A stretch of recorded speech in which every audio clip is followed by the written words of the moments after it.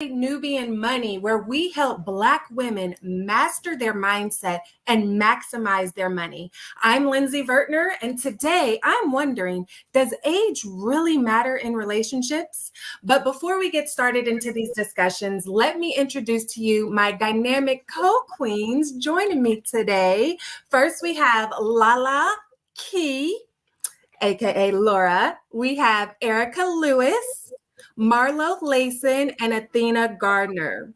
So, ladies, are y'all ready for this discussion on age gap relationships? Now, I'm going to kick it straight to Athena because I heard through the grapevine that you have some history in some age gap relationships. Listen, you heard right. Spill the beans. Listen, I have dated men who are older than me considerably before, and there are pros and cons to that. We can discuss that further if you guys would like, but age gap relationships are nothing new to me. So. Mm-hmm. How much older? We talking like 5 years, 10 years, 20 years? Put it like this, I was probably like the same age as like this person's kids, so it's considerably older before. And then in general, I have most of the men that I meet are at least like 5 years up older than me. But yes, I've dated someone or people who are old enough to be like my parents. Well, hashtag no judgment zone, okay? Now, have any of you other ladies had any experience? I haven't, but that brings us to what the producers have popped up, right? Drea Michelle dating a guy, being pregnant for a guy that is the same age or age range as her oldest child, who is a college student. So I think it's to each his own, but I couldn't imagine dating someone. I have a son who's in his upper 20s. I could not imagine dating someone my son's age or my daughter's age that's under him. But, you know, do what you gotta do. Yes. You know, I was on the opposite end of that. A friend of mine a few years back, like maybe 2 or 3 years ago, introduced me to a gentleman who was 64 and I had yet turned 50. I was like 48, 49.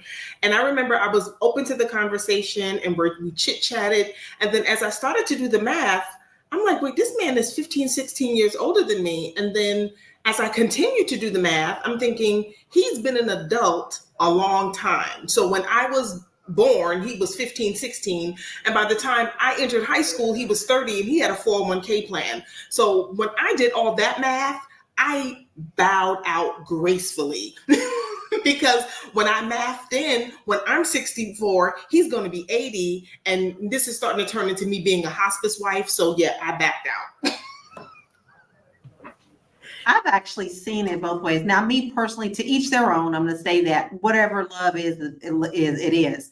However, my husband and I always tease each other about we're the same age. Okay. I'm only like 23 days older than he is. All right. But we laugh at the fact that there would be no way I would be able to communicate and laugh about the things that we laugh about, the things that we share, the 80s that we grew up in, the high school that we grew up in together.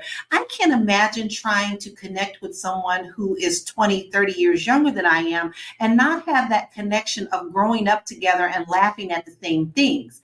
So for me, I can't ever see myself being with someone that much younger. However, my son dates only older men. So he calls them their silver foxes. And I'm totally fine with that. He has actually dated people who are older than I am. It didn't bother me because the guys that he brought to the relationship, we got to meet and I thought that they had good intentions and they were good for him. But for me, not so much. I can't do it. You know, you bring up a good point, Lala, talking about being able to connect with your partner and have those same references. And I feel the same way. Like whenever I talk to people that are just years and years younger than me, not that we can't hold a conversation, but it's like to talk to you all day, every day. we don't have the same references, the same, social media, pop culture, things like that, the music, so many things. And so it makes me wonder, what are some of the reasons that these celebrities or even non-celebrities are in relationships with that significant age gap? Is it the money that could potentially? Well, I can tell you, my son actually said, Mom, I like it when they're financially stable. I don't want their money, but I don't want two of us struggling if we wanted to go see the Mariah Carey concert. So in his mind, he wants that stability, even though he has his own business and things of that nature. He feels that people his age, most of the people that he's dated his age, and let me say a side note, guys, I was a teenage mother, so my son is only 16 younger than me. So I think we're in a kind of a unique situation when it comes to those ages. But he doesn't want to date the people who are his age because he feels like they are still kind of trying to find out who they are, when he wants to be with someone who does know who they are, who's stable, and they can still grow together. Me, I still need to laugh at cartoons with my husband, that we grew up with. That's just me. I also think about the other financial flip side to that, which is when you have an older partner, the expenses that come with it. And yeah, people think, oh, that's my spouse, I'll inherit these things. But what about their children, right? What about the tensions that we see when somebody marries an older person and then the estate becomes in question because of having children that are essentially the same age as your spouse, and those trust issues that come from those sorts of things. I find that part interesting as well.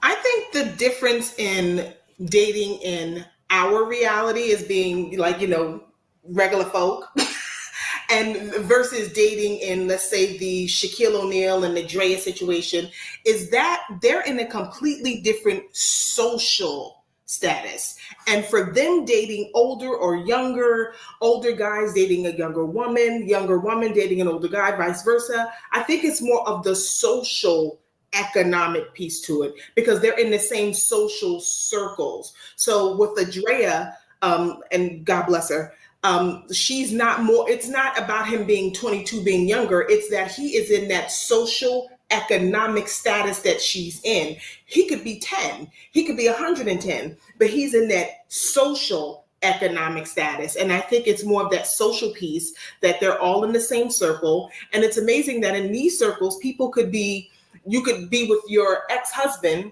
one week and then your ex-boyfriend the following week, and this woman has 3 or 4 kids with 3 or 4 different men in the room, and it's okay. If we did that, child, the drama would be off the rocker. But when you're looking at the economic piece because of the social status, then that's what balances all of it out, and everyone is on the same playing field because they're in the same social and economic playing field. Yeah, I agree with you to an extent, Erica, about being in the same socioeconomic groups. However, in my opinion, I feel like, yeah, but there's still people in that age range, maybe like give or take 10 years up or down, but to be the same age as your son, your adult son.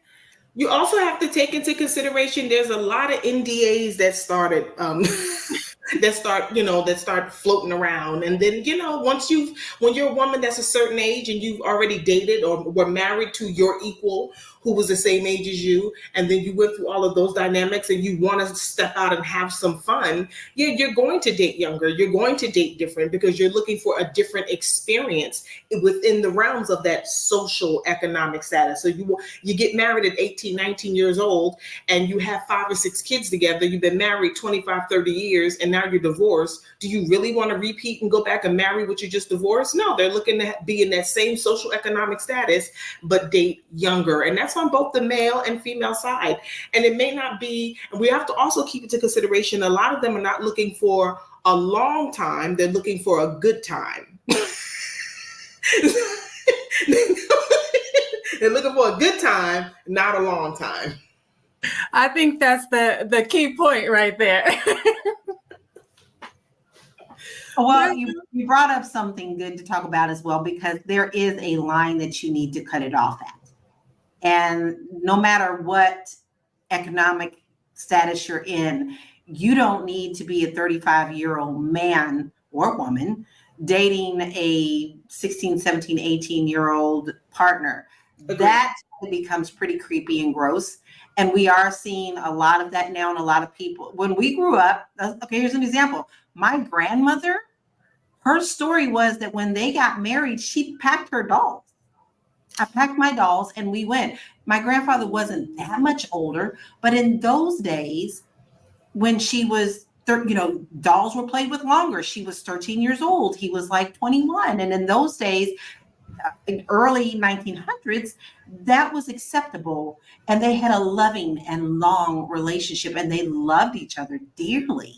So, but this is different in this day and age when you're looking at men who are grooming women who are teenagers. I know people, my clients, I've had some clients who come where I've had a 65-year-old man dating an 18-year-old girl.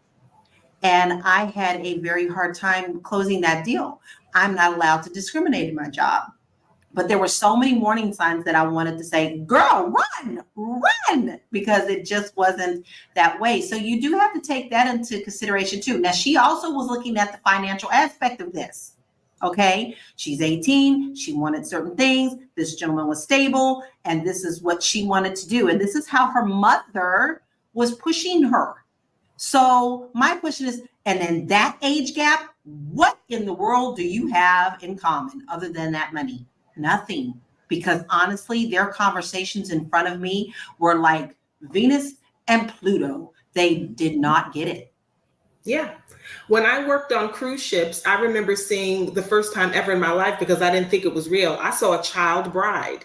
She was listed as a guest for youth services, and she never showed up for the youth program. And I ran into her at the pool, and her husband, who was clearly old enough to be my grandfather, walked up and he's like, "Can I help you?" And I said, "Obviously not." And and she said, "No, that's my husband." And she was about 15 or 16. But then we also have to look at some of the cultural ramifications. This is a cultural thing. I've seen women that were from various different countries that were child brides, and they'd been married 25, 30 years, and they had grown to love their husbands, and their husbands had paid a fee to the family to marry said woman. So so we start looking at the cultural aspects in some situations, but I think there is something a little bit lopsided when we start looking at, like you said, Lala, 16, 17, 18, and he's 45 and 50. It's just like, okay, like where's the cutoff?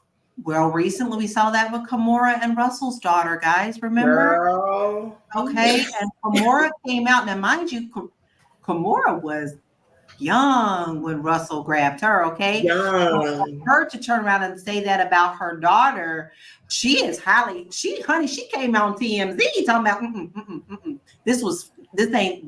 I'm not acceptable with this, and I don't like it. And no, she was just experimenting. She shut that down really.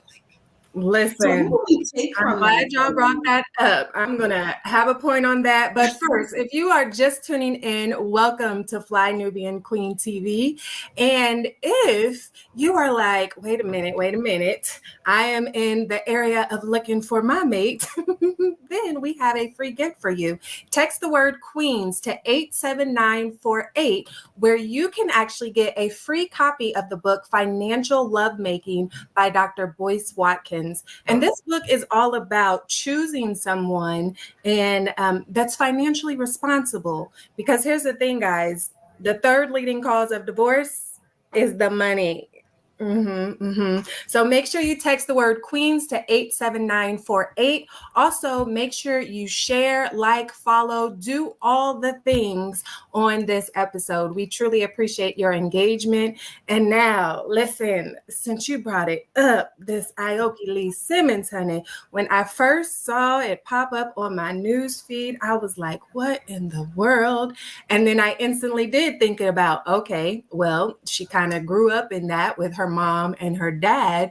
But again, what do you have in common with a 65-year-old? Like, y'all both like to golf. Okay, great. But what y'all gonna talk about? I think it's interesting because Aoki went to Harvard, right? There was one daughter who was clearly on the track to modeling and maybe party girl status, if you would call it that, early. But then I think it threw everyone for a loop, because here she is, Harvard educated. She seemed very grounded. And I don't even know what that video was of her and the gentleman and the traveling. And she looked like she was kind of out of sorts. Um, But how do you get from being Russell Simmons' daughter to essentially what looks like you trying to, or you've gotten yourself into a sugar baby relationship, or what appears to be like a little sugar baby summer fun, right? Or a spring break fun, whatever time of year it was. How do you get to that, right? Because we can understand a young girl that comes from less, but this is Russell Simmons. He's the first billionaire of the hip hop, like kind of money elite class, right? So how does that happen is the question that I was left when I saw it all. Well, what I would say, because I'm speaking from experience now, I'm not speculating. Most of those relationships happen because there is a exchange happening. So with age gap relationships, usually an older man will date a younger woman because he's looking for someone who is youthful and fun and can live out certain fantasies per se, that especially when they're older, and this is not discussed a lot of men go through, especially if they're single, so they're not married, they don't have a wife, something like that. A lot of men go through facing mortality, facing death, facing aging. We don't really talk about the things that men go through when they get older. A lot of that conversation is safe for women, but when men get older, they worry about there's more years behind them than ahead of them, and to make the best of those years. So they're trying to feel young, they're trying to feel youthful, they're trying to maximize what's left of their years. So they'll be attracted or solicit a younger woman so that they can still feel youthful and forget that they're aging and dying. When it comes to, and this happens regardless of class. Now, what's unique about rich older men, though, is when a man is wealthy or has money, he will often seek, if he definitely has those desires, seek a younger woman. He is in addition, he's trying to feel younger and have that youthful side. But I will definitely not recommend for most younger women to date older men. Usually you're attracted or you like the idea of doing that because you want someone more stable, someone more mature. A lot of men in your age group, especially if you're unmarried, are not financially stable enough, not mature enough. You don't really have like certain level of intellectual aptitude. So that is what will attract a younger woman to an older man, and the idea of him taking care of you. And he will actually kind of like the idea of taking care of you as well, because he will still feel useful, he'll still feel vital, he'll still feel vibrant. However, it's a trade-off, because the trade-off happens is, even though you are getting those things, hopefully, because there's, in my opinion, there's no point in dating anyone older if they are not at least financially stable. If you ain't financially stable, girl, you might as well just date in your own age range. But you're attracted to, the trade-off is you're also going to deal with their health issues, whether it's physical or sexual in nature. That tends to happen a lot. You're also going to deal with, you don't want to be a nurse with a purse. You also are going to deal with, they tend to be very stubborn and set in their ways and not changing. So whatever it is you're signing up for. And with a wealthy older man too, more chances than not, he is looking at you as a status symbol or something to flash or a piece of property. Just to like sum that up. So if you're looking for love, chances are he doesn't love you like that. Chances are you are in the rotation. He may have, if he's wealthy, more than one girlfriend. Chances are you are just, for now, he might, especially if he's been married before and he don't want to do it again. If I can interject, I think, Athena, I appreciate it. Girl, I appreciate you. But no, he's looking for a hospice wife, honey.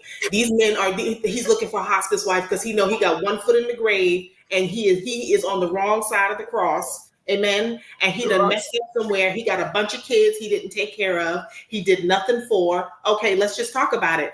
I worked in healthcare before. Let's look at the men that are in the nursing homes. They got 3, 4, 5, 6 kids that they never took care of because they were out there finger popping and booty rocking. They had a good time. And now look, you're old and no one wants to be bothered with you because you didn't want to be bothered with anyone when you were on your good leg and you had your good wallet. Now you're broke.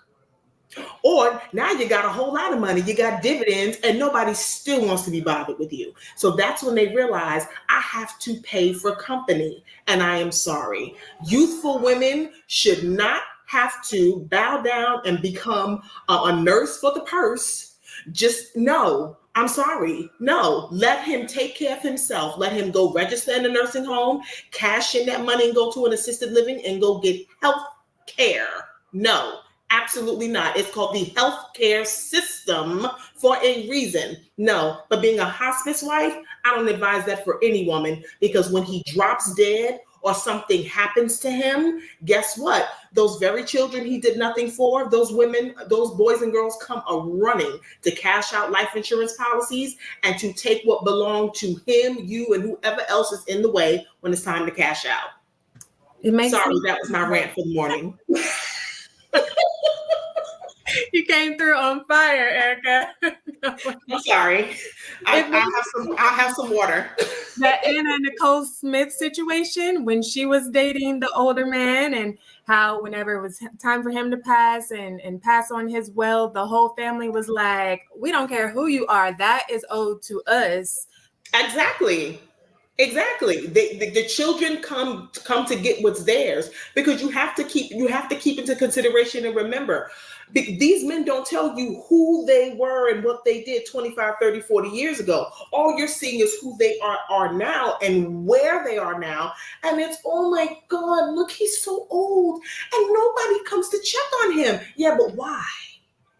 Why? I would say that most of those relationships, and I agree with you, Erica, and I can say this from experience and then from the outside looking in, most of those relationships are predatory in nature. The men try to take advantage of the naivety of the women who are younger.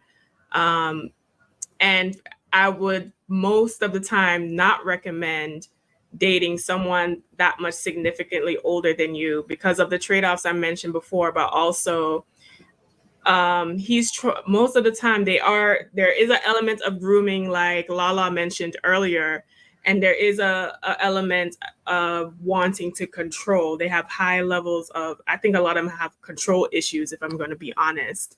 And I think my stint, which was very brief stint in doing that, that was part of the reasons why I did not continue with those relationships because I definitely felt like, well, any man trying to control me is going to have a problem. But I think I'm very smart and intelligent and I know, and I'm not doing anything I don't want to do. And I'm not going to sign myself up for slaughter no matter how much older, richer, whatever it is. So I definitely ended those relationships because I felt like the men were not great in character, especially when he's older and has a lot of wealth. I definitely, even observing other people who live that dynamic, I definitely found the men to be lacking in character and more deviant. Here's where, and see, this is what happens when older men or someone older goes after someone not younger or less mature. What tends to happen is you don't understand that who he is as an older person at 65, 70, or 80, that's who he was at 25 or 30. It's just more pronounced now because he's older. Just because this is how, if he's ornery and scroungy and he just came into some money, he's always been that way. He was that way when he was broke. He's that way with money. He's that way when he's old. He was that way when he was young. These are personality traits and these are characteristics. And what happens is when they get younger women, you are starting to diminish who you are to fit into into the mold of this for whatever you think you're going to get out of it. But technically what you're doing is you're leaving a part of your soul on the table. You're ripping a piece of yourself that you are leaving on the table that you're not going to walk because you're going to remember that. Mm-hmm. He's going to die. He's going to move on. You're going to get tired of it. And then what happens is now you can't relate to your own age group of people. You can't relate to your own circle of friends because now you have sat around somebody that is 35, 40 years older than you, and you're having senior conversations when you really should be living your life and going to learn something. Listen, well, we can't just put it all on men, though, ladies. We can't. No, definitely can't put it on men because, honey, it's some vicious there women. There are a lot of women that also do this too. Remember, they call us cougars. All right. Yes. So I can't imagine dating a younger man myself, but I actually have seen that a lot in my business. Women who get these young men, and these young men cater to exactly what they want, the older women want. We all know that we mature differently. Women mature a little bit faster than women. It's scientifically known. That's not a put down. So I don't want to hear none of that, y'all, in the comments. Don't come at me. That's just the truth. But when you get to a certain age, a woman wants to be frisky and kind of relive her youth as well. So a young man serves that purpose for her, as long as they're fine and she's not grooming and blah, blah, blah. Same thing I'm going to say, because you're talking to someone who is dealing with that in my life, is sexual trauma. So I'm always going to put it on fleek when we're talking about that. Okay. But if it's something that you both agree to and you're fine with it, fine. But you better make sure your financial house is in order. I don't care if you're the woman or the man. Don't you just go into this relationship expecting that that's what you're going to get from that partner because they're older and they're more financially stable. Because like you said, those children are coming out of the woodwork. They're like, oh, no. He had me first. I don't care what kid it is. Right? You got to get it in order. And it's fun to play games when you're older and you're fine and everybody's committed. But when you get to that point, you also need to get serious and talk about your finances. Yes, people coming after people's houses and cars and inheritance. I see it every day in my job. And I'm going to pause you, ladies, because y'all are on fire still. We done hit a hot topic. But no matter what age you are, young or old, single or in a relationship, make sure that you text the word Queens to 87948 so that you can get your free copy of the book Financial Lovemaking, written by Dr. Boyce Watkins, because we all need to make sure that we are entering our relationships from a good financial space and that we are partnering with partners who are also in a good financial space, because we want to start to break down these statistics and we don't want to be divorcing down the line because of our money. So again, make sure you text the word Queens with an S on the end to 87948 so that you can get your free copy of the book Financial Lovemaking, written by Dr. Boyce Watkins. All right. If you're just tuning in, you are watching Fly Nubian Money. My name is Lindsay Vertner, and I am joined by my very beautiful co-queens, Athena Gardner, Erica Lewis, Laura Key, and Marlo Layson. And today we've been talking about relationships with the age gap. And I'm not just talking 2 or 3 years. I'm talking 10 plus years in age differences. So we have been having a hot and heated discussion. And what we actually get back into is what we pretty much see in the celebrity world. But let's talk about it in everyday life. Don't we all have somebody that we know that is in this situation? With men, they call it midlife crisis, right? But with women, they call them the cougars. But we all know somebody. I literally have an acquaintance, not a very good friend, but literally goes to date women who are.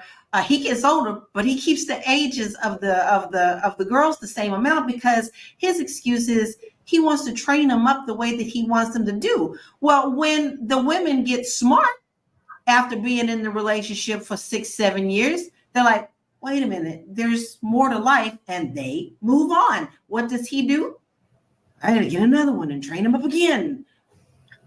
I want to say something so bad, none of my business. If that's what they're doing, is what they're doing.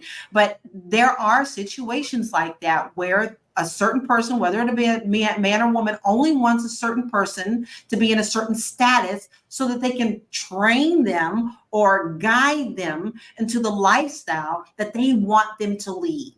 And that's a problem. That's a problem because now you've got several women who just, they're not in it together anymore. So this isn't just for celebrities, right? Yes, sugar daddies, sugar mamas, but honey, if you ain't got no money, you can't be the sugar.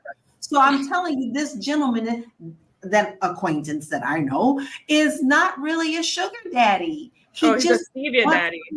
What is he called? A stevia daddy. Oh my God. The low budget sugar daddy, the stevia daddy. Listen, I agree with everything you ladies have said. I do believe that the person who is the older person in the situation is the person who is looking for control within the relationship. So whether it's an older man with a younger woman, or in this case of Drea and her boyfriend Jaden, an older woman with a younger man, the person who is older tends to be the one who is looking or has a control dynamics in the relationship. Now, I know a lot of people are upset with Drea for dating this younger guy. And to be honest, I don't think it's well or great that she is or is having a baby by him either. But I understand why she's doing that. Drea is in the basketball wives, entertainer circle. And what has happened to her is what happens to when the women in those circles get older. They start to realize through their relationships with these different men that the men are very difficult to control, that the men don't really love them or care for them like that, because Jaden is just the last. I'm looking at that as like an act of desperation, to be honest, and the last stop. I'm going to tell you why. She is dating him. He does meet the income requirement and the socioeconomic and status, right? But he is younger. So what older women in those positions tend to do when they date the younger guy is that, okay, I couldn't control the guys that were my age or older. They kind of played with me, pumped and dumped me, used me, whatever. So let me date the up and coming or the younger one, because he probably idealized me. He probably saw me on TV as his dream girl, and he's coming in nicer or more compliant and easier to control. So that is probably, and then he benefits because whatever, he could have an older woman fantasy or she still looks good or whatever. She's good arm candy. She's a decorative piece. He's got a trophy that everyone. I got her too. Everyone else had her. I can get her too. Yes, and they tend to rotate women. Listen, they tend to rotate women around, which is kind of weird, but whatever. So that's what that dynamic is. So I'm actually looking at it. I was like, okay, this is her last hurrah, but I don't think the issue, and I'll be curious to see how this plays out, is the maturity level of men in the league at that age. I just don't see that in a long-term relationship with that situation. There's no ring. You're going to be a baby mama for how many time again? Like, he just had a baby in February. He just had a baby in February with another woman. So the thing is, as you, Athena, were so artfully putting it about the control and all of that stuff, she doesn't have that either, because he got his a set of ghetto twins, right? He got a baby by one mama over here that was born in February. Drea's baby is going to be born sometime maybe this summer or the early fall. I don't know her due date, but she certainly isn't controlling him either. And what's worse is, I fear this relationship for her is not going to turn out the way that she wants, because I, as a sports fan, I also listen to basketball podcasts with professional players who host them and who sit in around and talk. And she gets brought up by these guys, not in a healthy, favorable light, right? It makes him the butt of the joke. It makes her the butt of the joke. So it's not really a good look for anybody. I mean, if I could tell Drea anything, I say, girl, you need to get your acting coach and work on all these little side hustles you got, you know, your Fashion Nova line, because she has some things that she's trying to do independently. But I don't think that this is particularly the move if you're looking to be the cougar that is kind of corralling this See, I think and you I guys look at it, great. already a full-grown dog with a baby out here. So talking about, being tired of what she's used to and then trying the younger one. It's like, but he's still in that same world, and so it makes me think about, are we being influenced by celebrities? That is a question that is floating around there, as quote unquote normal folk, not in the limelight. Are we being influenced by celebrities and the things that they do? What are your thoughts on that, Eric? Absolutely. When I have gone to high schools to talk to young people, and you have career day, and the first thing somebody says is, "Oh, I'm not going to college. I want to be an influencer." What? You want to be a what? And they can't even spell influencer. They don't even really know what an influencer does. They don't even realize the responsibility of being an influencer. They don't even realize that that they're already influencing somebody to either pay attention to them or ignore them at the present state where they are. So yes, a lot of these so-called celebrities are, influencing regular life folks like you and I to kind of like step out there and do some of the weird stuff. I mean, going back to this young lady, Drea, I mean, there's no difference from what she's doing. She made an investment in a relationship with her womb. There's no different from her than somebody else I know, a young lady I knew. She actually had a baby at 51. She already had 2 grown kids that were in college, had a baby at 51 so she could maintain her Section 8. There is no, yes, ma'am. Yes, Marlo. Yes, girl. I saw your jaw drop. Yes, ma'am. So there is no difference between the poverty mindset versus somebody who's already in a socioeconomic status. Poverty mindset is poverty mindset. If you don't think anything of yourself, you're not going to do any better for yourself. It's the same difference. And Erica, I'm so glad you said that, because I do think we need to call out women and how women monetize their womb is what I'm going to call it. How women monetize their womb and the messages and signaling we're getting out here. Because like you just mentioned, are we being influenced by celebrity culture? Yes. Do people want to be influencers? Yes. That kind of thinking, and that's in the ethos, is why we have women flying to Dubai, doing all kind of degrading things for contracts, for money. That has us women who seek these professional athletes, wealthy men, to try to get pregnant by them, or fishing out condoms out of trash bins and trying to have a child support guaranteed 18-year payment every year. That is, women do have a predatory mindset. So it's not just these older men.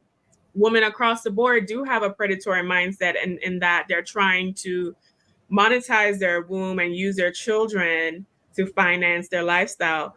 What do you guys think about that? Is that gold diggerish? Do you feel like, should a woman prioritize wealth in procreation or creating children? Because some can argue women are just having kids for nothing and getting nothing out of that. So, but I will say this, is that when women do these things, I think it's a very selfish nature. How many people had kids just to keep a man and learn that wasn't going to be the deal? And there are some women that do that will have children, not just to keep the man, but to necessarily reap the benefits of having a child. There's certain things that they can't get from people. There's certain opportunities that they can't get. But when people see them with this baby, it gives them an opportunity of, now they can live vicariously through this child. So that's why it's a womb investment. Okay, no, certain men wouldn't look at me, or this guy that I dated 15 years ago wouldn't pay any attention to me. But now that I have a child and he feels bad for me, he'll buy me that Corvette. He'll get my rent paid. He'll buy me this. He'll buy me that. So yeah, I think a lot of women, their womb is an investment, but they also live vicariously through the child and get things that they normally wouldn't have gotten because of that baby. Now, Marlo, I seen your mouth drop, so I want to get your take on this. And then Lala, I want to kick it to you to get your take on this, specifically in this whole womb investment we got going on. Well, listen, I don't want to get us in trouble. Let's go to break. because we got a lot to say, because I was triggered in that woman investment. So let's go to break. I'll come back. Well, listen, kids are very, very expensive, and I think we often underestimate how much it costs to raise a child. And so make sure you text the word Queens to 87948 so that you can get your copy of the Financial Lovemaking book by Dr. Boyce Watkins. And it's free, okay? So you ain't got no excuses. And it's really going to help you to merge assets with your partner in a way that feels good, all right? Because listen, we know what else feels good that can lead to that womb investment we got going on. So we want to make sure everything all around is feeling good. Text the word Queens to 87948. And also make sure you like, love, share this live stream out. Keep your comments coming. We love responding to those. And if you're just tuning in, you are watching Fly Nubian Money. Myself is Lindsay Vertner, and I am joined by my gorgeous co-hosts that have a lot to say on this topic, Laura Lala Key, Erica Lewis, Athena Gardner, and Marlo Layson. So, Marlo, let's go on with that comment that you have waiting in the wings. So let me take us back to where we met Drea, right? As we talk about babies being and womb investments and all of these things. Drea was on Basketball Wives, and part of the mess of her storyline was that she had this child, or her child had been taken from her by Child Protective Services, right? It's well documented. Her oldest son was 11 years old. She was a stripper. Somebody called the police. She went out to work to get her money. And somebody called the police because he had been out. She downplayed the story. The internet has tales, but there's the actual court documentation of what transpired. But I will say it does look like, she had that young man. He is now a young adult in college. She has another young child, not raising that child. That child is with is for a former NFL player. I won't say his name, but it's all public on the Google. And then this baby is with yet another professional athlete, right? Mm-hmm. So I feel like maybe she's trying to get a little reset. Maybe she's trying to get, is she trying to get a do-over? Should we be looking at Drea like, have you mastered being a mama? If you aren't having shown mama qualities in the past, should we just be writing this off as, it's a womb check? Or should we be looking a little bit more closely at these women who are, just having babies and not taking care of them? And then these kids get turned loose on society to do, whatever. And every child doesn't turn out worst case scenario. But for those of us who work in urban or inner city spaces with young people, you understand that the root cause of what's going on with kids a lot of times is parents. So should we be Drea with the baby? Like, I want to celebrate it. I want to be happy for her, but she already has a track record of not doing this job well, of being a mother. So I want to talk about that aspect, right? You keep cashing this womb check, girl, but you're not doing nothing with the little deposits. Womb check, honey. And I don't think she not just her, but most women in this situation, I don't think, again, they're interested in being a mother. It's literally, what can this child do for me? What benefits am I reaping by having this child? This child benefits them at least for the next 18 to 21 years, given whether this child goes to college or whatever. Between 18 and 21 years that this woman has really set. With Drea being 39 years old, yes, she is looking at her future. She never got a 401k plan. She probably never had a savings account. She maybe never even had a checking account unless she was on somebody's account that she was dating.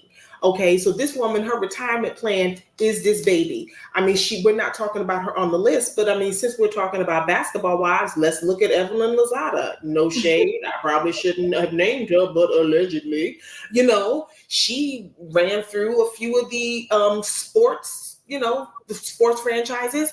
And her last child might be like 6 or 7, and she had him with a baseball player. She kind of did the same thing. That was her investment plan. I mean, so the retirement plan rather. So these women invest completely different than Dr. Boyce is writing in the book that he has available. So, these are their investment and retirement plans, and that's just the way it is. It's unfortunate, but that's all that they see that they can invest is their womb. They don't put their hands on anything to work. You talked about Drea having something with Fashion Nova or another conglomerate that she was working with fashion. It's really a shame that she didn't take that to the next level, because she could have had an independent clothing line, and that would have been, she would have had, an IP or something to her credit. But no, it's easier when you live off the back with someone else and just go ahead, I'm just gonna have this baby and take him to child support and do interviews for tabloids and make $25,000, $35,000 here and there. And it's just easier money versus working. Now, Lola, I really want to hear your point, because I know you mentioned your son earlier and that he dates a little bit older. So what is your viewpoint on all of this?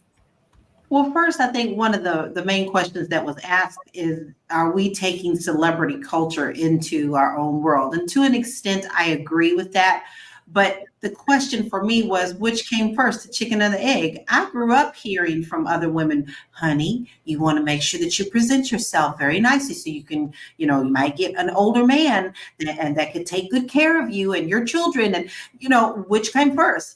That wasn't influenced by a celebrity lifestyle. That was from wanting people to have security in their lives, because many of those women had lost their partner and then they had nothing and had to start all over again, right? We're coming from that mentality. So I don't know if I can agree that celebrityism is the main force that's driving this. I think it's just a matter of wanting to be taken care of, which you can also take care of yourself. You don't need a significant other to take care of you. Now, in the case of my son, like I said, the older man, I was fine. He never brings people around me that he doesn't think he's serious about. He may date 2 or 3 different men in between, but he will, when he is serious about someone, say, you need to meet my parents. And I appreciate that. And every last one of them have been gentlemen. They both have good heads on their shoulders. They've also helped my son in many ways, and he's helped them in their business.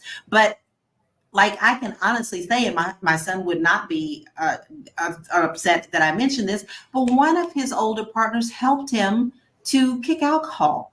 My son is now sober 4 years because he dated someone who saw that he could help him in this matter, because he lived through it himself and has been sober over 30 something years.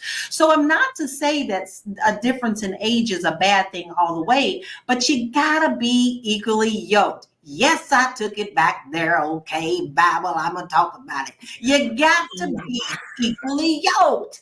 You can't have 2 different directions and have a peaceful home. A foundation has to be firm before you build on it, or else it's all going to come crumbling down. We all know that from relationships maybe that we've experienced before in our lives, whether it's the same age or not.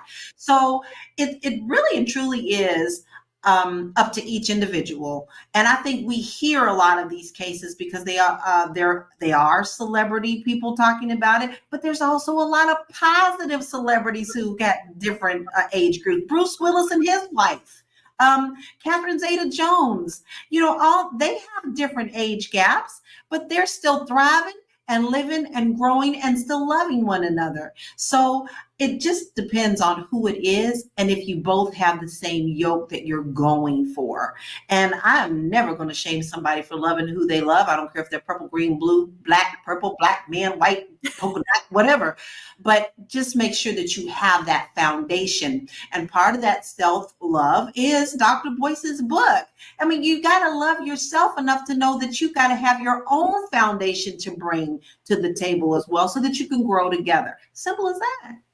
Yeah, I love that you mentioned equally yoked, because I think that's the key factor. Because if we look in history, women were often told, like, make sure you find somebody financially secure and has a job and can take care of you. However, we have to think about women weren't allowed often to work, weren't allowed to have businesses, weren't allowed to do the things that men were allowed to do. They were expected to cook, clean, and raise the babies. And so they kind of had to look to, okay, who can I marry that can take care of me because I have to cook, clean, and raise the babies. But in today's society, women are allowed to do all those things. We're allowed to shatter the financial ceilings.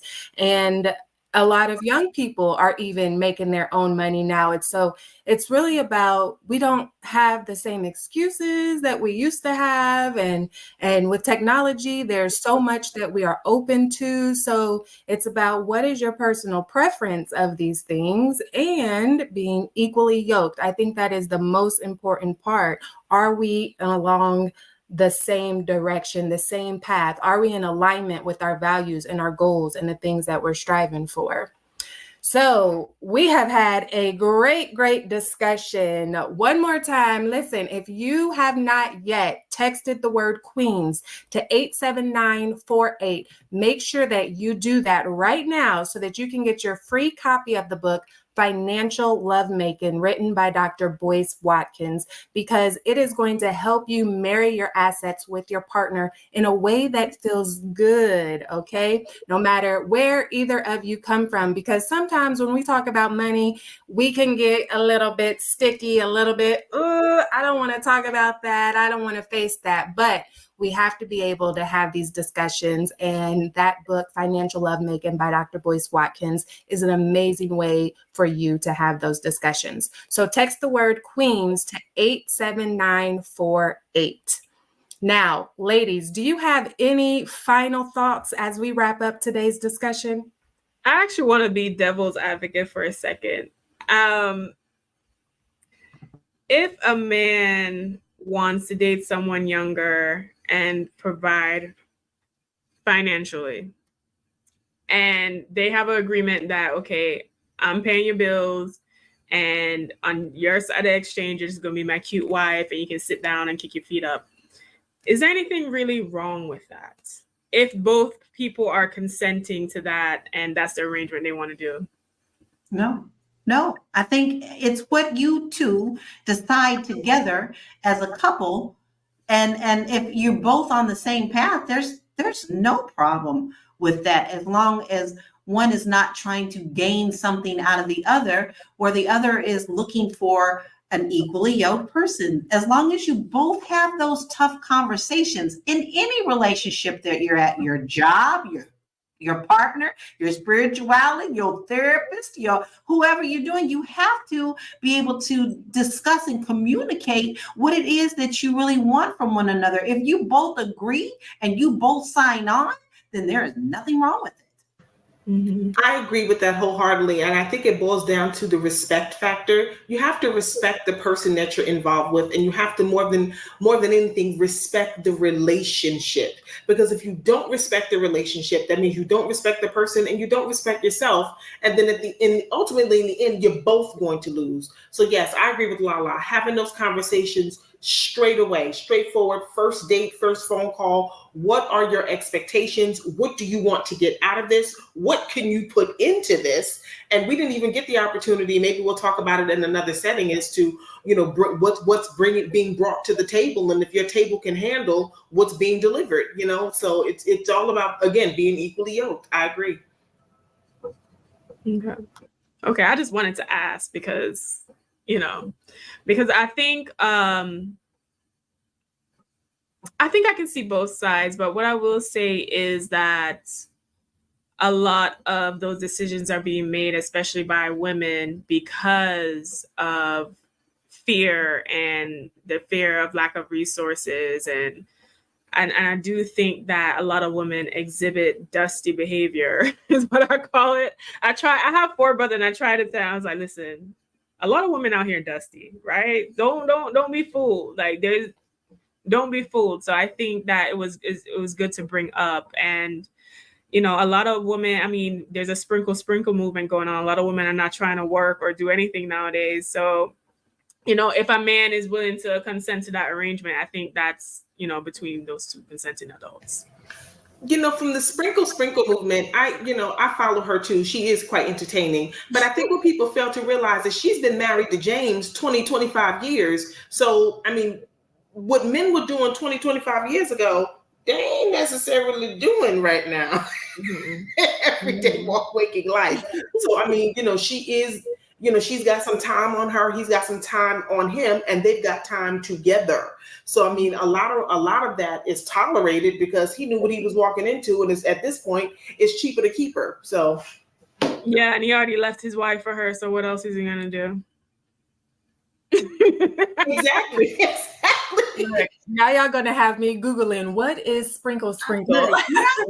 I'm just saying to myself, I cannot believe I'm about to go and figure out what sprinkle is. What?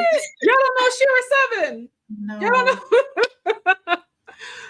We will do a segment on her next time, I'm sure. Yes. Athena, I'm with you on that one. Listen, ladies, this has been a great discussion. My final thoughts earlier, I mentioned about money being the third leading cause of divorce, but I didn't tell you what the number 1 was, and it's basic incompatibility. It is 43%. That is how much it is of divorces. So 43% of divorces are from basic incompatibility. And so it makes you wonder, is it because of that age gap, or, having this idea of who this person is and what I want them to be, and then getting into the relationship and it not matching. And then the second cause is infidelity. And then the third cause is money. So we really have to consider all of these things when we are thinking about the relationships. Now, like you mentioned earlier, if it's just because you want to have some fun, then we need to make sure we're not having womb investments from that fun, because then you bring in other people into your situationship. But that's my final thoughts. It has been a great, great chat. Ladies, please let us know, let all the lovely viewers know, where can we find you? Lala, we will start with you. Let us know where we can find you on these internet streets. Well, you can find me everywhere, because I am actually a social media freak. So you're going to find me on all different platforms under Realty Goddess. But if you want to see me anywhere else, all you have to do is click bit.ly/Laura Key Info. Thank you. Miss Erica, where can we find you on these internet streets? All right. Well, I'm pretty much a little bit everywhere. You can find me. My website will be up and running, thank God. This evening, I had to do some rebuilding after the release of my book, Faith in Transition, My Journey to 50. So tomorrow, you can find me at faithinTransition.com. Okay, Erica, you're 50. You going to be dating anybody that's 25 or 75? Hell no. No, ma'am. No, ma'am. No, ma'am. No, ma'am. I do not recommend women to date younger. Absolutely not. Athena, go ahead and tell us where we can find you on these streets. Listen, ladies, if you don't want to be a dusty woman and have to make these womb investments, you can find me at wewealthwomen.com, where I teach you all financial and wealth literacy so you guys can become the wealthy goddesses you're supposed to be. So follow me at wewealthwomen.com, and I am everywhere on social media at wewealthwomen. All right. And last but not least, lovely Marlo, where can we find you on these internet streets? Well, I am all over these internet streets in terms of news and journalistic endeavors. So you can find my writings in a Google News search near you, I suppose. And other than that, I am on social media. Instagram, I am Olra Marlo. That is Marlo backwards and then forward. That's it. Thank you. Thank you. And my name is Lindsay Vertner. You can find me at liveafirstclasslife.com. You can shop the things. You can connect with me on all of the social media platforms. As long as you spell my name right, that is where you'll find me, liveafirstclasslife.com. Listen, y'all, this has been a quite interesting discussion on these age gap relationships. Now, no matter who you love, like our sister Lala said, just make sure you're equally yoked, okay? Whether you're 10 years apart or 2 years apart or all in between, make sure you're equally yoked so that that relationship can actually stand the test of time. And make sure that you download your free copy of the book, Financial Lovemaking, written by Dr. Boyce Watkins. Text Queens to 87948. If you haven't gotten it already, do that right now. Meanwhile, we thank you and appreciate you so much for joining us. Don't forget to like, love, subscribe, share, do all the things, and keep your comments coming in the comment section. My name is Lindsay Vertner, and I've been joined by my beautiful co-host here. And you can find us every day, Monday through Friday at 1 p.m. Eastern. So we hope that you stay empowered and inspired to take charge of your financial future. Thanks for watching. Bye now.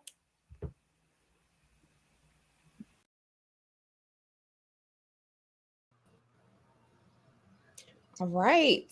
Welcome to another segment on Fly Nubian Money. Come on in. Make sure you hit the like button and share this broadcast. Today, we are talking about what really happened to Wendy Williams. You're tuned in right here on Fly Nubian Queen TV network. We want to invite you all to hit the like button and share this broadcast and tell a friend to tell a friend to tell a friend, because we are about to break this conversation down like you've never seen Black women do before. All right. So first and foremost, I'm your hostess for the day, Jade Harrell. I'm an educator and the owner of highblackesteem.com.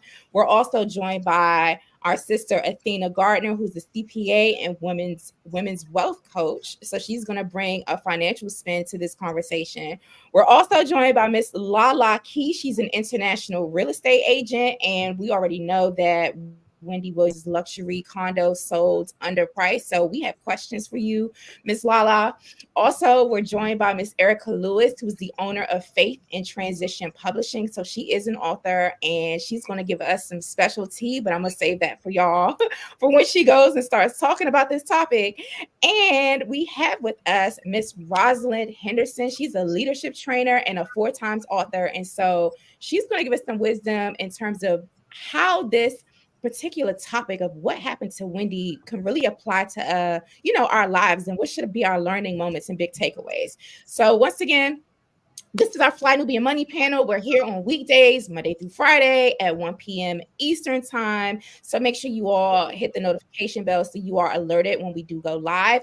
And also be sure to text the word Queens to 87948 to receive alerts when we go live, but also to receive the book, a free book from our sponsor, right? Dr. Boyce Watkins. And the book is Financial Lovemaking 101. All right. The book goes into details about how, you can marry somebody and finances could add to the marriage very, very well. Or you can marry someone and finances could be a problem and it could be a shit show, like what happened between Wendy Williams and her husband, Kevin. But anyway, without further ado, let's get into the topic. So first I want to go to you, Miss Lala. Now, I was reading the headlines, and I know that Wendy Williams's luxury dream condo in New York City, right? I believe it was valued at maybe $4.5 million, sold underpriced for $3.75 million.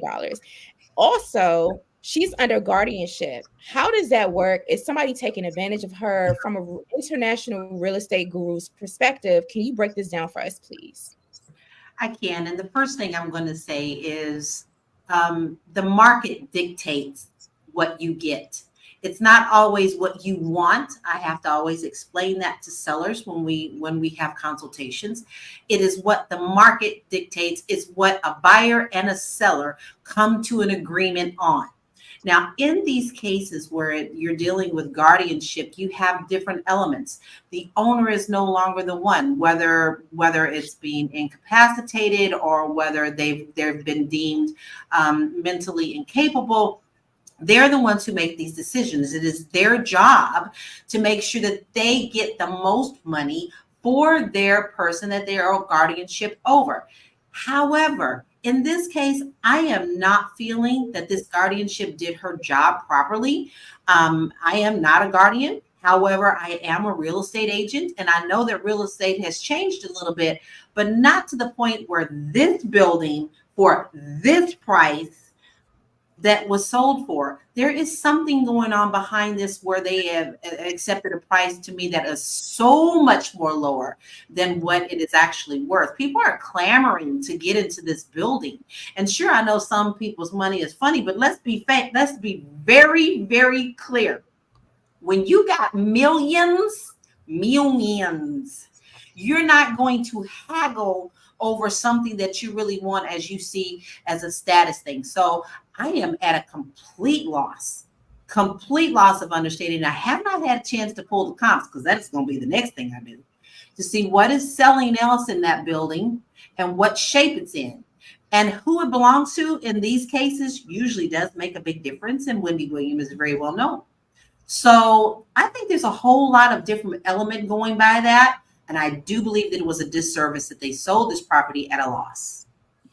Thank you for that. So listen, Lala, I know there are a lot of fees associated with selling a property, especially a property like of this magnitude. So if it's sold for 3.75, how much money would you say that Wendy got, after all of those fees and things? Well, if you're talking about just realtor fees, they can range anywhere from 1% to 6%. We are not allowed to and this is a misconception in the world right now. We are not allowed to say, oh, everybody's charging 6%. That doesn't how it works. You negotiate with people.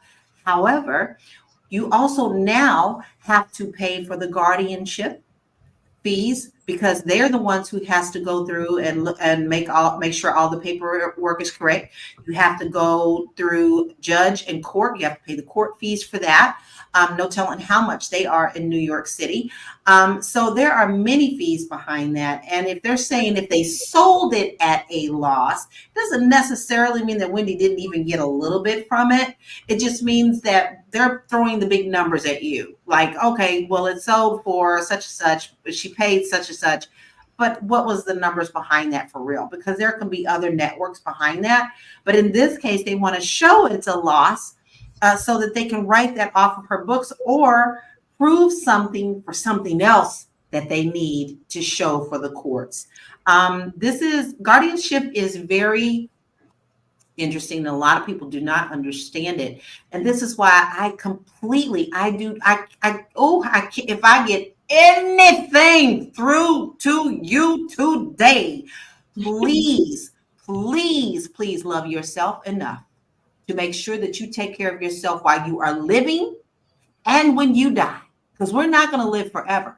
But what people don't know is while you're living, things like that are going through, Wendy's going through mentally incapacitated, Alzheimer's, anything, guys, strokes. What is your family going to do when you didn't leave them the instructions on what to do? Please get an estate, a living will, and please don't go to Staples and buy the one and sign that one. Hire an attorney and do what you need to do. And this all goes back to your self-love. You got to love yourself and your family to know that you're not going to leave them in this mess, because Wendy does have a son. So what is going on with this? Why wasn't he given guardianship? What is going on here? Something is not right and not adding up.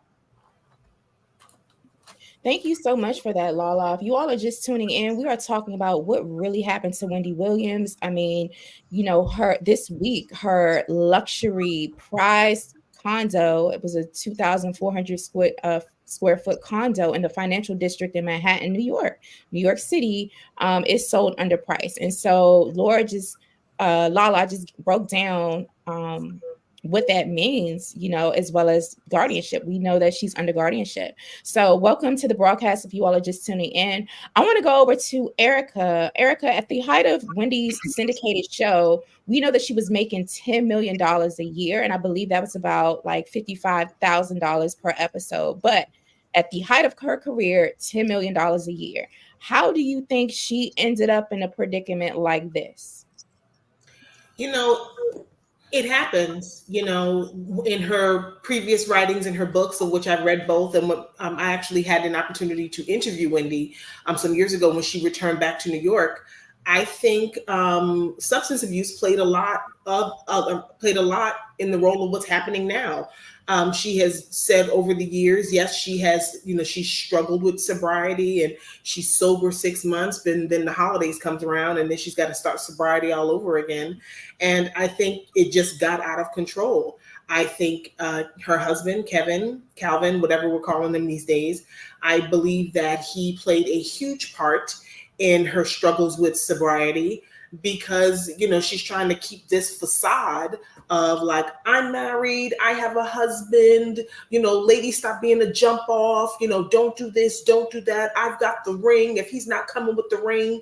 But then in the shadows and the darkness, the deal clearly appears to be like, hey, Wendy, I'm going to be protecting you, I'm going to give you security, I'm not going to provide for you, I'm just going to protect you. Okay, you want a kid, fine, I'll give you a kid, but I'm going to live my life over here. He was on payroll.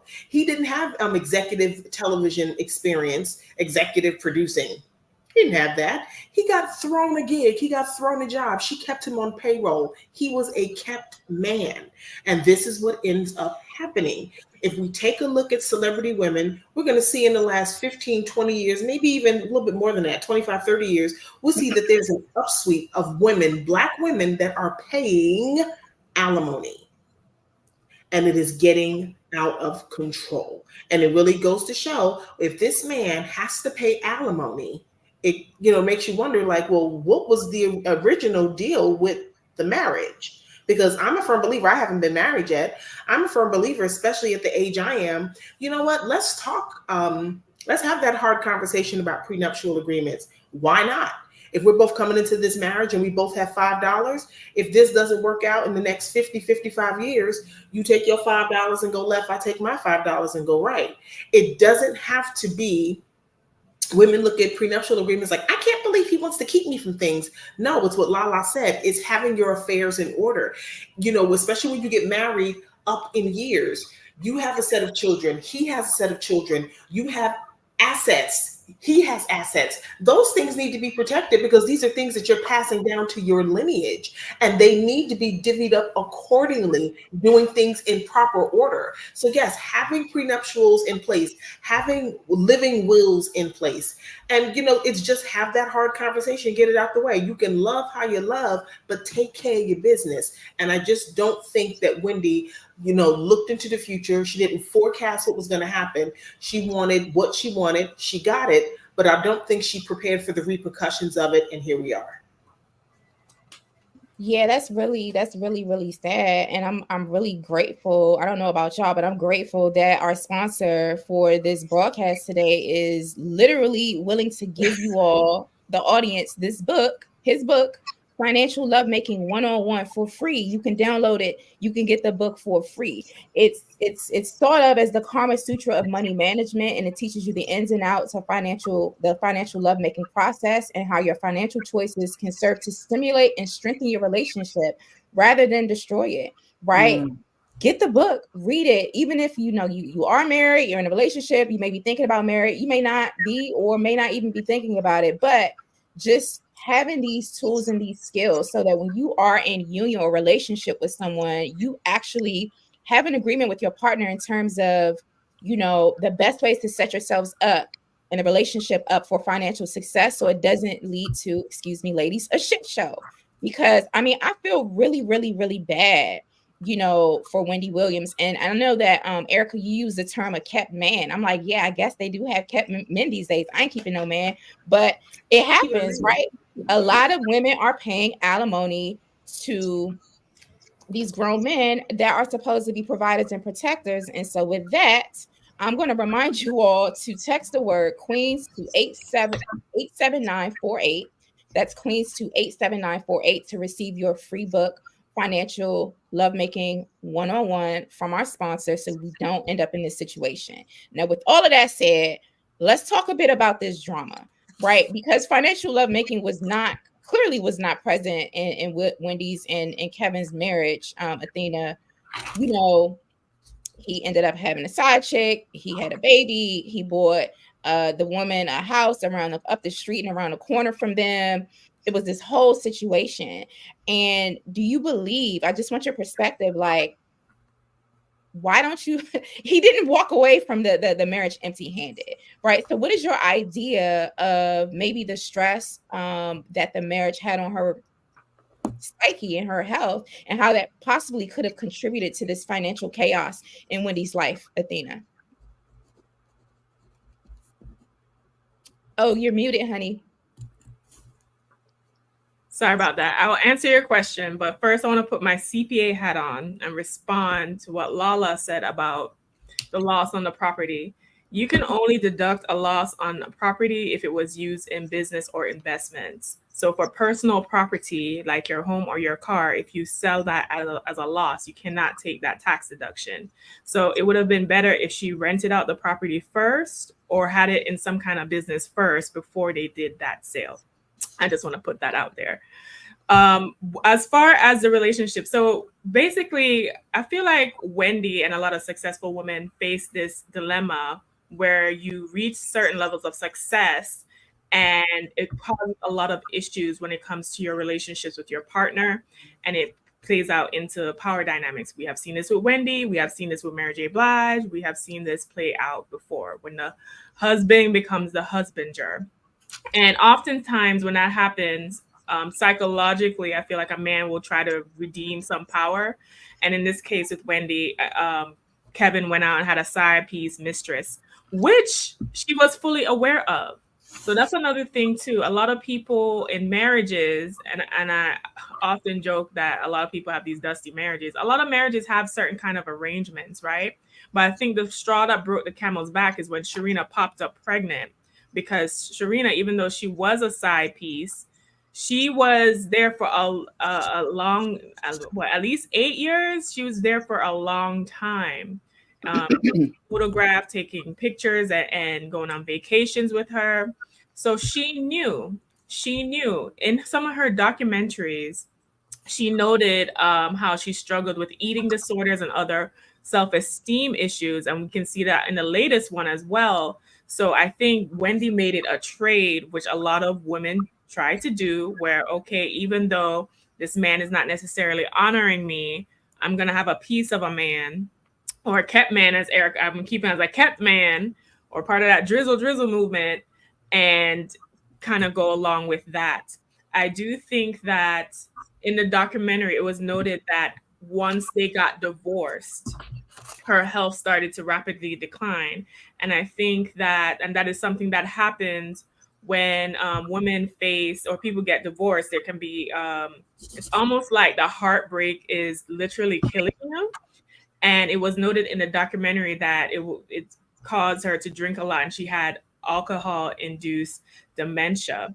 I also want to know, women need to be concerned, because when women face divorce, because I'm a women's wealth coach, when women face divorce, the statistic is they experience a 45% drop in their standard of living, and then 1 in 5 women will fall into poverty as a result of divorce. So Wendy's decline post-divorce from a mental, spiritual, and financial perspective is not anything surprising.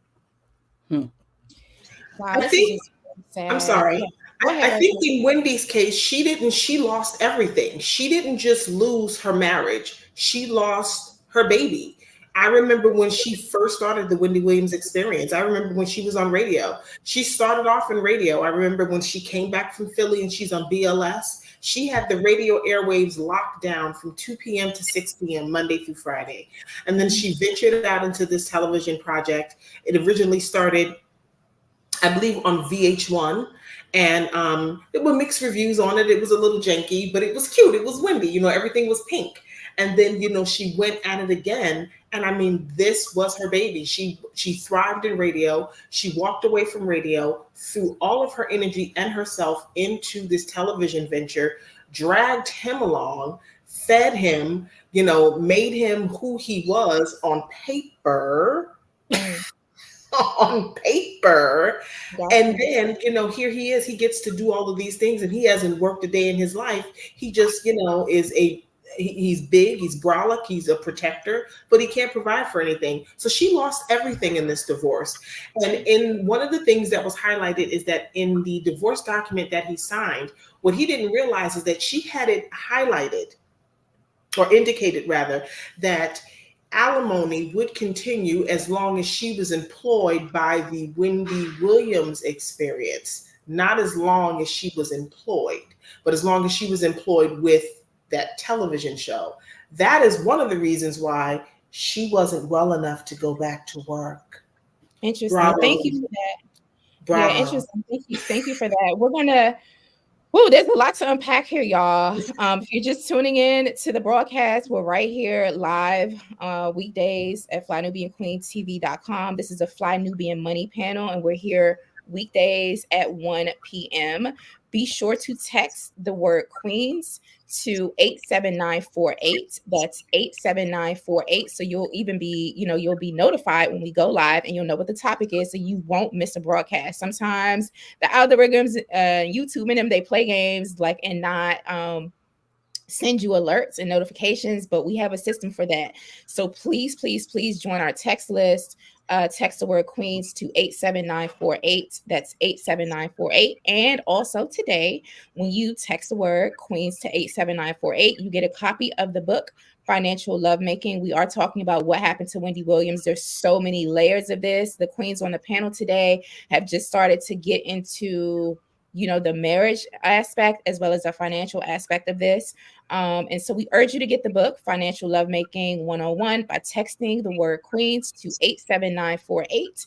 And you'll get tips and resources and a guide on how to form a healthy relationship with a healthy partner that is financially healthy, so that you can build generational wealth and not end up in a situation like this. That's why this is important, that you take advantage of this free resource today, Financial Lovemaking 101, from our sponsor, by texting the word Queens to 87948.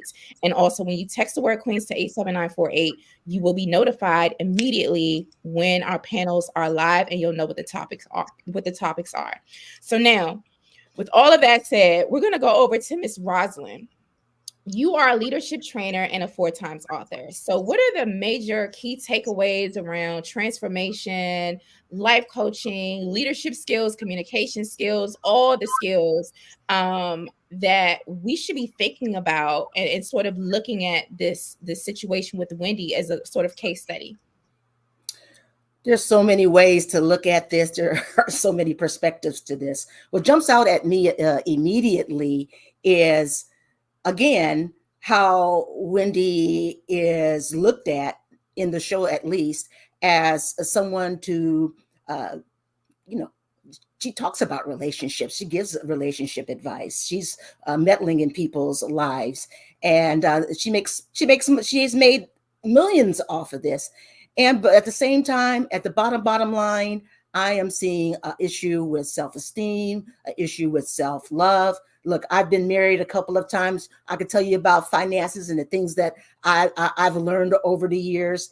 And really, whether this was a relationship of convenience or if this was a relationship based on love, who knows for sure.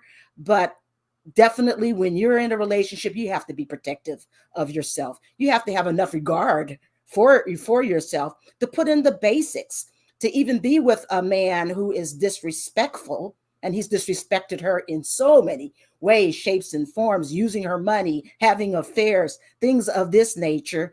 What you allow in your life only grows. If you have a faithful man, a loving man, guess what? Those characteristics are going to grow in the marriage. If you have someone who's disrespectful and who's running away with your money, if you have a boy in your relationship and you allow that, don't speak up, don't put boundaries around that, guess what? That just simply grows. And her demise, to me, her health demise, her mental decline, to me, is absolutely related to being married to this man for some 20 years. And it affects your when you have mental issues, it absolutely affects the way you make decisions, your finances, your everything. I think she just allowed herself to be unprotected. She did not protect herself in this marriage. For us, I just want to say, and for us, we need to take that as a warning. So many of us women are quick to want to be in relationships, and no matter how much we want to be in one, hey, I'm between husbands myself. We've got to see correctly the man who's in front of us that we're dating. Yeah, I mean, you brought up so many good points, Rosalind. I know that we know that water seeks its own level. And one of the things I've learned through my transformational journey, life coaching experiences, is that we mirror each other, right? So the dysfunction and chaos that's in me is definitely, it's reflected out in the world and can be reflected out there in a partner. Can you sort of speak to that? Because, I mean, I know that Kevin and Wendy were married for a number of years, I think over 20 years. I know that she started getting famous and getting lit on the radio waves by drama, you know, talking about celebrities and drama and stuff. And so do you think there's a possibility that she really attracted somebody who was vibrating on that same frequency? Absolutely. And for those that I've counseled, and even for myself, because I'm going to tell on myself too, let's be real here, that the more that I've become mature, the more that I ended up loving myself, the more that I've respected myself, the better quality man I attracted. It's a tuning fork. Now, we oftentimes don't want to see that. We want to blame, look at that guy, you know, he's this, that, and the other. We oftentimes want to blame. We don't want to see. We want to distract ourselves from the real work that has to happen. Wendy was able to make this big living off of being a dramatist. She's all about drama. She was able to make a living off of that. But it's that same dramatic spirit, that chaotic spirit. It's that same spirit that drew somebody like, what is his name? Kevin into her life, and her tolerating it. You know why she tolerated it? Because it was familiar, quote unquote, because she's used to this kind of behavior in men. And I'm always of the belief that everything starts from inward outward. The inward is just nothing. What I see in front of me is just nothing but evidence of what's happening inside me. So the bottom line is, and I want to give this as a takeaway also to our ladies out there, while we're waiting for Mr. Right, you know, we always have to be taking account of ourselves, evaluating ourselves. How can we become better people? How can I track? Not just, look, I want better friends. I want better business partners. I want better lovers. So as you grow and you take that as first responsibility, life becomes a lot sweeter. Absolutely. I'd like to piggyback on that, what Rosalind said. Full transparency, I went through a ugly breakup about 4 years ago, and we were in bliss. We traveled the world together. He was my travel partner when I was on ships. And then when COVID happened, I couldn't understand where we were, how we got into this rut space, and I thought we'd be able to climb out of it. And it ended up turning into the worst breakup I had ever experienced. And I learned something about myself. I said, you know what? I need to sit and assess who I was that attracted this. I attracted this. Yes, this is new behavior I'd never seen before, but it's still the same man. I need to divorce or break up with the woman that I am that attracted that, take accountability, start assessing. And then once I've completed my assessment and gone through some trials, let's see how this thing works out, then I can look at perhaps dating again. But I really had to break up with that version of me. And that's the hard part. Getting rid of the other person is one thing, but having to take assessment and break up with that portion of you, because that's the hard part, because you've been that woman. She's been struggling through years of alcohol and substance abuse. That really, alcohol and substance abuse, that was her real relationship. Her relationship was with the cocaine. Her relationship was with the vodka. And now having to actually do that breakup and that healing, that is the hard part. And unfortunately, here we are with dementia and other things. Yeah, I'm praying for Wendy. Let me tell y'all something right quick. In full transparency, I did not, could not, would not watch that documentary. I felt that she was being exploited. I was never a fan of her commentary or even when she was on the radio. I really like, and I was younger back then, like I really couldn't just listen to it. But even now, the state that she's in with her personal problems, with her health issues and things like that, I don't even know why they would even make a documentary like that to put her out there. And that brings me to my next question. And I want to hear from you, Lala.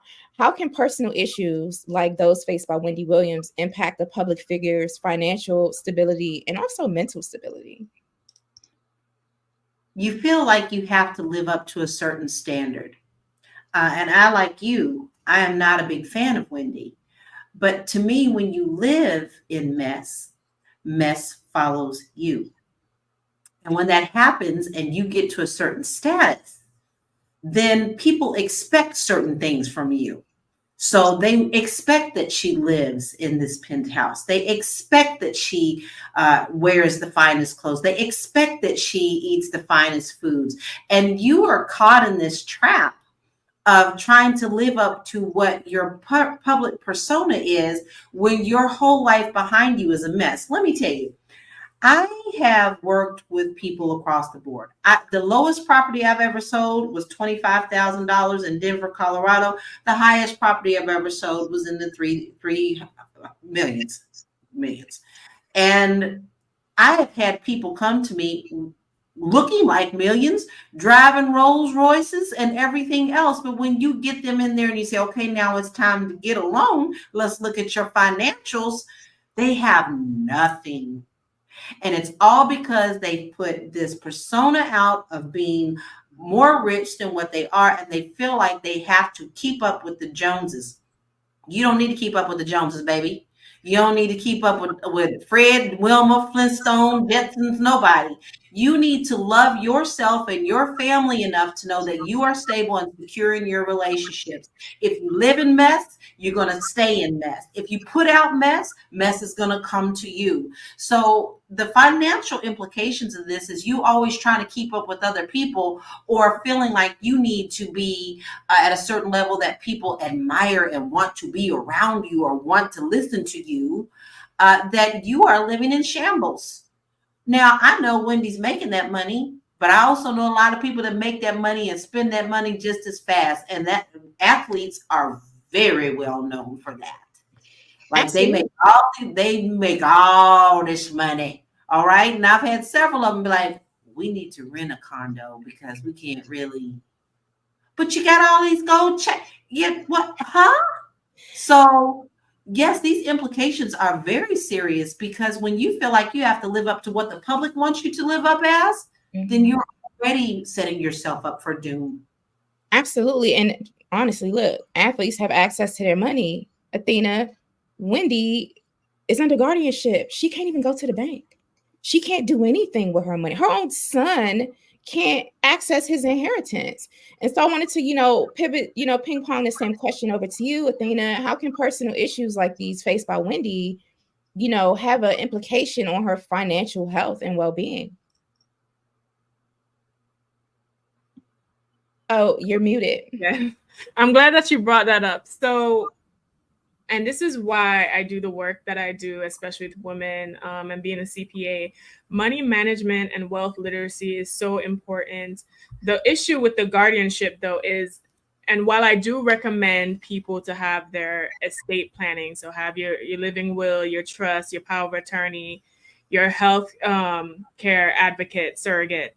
So when the time comes to make these important life decisions, you have that in place. But however, even with proper estate planning, you can bump into this issue of guardianship, which now is like a monkey wrench because, to be honest, no one is planning on being in a situation where you lost your mental faculties that you would need a guardianship. That doesn't really come into play.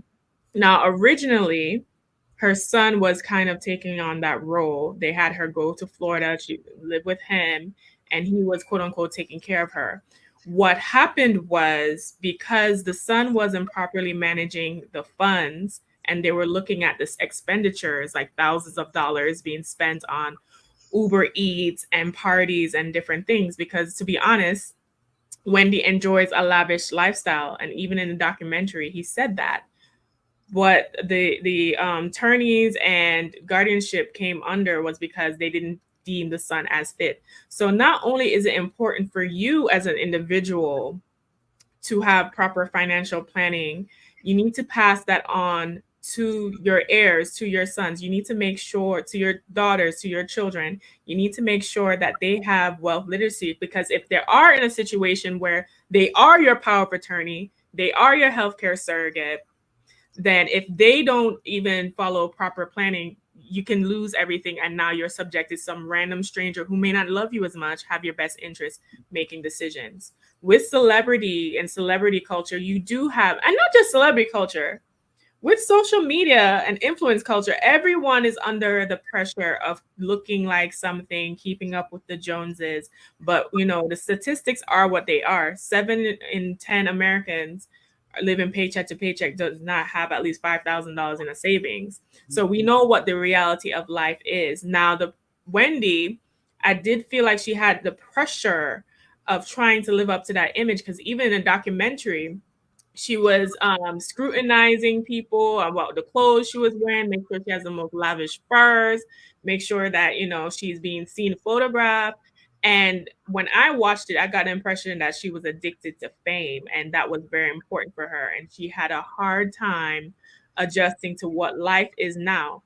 Furthermore, after the end of her talk show, which was making a lot of money, and Debmar Mercury, which is the company behind her talk show, did not want that talk show to end, because remember, they had all these guest hosts and they were all waiting on time. I think everyone knew Wendy was falling apart, so they tried to extend it as much as possible. But when you stop working, or your main source of income generation declines, but you are now used to that kind of expense of lavish living, a lot of people, including celebrities, athletes, whoever, get into financial issues because they have not adjusted for that lifestyle change. Thank you so much for that, Athena. If you're just tuning in, we're discussing what really happened to Wendy Williams. Her luxury condo was valued at $4.5 million. It is no longer on the market. It was undersold for $3.75 million. Okay, she is under guardianship. I'm learning a lot from the queens on the panel about guardianship and how there's certain stipulations that happen when a person is deemed incapacitated in order to handle their own affairs. And at the end of the day, this is a Black woman who has amassed a fortune. We already spoke earlier about how at the height of her career, she was making $10 million a year. Right now, she has no access to that. The courts have stepped in, and her son doesn't even have access to her money. So I'm going to read some stats, that's some facts about Wendy that are that's on the screen right now. But in the meantime, I would love for you all to hit the like button, share, and subscribe to Fly Nubian Queen and the FlyNubianMoney.com. Text the word Queens to 87948 so you'll be notified when we go live. I'm hearing a little feedback, by the way, someone. All right, so Wendy Williams is only 59 years old. She's a graduate of Northeastern University. Her first job was in 1986. That was her first job in radio at WVIS in the Virgin Islands. I didn't even know that, y'all.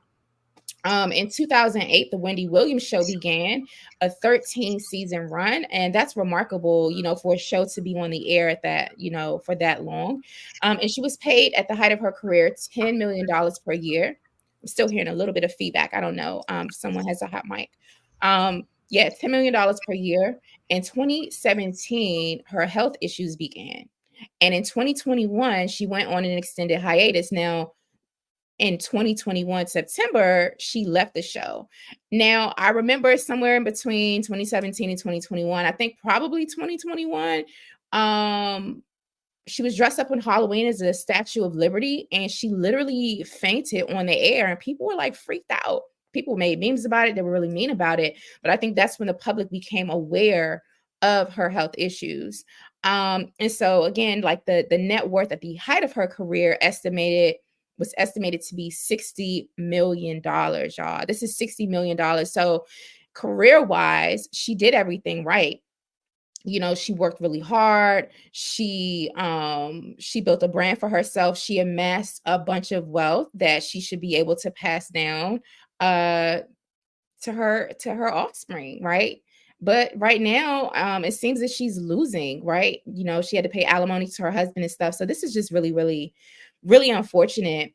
I want to go over to you, Erica, and I want to, talk about this idea of prenups. Do you believe that more women should consider prenuptial agreements when they're earning that kind of money that Wendy was making? I think women should be looking at prenups regardless of what amount of money that they're making, because you never know. You could start off you could be making $50,000 a year and think like, well, that's no money. And then you invent something and now you're an instant millionaire. And now you have an excess of $50 million now. And, you're newly married. You had a set of kids and your husband has a set of children from previous relationships. And then, oh my God, 5 years down the road, there's, now there's infidelity. Now there's problems. And now, there's access to your $50 million that you didn't have before. Get those prenups in place, ladies, and it's okay. You can always put a clause in it and say, listen, every 3 or 4 years, we can come back and we can review it and see if we need to reassess this, reevaluate it. You can always go back and look at a prenup. It's just a legal document. It's not binding forever. It's like an NDA. You can give it a lifespan of 5 years, 4 years, 6 years, whatever, but give it life. Put things on paper, and it is okay to have these hard conversations, because guess what? If you don't have the hard conversations in the beginning, if there ever becomes an end to this marriage, to this relationship, you're going to end up having a hard conversation about whether you're going to be sending that check in the mail, money order, cash, or cash app. So you might as well just go on ahead and open the door and let's just sit down and talk about it. And if we start taking control of our finances, it'll be easier for us to go into relationships having these conversations. And when you're in control of your finances, you'll be able to weed out any man that doesn't fit the mold of what you're looking for, because you are in control of you. Where there's lack of self-control, that gives an opportunity for someone else to control you. Wow, I need to tag on to that, because you really brought up a really good point in the fact that just because you signed it once, baby girl, don't mean you don't get to go back and revisit it. I have closed many estate deals where they thought that they did this 30 years ago, and now they done got divorced and they're separated, and now they got new kids. And well, where's the will? Where's the estate? It was never updated. So the money didn't go where you thought it was going to go. You should always, every 5 years, go and look at your paperwork and update it to what your circumstances are for now, not 20 years ago, because things change, life happens. And also, one of the things that people say to me, they've asked me this, and it's common, is if they're a young couple, we both don't have anything yet, so why would we need an estate? Baby, you may end up being in an accident. You may be in a coma. You may something where nobody's wishing this on you, but you need to know that people know what you want done in those situations. So there's always room for an estate. There's always room for a living will. Just revisit it every 5 years, and then you can make sure that everything is in order. One time is not your all time. Thank you so much for that. And I wanted to go over to Rosalind to ask you your perspective on prenups. Oh, you're muted. Am I? Now you're good. Okay. Prenups, in favor of. I am going to take a little different take. And I have always wondered this, because I think so many of us women, we kind of know what to do and where to get the information. We know where to get the information on prenups. We can get financial counseling. We know where to go and how to do it. The information is humongous out there. There's plenty of information. I want to go a little deeper about why don't we? I want to talk a little bit more about why don't we do things that are in our ultimate best interest. That's myself included. You know, I have to keep evaluating myself. What are the blockages? What are some of the mindsets? What are some of the experiences that we've had with men in the past? And what are some of our longings that cause us to repeatedly shoot ourselves in the foot financially and in regards to living with some behaviors of men that are intolerable? I want to go deeper there because all the information about prenups, I can find help, and yet I don't do that. To me, that is very interesting in and of itself. That giving ourselves permission to do what the very basic loving thing for ourselves and our family is something that is always a topic that fascinates me. That's the 2 cents I have here. Absolutely. And so, yeah, I'll just ask you another question. Well, actually, I want to put this out there, right? Is it possible to draft a legal document? And if so, can you educate us on what the name of the legal document will be? Is it possible to draft a legal document similar to a living will, but from a financial standpoint, to say that your fortune is to be used, like how it's supposed to be used should you become incapacitated? Lala. Yes. Believe it or not, it could be contested in court, but even if you just had something on writing that you agreed to, something, even if it's, better than nothing, you have it handwritten, you have it notarized and dated and properly filed. You can even do that in the court with a handwritten document. You still can file it saying what you want to do. So you don't always need an attorney. I don't advise you not use one though. Please go get it done professionally. But if you're not in that position, you want to at least make sure that it is notarized and filed appropriately. Yes, you can. And it's very important that you do. Like I said, I get a lot of newlyweds, they just now starting out, they're barely making their rent. But I always tell them, especially when it comes to getting to escrow, let's go ahead and start taking care of this last little part so that if something happens to you, they know what to do. And that is viable. It's very viable to do. Right. Before I go over to you, Erica and Athena, Lala, are you wearing a Prince shirt or the artist? No, not today, but I am a Prince girl. Okay. I don't know why I thought that was a Prince shirt, because I know that, a lot of times our celebrities, Black celebrities, who have amassed huge fortunes, they pass away and their stuff just ends up in court. And speaking of the handwritten letter, I don't know if it took a year or 2 years or something for Aretha Franklin's son to find a handwritten will or document in her couch. Y'all know what I'm talking about? Yeah, it took 2-3 years, and they're still battling some things out in court. That's right. That's why I say do it legally, y'all. I mean, you're still going to have the battles in court. Anytime money is involved, you're going to have drama. Okay, but be smarter than to just have something written in your couch. And you did touch on Prince, and I follow that very closely because this girl is a Prince girl, none other. But it hurt my feelings, and I just don't believe, this is my conspiracy thought, is that Prince didn't leave something. He was so smart with his rights to his music, to what belonged to him from the record companies. You cannot convince me that this man didn't have something in writing somewhere else. But because of that, this is why the estate is in it is today. So guys, what I say, please go talk to an attorney and get something in writing. Don't leave it in your couch, y'all. And don't leave nothing. Right. Thank you. Erica, you want to, can you weigh in on this topic about, living wills? I think we talked about prenups, but yeah, and celebrities that get kind of caught up or hemmed up in these sorts of situations. I'm going to put myself out here. I usually don't talk about it, but my father, you all are probably too young to know, my father sang with the Drifters. He was part of, Under the Boardwalk, all those great songs. My father, Billy Lewis, sang with the group. And my parents divorced when I was in the 10th grade. I was 15. And my father decided he was going to live overseas. He wasn't coming back to the States. And he was a man of his word and did come back to the States. Now, my parents got their divorce. And my father, he ended up dying 12 years ago. He had another daughter during the midst of the marriage, which led to the divorce. And she discovered him deceased. Now, here's where it gets tricky.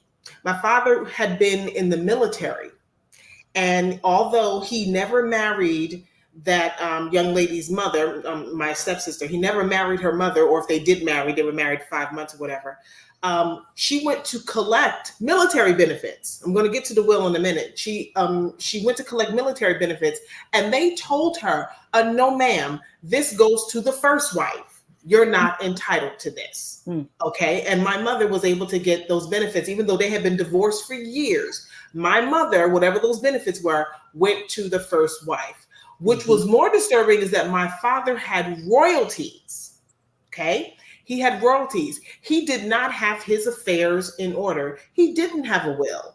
He didn't have things in place that he could have left to my brother and I. So therefore, when my father passed away, my brother and I have a younger brother. We were informed that my father died. But when my stepsister in England got ready, she had him cremated and didn't tell us anything. And when she did the obituary, she listed herself as his only child. So it is so important that people have their affairs in order. Even though my parents hadn't been married and, they didn't have any communication. I mean, my brother and I are, full grown adults at this point, functioning adults in society. However, we were still his children. Yes. And regardless of how old your children are, 70, 80 years old, they're still your kids and they will still mourn you not being here. Have things in order. Nobody should take over the fact that your children get unacknowledged. You know what I mean? So please put your affairs in order, because if my father had a will and he had shared it with us and said, your mother and I are not together, but this is what I want for my kids. And I want my kids to know that I want to be cremated. I want to be buried. We didn't even know what he wanted, whether he wanted to be buried or cremated or not. And here we are. He was cremated before we got there, and we were not listed as next of kin or family. Only she was. Wow. Can I interject for one quick second? That's an example of not having a will. But I also want to say why it's very important you have something in place, even with a will. My experience has been with the death of my mother some 7 and 8 years ago, that it still is going to be a shit show. But when you have a will in place, the will that is the final authority. There's nothing that brother 1 or brother 3 can really say. You can talk about your feelings all you want. You can contest all you want. You can have personal thoughts and opinions all you want. That will align things to your mother's and father's wishes. And that's the end of the subject. This is why you want to have a will, because even with one, it still is a shit show. Absolutely. Thank you for sharing that, Rosalind and Erica. And yes, We Wealth Women says a power of attorney can cover health, financial, etc., and will give that person agency. You all are tuned into our Fly Nubian Money panel. We're here weekdays at 1 p.m. Eastern time.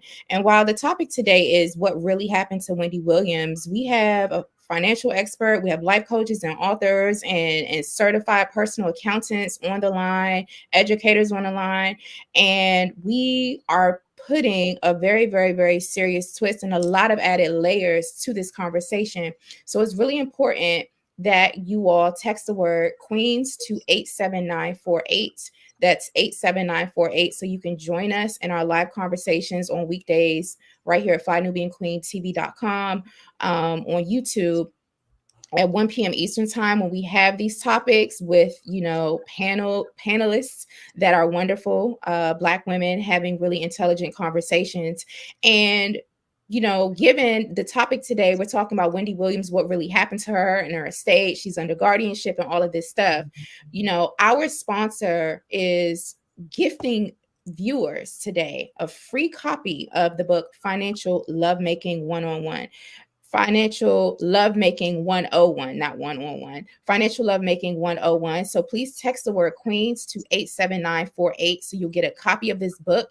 It lays out the best strategies and resources and tools in order to have a financially healthy marriage or relationship, so that, you know, money doesn't become an issue, and so that you're set up for success in the relationship for the future and for generations to come.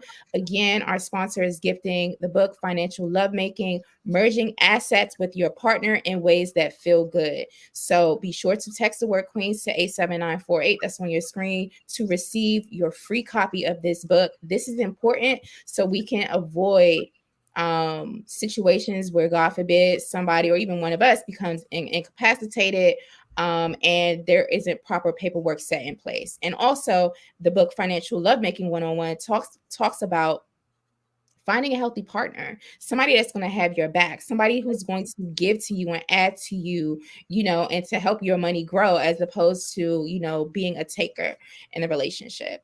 So with that, I want to go over to Miss Athena. She is our financial expert, our certified CPA. And we know that you said documents that everyone should have are a living will, trust, power of attorney, and healthcare surrogate. I wanted to just sort of get more financial advice from you, and you can add more financial expertise and context to this situation so that we can avoid situations like, unfortunately, what Wendy Williams is experiencing.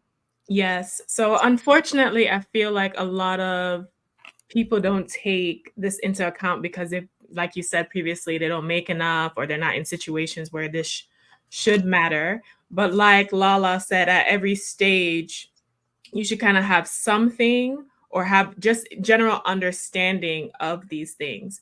So for example, a power of attorney can cover multiple things or limited as much as possible, depending on what you want to do. A power of attorney can cover health rights, financial, while the person is alive, or maybe incapacitated or can't make certain decisions. So like the situation with Wendy. As far as a will is concerned, while wills are great, wills also need to be executed, which comes with a lot of court fees. So that's when a trust comes into play, because while you're going through the process of having that will executed, which can take years, I've had people take a long time for the will to be executed. If you have businesses or other investments or assets or homes, that's where the trust can easily kick in and transfer that for you as well. Also, you need to understand on the receiving end, if you are a person, and also insurance, by the way, update your beneficiaries, understand, I have all that stuff into play. So I need to throw that out there because insurance is one of the greatest investments and tools for wealth transfer.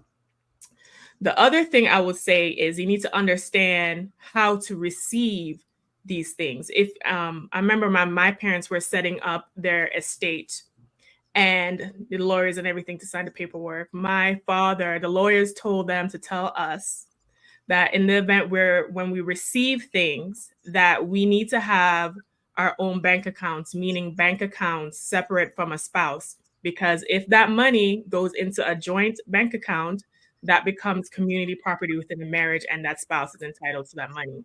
So I feel like this Wendy Williams situation is great for us to get greater understanding, and especially women need to take time to be invested in learning these things. Thank you so much for that, Athena. I wanted to thank you for all of that expertise. People in the comments are saying that this has been a really helpful conversation. To all of our panelists, they're really grateful for the information that we've been giving you all. And so right now we're going to go off and do final thoughts. Let's start with you, Lala. What's your final takeaways, final words of advice from this conversation, as well as where we can follow you? Well, love is love, and it's a beautiful thing, but sometimes love is not enough. So you need to make sure that you care for yourself and your well-being, to take care of your family. They always say when you're on an airplane, if something happens, you put the mask on first before you help someone else. Do that in your life as well, so that everybody can be at ease and know what to do if something should ever happen to you. And you can find me at Realty Goddess on all my platforms, but the easiest way to catch me is at bit.ly/Laura Key Info. Excellent. Thank you so much. Let's go to Rosalind. Yes, final thought is similar to Lala, and that is about taking care of yourself and the quality of your life, quality of your relationships, who you hang around, and developing yourself so that you are attracting to yourself the best and the brightest. And it starts also with having skills. Financial skills is something that we sometimes think is unsexy, but it's very important that we take ownership of financial skills. And you can find information about me. Just simply go to LinkedIn, and I'm on LinkedIn, Rosalind Henderson. Excellent. Thank you so much. Athena? All right, ladies, I have been giving you financial game this whole live. If you want more financial information and learn to be the wealthy goddess of your life, please find me at wewealthwomen.com. I'm Athena, a CPA and women's wealth coach, and I'm determined for you guys to live a wealthy, productive lifestyle and to not end up like Wendy. Absolutely. And Erica had to hop off, but she sends her regards, and she's the owner of Faith in Transition Publishing. So you all can look her up at Faith in Transition Publishing. And she's the author of Faith in Transition. It says Faith in Transition, My Journey to 50 Love, Life, and Lessons. So definitely check that out from her. I am your host, Jade Harrell. You can find me at highblackesteem.com. You can also find me on social media at Lioness Crowns. And yeah, I'm an educator. I do racial wellness coaching. I do consulting in education, media, and politics. And so it's been wonderful moderating this conversation with you all. My biggest takeaway is to live a clean life as much as possible, and to give people grace, right? To give people grace. When I say live a clean life, karma never forgets.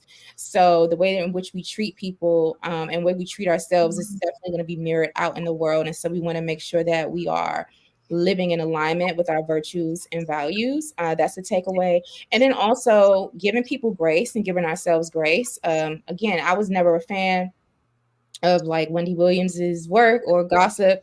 And I don't wish to see her or anybody else in a situation like this, especially not another Black person or Black woman. And, I'm praying for her restoration and healing and the correction of her mind, her body, her spirit, and her finances. And so with that, we want to thank you all for tuning in to this Fly Nubian Money panel. You can find us on weekdays at 1 p.m. Eastern time right here at flynubianqueentv.com. Be sure to also go over to flynubianmoney.com and check out our programming there, and text the word Queens to 87948 to get a free copy of Financial Lovemaking 101, so that you can be set up for success in your relationships and not end up like Wendy and Kevin. God bless them both. All right, and so we'll see you again tomorrow at 1 p.m. Eastern time. Have a blessed day, everyone. Take care. Bye-bye. Bye. Children. Welcome to Fly Nubian Money, where we help Black women master their mindset and maximize their money. I'm Athena Gardner, and today we are talking about Brian McKnight disowning his own children. It has caused a lot of controversy amongst fans, and it has sparked a whole feud between celebrities, Ricky Smiley and Tyrese. But before we get started into these discussions, let me introduce the dynamic co-queens, honey. Joining me today, we have Linda Husser, who is a bodacious lifestyle coach, We have Jade Harrell, who is a nice educator and social entrepreneur. Dr. Charm Timms, naturopathic doctor and spiritual advisor. And we also have Linda E., actress, presenter, model. Hi, queens. How are you all doing today? Hey, queens. That's for the best. Hey. Yes. Hello. So let's get into it. Linda Husser, I want to ask you, how do you feel about, just in general, parents disowning their children? Is that a thing that parents should be doing? How do you feel about Brian doing this? Absolutely, positively not. But what I am more mortified by that is the fact that now we live in a time, I'm 60 years old, so I came up when there was no cell phones. There wasn't all of this social media, but the fact that they are airing their dirty laundry in public is what is absolutely mortifying to me. I'm not here to necessarily judge how one does one's thing, but I just don't see any upside to the fact that this is being played out in front of the world, in front of all of us. And it is just really, really, really unfortunate to me and sad that he, as a grown man, he's 54 years old, thinks that this is how you actually go about dealing with this situation that is clearly morphed into, from a molehill, definitely to a mountain. And so I just feel so saddened by the fact that this is playing out, and this is a Black man, right? And he's having some issues with his children, and they are Black men. He has a daughter as well, but it is outrageous, is what it is, right? And I just think there's just a sense of sadness to me when I think about this, that this is the way that they chose to deal with it. I feel sad about it too. What do you think, Jade? The sigh alone. Yeah, well, the first thing is, I just want to say that I do not have children yet, and I don't feel comfortable speaking about parenthood or how people deal with their children or inner dynamics. I think it's really interesting that this has become a topic of conversation, right? And the fact that it's a topic of conversation because Brian McKnight went public about his family business with his children. I can only imagine how damaging this is to his kids. I'm a daddy's girl. My father has been deceased for over 20 years, but every single day, I was raised in a 2-parent household, so I was really blessed for that. But even the sense of abandonment that I still feel by, having, a deceased father, like, who's not there, it just kind of makes me sad to think that, there are children out there, and outside of this particular circumstances, people who legit have fathers that are living and breathing that for one way or another can't be in their lives or have chosen not to be in their lives, in the sense of abandonment and attachment issues that it creates. So I don't particularly feel qualified to speak about parenthood or relationships with children, so I'm also here to learn. But this topic also makes me feel very, very sad. Yes, it's very unfortunate. I miss the days where celebrities had publicists and had no access to social media, and they kept things under wrap and indoors. Dr. Charm, what do you think about what's going on with Brian McKnight and him? His son Nico has been very vocal, and Tyrese and Ricky Smiley has jumped into the mix as well. What do you think about handling? I'm not going to pull any punches. Brian McKnight had a sister for his first wife, and now he has a preference. And colorism has come into the conversation because Julie, he was married to her from 1990 to 2003, and I even heard certain stories back then about his antics. Taking other women and side chicks around in the airports and things, because I used to work for the airlines before, when I was in college and before I went to medical school. So I would hear stories like that from the airline workers. So he did all his little dirt, and now he wants to be saved and be with the pediatric neurophysiologist, Dr. Leilani. I mean, she's an accomplished woman. And if for anybody doesn't know, the neurophysiologist is somebody that evaluates the nervous system. So she works in pediatrics, so she's working with children. So I need to know that has she spoken to Brian's inner child to talk to him about why he's behaving this way? Because you can have issues with your children. Everybody has gone through things with their children and their parents, and there are parents who are estranged from their children. But to say that his children were from evil and sin, because these are his words, that to me lets me know that he just doesn't want to have anything to do with them. And I'm just wondering, is it because they're from the Black woman? Are they dark skinned? That's one thing. And the other thing is that maybe he didn't like the things that he was doing. He didn't like the self that he was when he was raising those children. So that's my question, Brian. Look in the mirror, because I would like to know why you consider your children born from sin when they come from 50% of your DNA. Woo, Dr. Charm brought the heat, honey, and I love it. I love it. Because I think a lot of people have sentiments about, especially when men remarry and completely different ethnicity of the wife, and may not have been there for the original children the same, because he did his 4 children before Leilani were by 3 different women. So, you know, there's that to be said. What do you think about it, Linda E? So I'm quite similar to Jade. I was lucky enough to be brought up in a 2-family household. Unfortunately, my father passed away too in 2018. So that sense of not having my dad and always having my dad did everything. You know, he took me to museums. He made sure I was cultured. And to see this is how Brian McKnight is treating his children and airing it so publicly is really, really sad. Like, I'm based in the UK and we've heard about it over here. Do you know what I mean?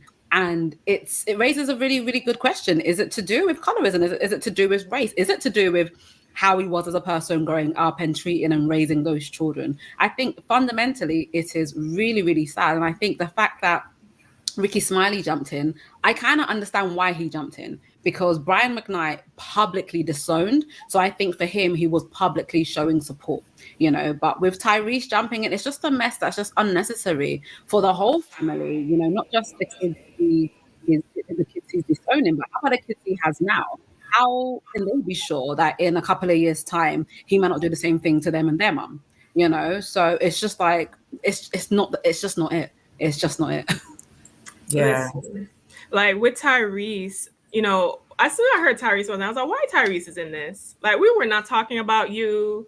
You know, we were not trying to, you know, every time I think about Tyrese, I think about that meme of him crying and saying, what more do you want from me?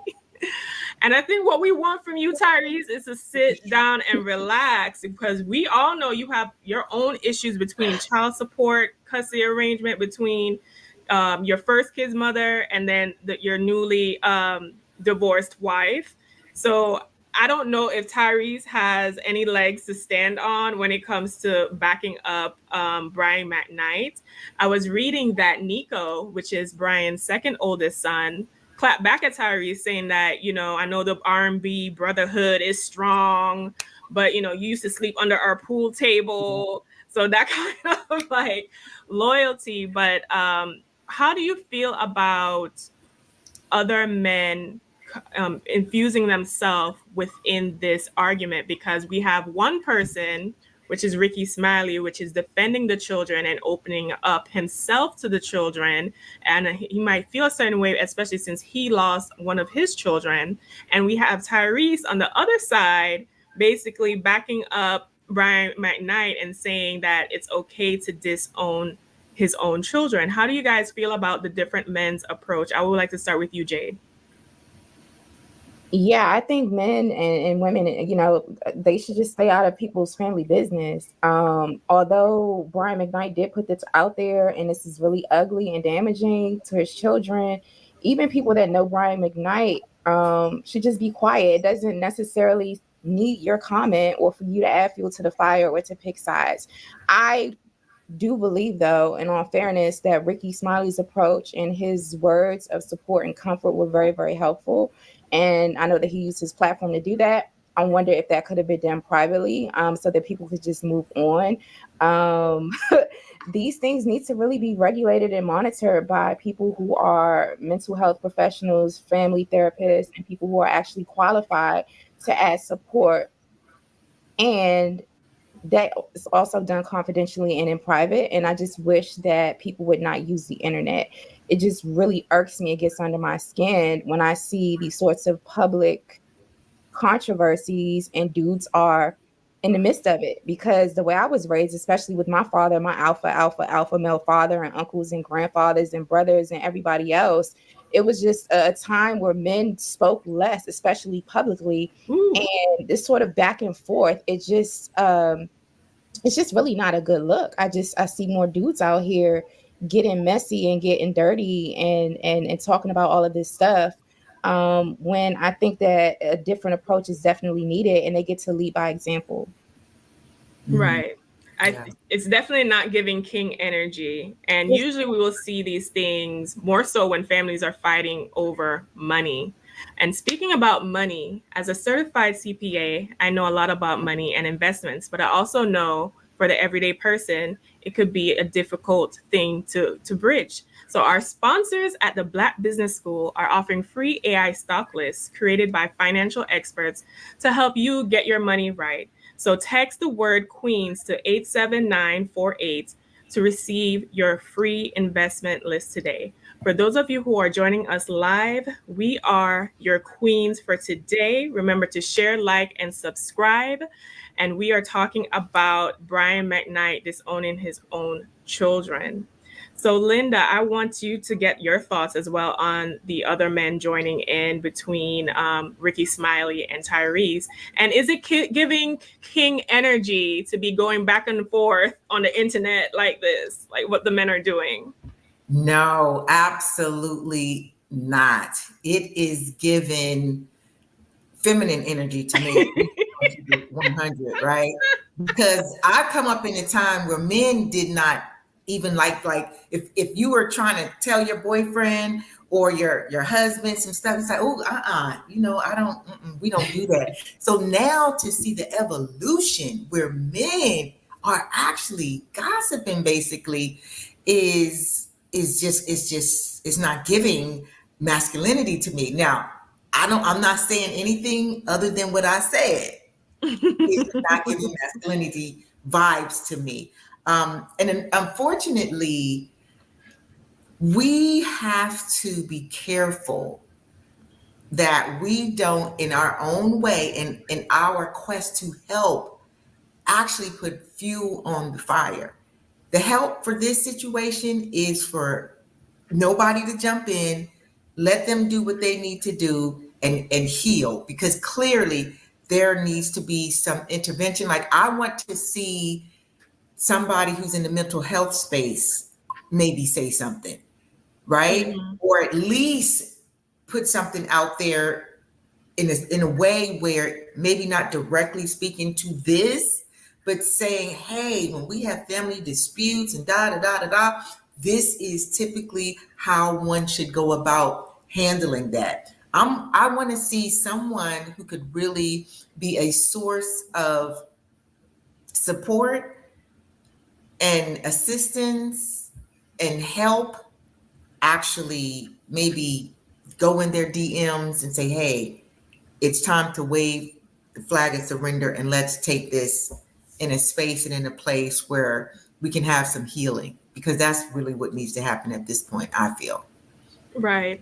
And I feel like with Tyrese did say that, he was quoted saying that let's not act like relationships between men and their children can't fall apart, which he does have a point, and I don't think anyone's arguing with that. It's just the way things are handled. I don't think this is giving like mature energy in any kind of way, like mostly keep things in-house, because ultimately this feud is not a positive for Brian McKnight's brand. If I was his publicist or something, this is not a good look. Like, for you to go on the internet and say, and this is a quote from him, in order to live a life that you love, you have to get rid of the evil and negativity, even if the evil and negativity is related to you. So he's calling his children like evil, which is so harsh. Now, I do not have kids, but I do have parents. And I don't think that even if they were upset about our relationship or there was something negative, my parents would never publicly air that dirty laundry or put it on for public display. Luckily, we have a decent relationship. But not everyone, to Tyrese's point, not everyone has a decent relationship with their kids, and that's okay. Dr. Charm, like, it seems like you had a lot to say about, you were passionate there about how he's handling things. What do you think about the other men joining the mix? Well, Tyrese got played by his preference too. So I mean, he was running up and through here, Charm with the preference conversation, crying and talking about the lady did him dirty and she used him. Then he did a whole album. Didn't he break up with his girlfriend for a while because she said you need to stop doing songs about this woman? But I disagree with her because I'm like, let him get it all out through his art so he won't be running you crazy at home. But Tyrese needs to stop because he got played by the preference. So it's the risk you run. Brian, you need to get in therapy. I hope that the children are in therapy. I appreciate what Ricky Smiley said. I thought it was very heartfelt. And I think the retort from Tyrese was like, Ricky, you need to worry about your own kids. And I think Ricky is concerned about his own kids because his son just passed away, I think, within the past year. So I think he really took it to heart because he has a son that's in the ground. That, hey, I'm thinking about how these children might be feeling because that's devastating. I don't care what kind of relationship you have with your kids and what they've done. It does not warrant coming in the national spotlight and saying that your children are a product of evil. When you were sitting up there cheating on all these different women, had all these different baby mothers running around here, and take some accountability and maybe look at maybe some of your behavior contributed to their behavior because they're reacting to your behavior. You are their first model. So that's my thought on it. And I hope that, he's not one of these people that thinks that he go to the church all day and all night and think that's going to be a substitute for therapy. Spirituality is wonderful. I am a spiritual advisor myself. I do tarot and psychic readings and mediumship readings, and it has its place. It can be very healing. But on the other hand, it does not replace therapists. If I'm looking at a tarot card and I see your future and you still and you got some mental illness issues, I'm not going to sit up here and not tell you, hey, you need to go see somebody. Okay, because then that would be on me. I have to answer to that. So he needs to get that. I hope that he seeks therapy. Linda E., do you agree? You think that Brian McKnight needs to see some therapy for this one? Oh, absolutely. And look, I saw a comment saying that he's done out here in the Black community. And I think that's something that he needs to remember. This mess isn't just airing out for the Black community. It's airing out everywhere. So people who are not part of our community are looking and seeing, oh, this is how, these dads treat their children. And it's perpetuating certain narratives that just aren't true. Not every single father is like that. Not every single relationship with kids are like that. And look, I'm really happy to see that men are opening up because there was definitely historically a danger of men not really speaking out and sharing their emotions. But the internet is not the place for it. Mm-hmm. So he needs to, number one, seek therapy, but also seek therapy with his kids. Whatever the problem is, he needs to take it away from the internet. And I think also, and look, he has a preference now, so this is a comment that he probably won't care about. But remember that he is still part of the community. So people are looking, seeing him, and judging us by his standards. So he needs to just, but it might be too late at this point, Which is so unfair because when other groups do other things, that's looked at as that one person is doing that thing. And when any of us act a fool, the whole group, the whole batch of us have to take the heat for that. I know this situation this is why I try not to, these celebrity dysfunctions within their life and within their family, because now I can't listen to Back at One and feel the same way. Now, that's why I'm just like, you have to dissociate the music from the person, because if you don't, almost all your songs now you can't listen to because the way these singers and celebrities act, it's like debauchery left and right, all kind of dysfunction. But I think he's definitely, I wish Dr. Alicia was here today because I'm sure she could give us the whole psychology background, because it does seem like he's moving away from his past and labeling it as bad. And, one of his kids was quoting, how are you telling us that, we're from sin and all of this, when you used to have us clean up your bathroom and clean up your used condoms and all kind of crazy things. Because, a lot of these singers do have, a lot of these male singers do have debaucherous lifestyles when they were performing or entertaining. So I think there is a lot of healing that needs to be done there. How do you feel about, is it okay? Do you think like Ricky Smiley is going over bounds by inserting himself and offering himself to Brian's children? I want to hear from you, Jade. You can pick that up. I think it's nice and very commendable that he has done that, and I wish it would have been done in public. But Brian McKnight did publicly embarrass his children and himself. So while I think that it could have been done in private, the situation is already messy. On one hand, Black men are accused of abandoning their family, not stepping up, not holding other Black men accountable. And what I think Ricky Smiley actually did was demonstrate accountability and also demonstrate sort of like the village mentality. It takes a village to raise a child. And I think that is commendable.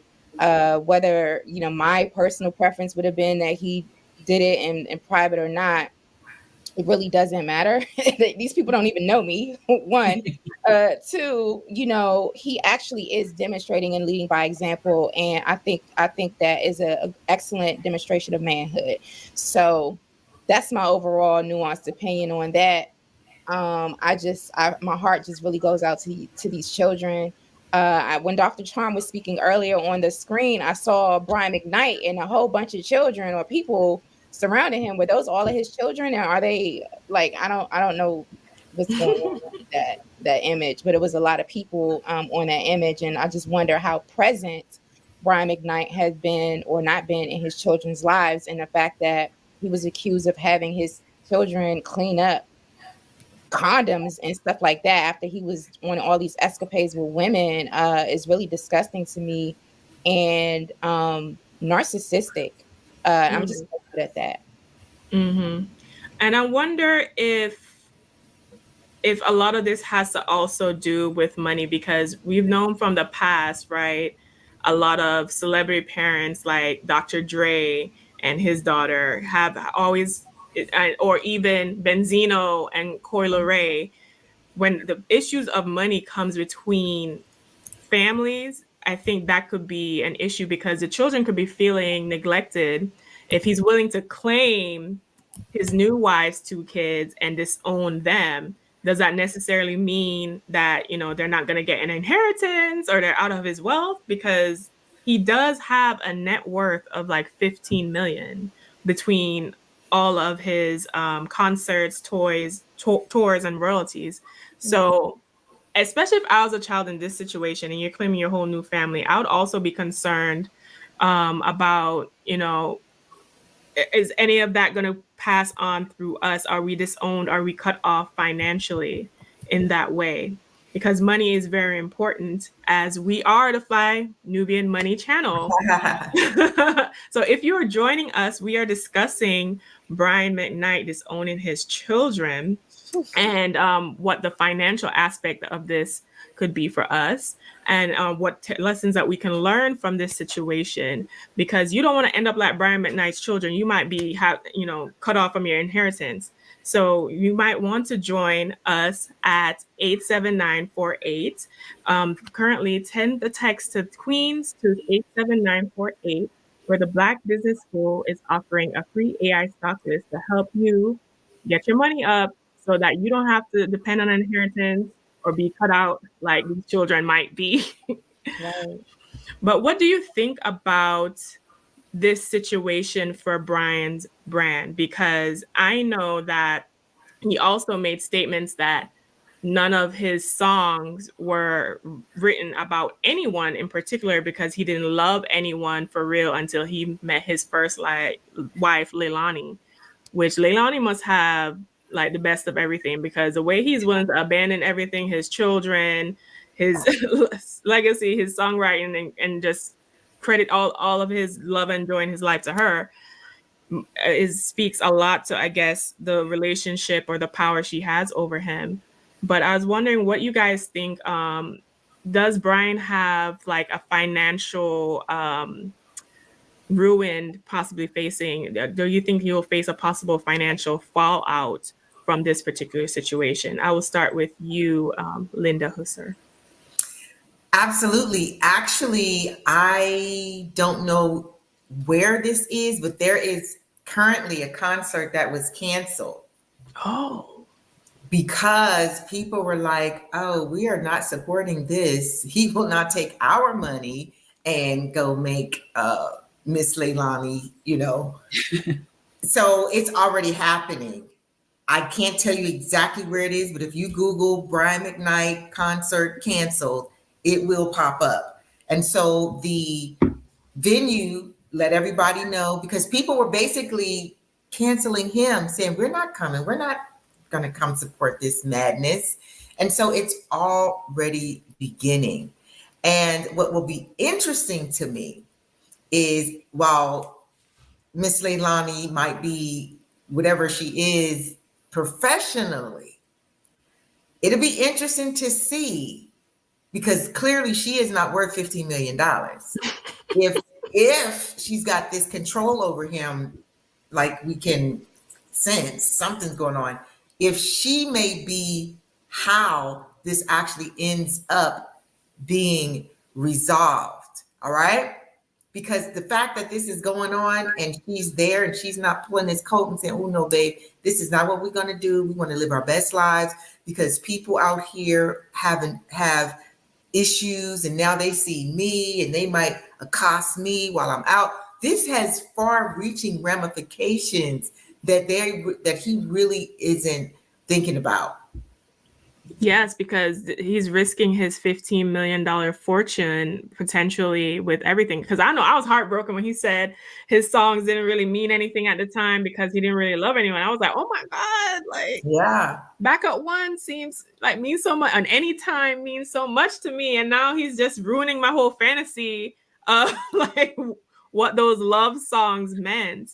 Yeah. Dr. Charm, how do you feel about it? Do you think that he stands to risk his $15 million fortune? And is this a smart, dumb move, or the cost of just having a preference? Well, I mean, one thing, I mean, when you disown your children, that means that you've cut them out of the will. So let's be clear about that. So they have no financial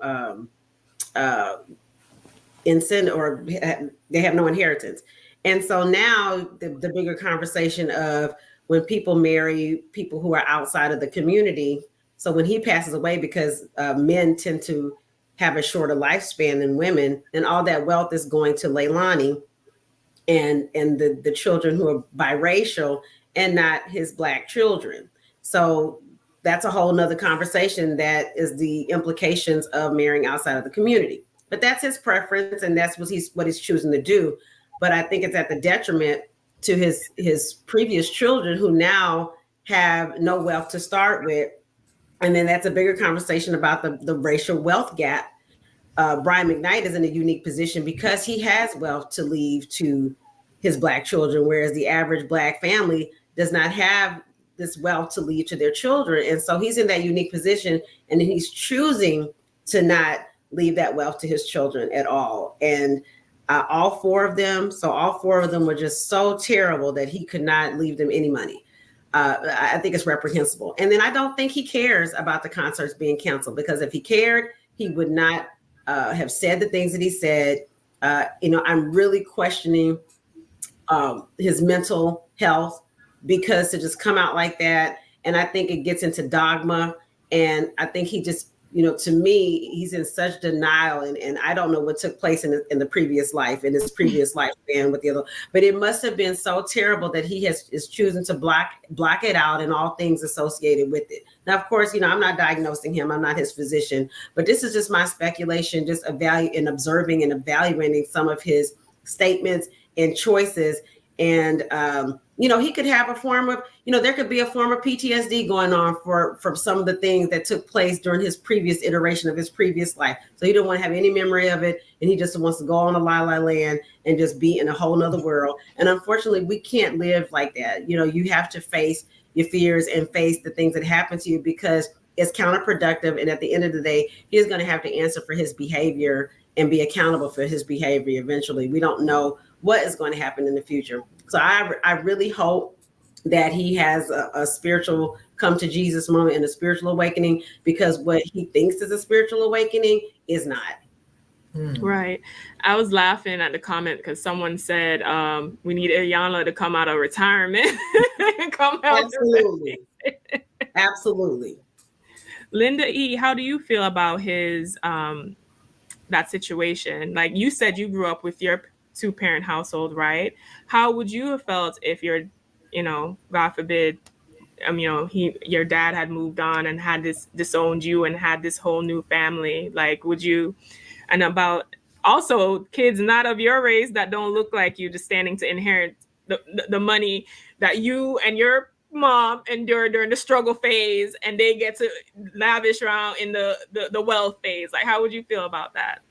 I'd feel abandoned. I'd feel like I was worthless. I wouldn't want to be in their position. I wouldn't want to feel like them. And look, fundamentally, we don't know what went on behind the scenes, right? And when it comes to money and stuff to do with money, that can easily tear a family apart. So we don't know what happened between them. That's not me excusing anyone, but fundamentally, we don't know what happened, right? But I do know that I wouldn't want to be his kids. But also, I just want to piggyback to a conversation about his wealth and, his concert being cancelled, and is this going to affect his finances? I actually don't think in the long term it will do, because people have short memory spans. If Brian is able to keep this out of social media and let things lie low for a second, he will be fine. We spoke about disassociating, and let's not lie, there's a certain singer who begins with whose songs are still being played in certain places. So clearly we are a population nowadays that are able to disassociate.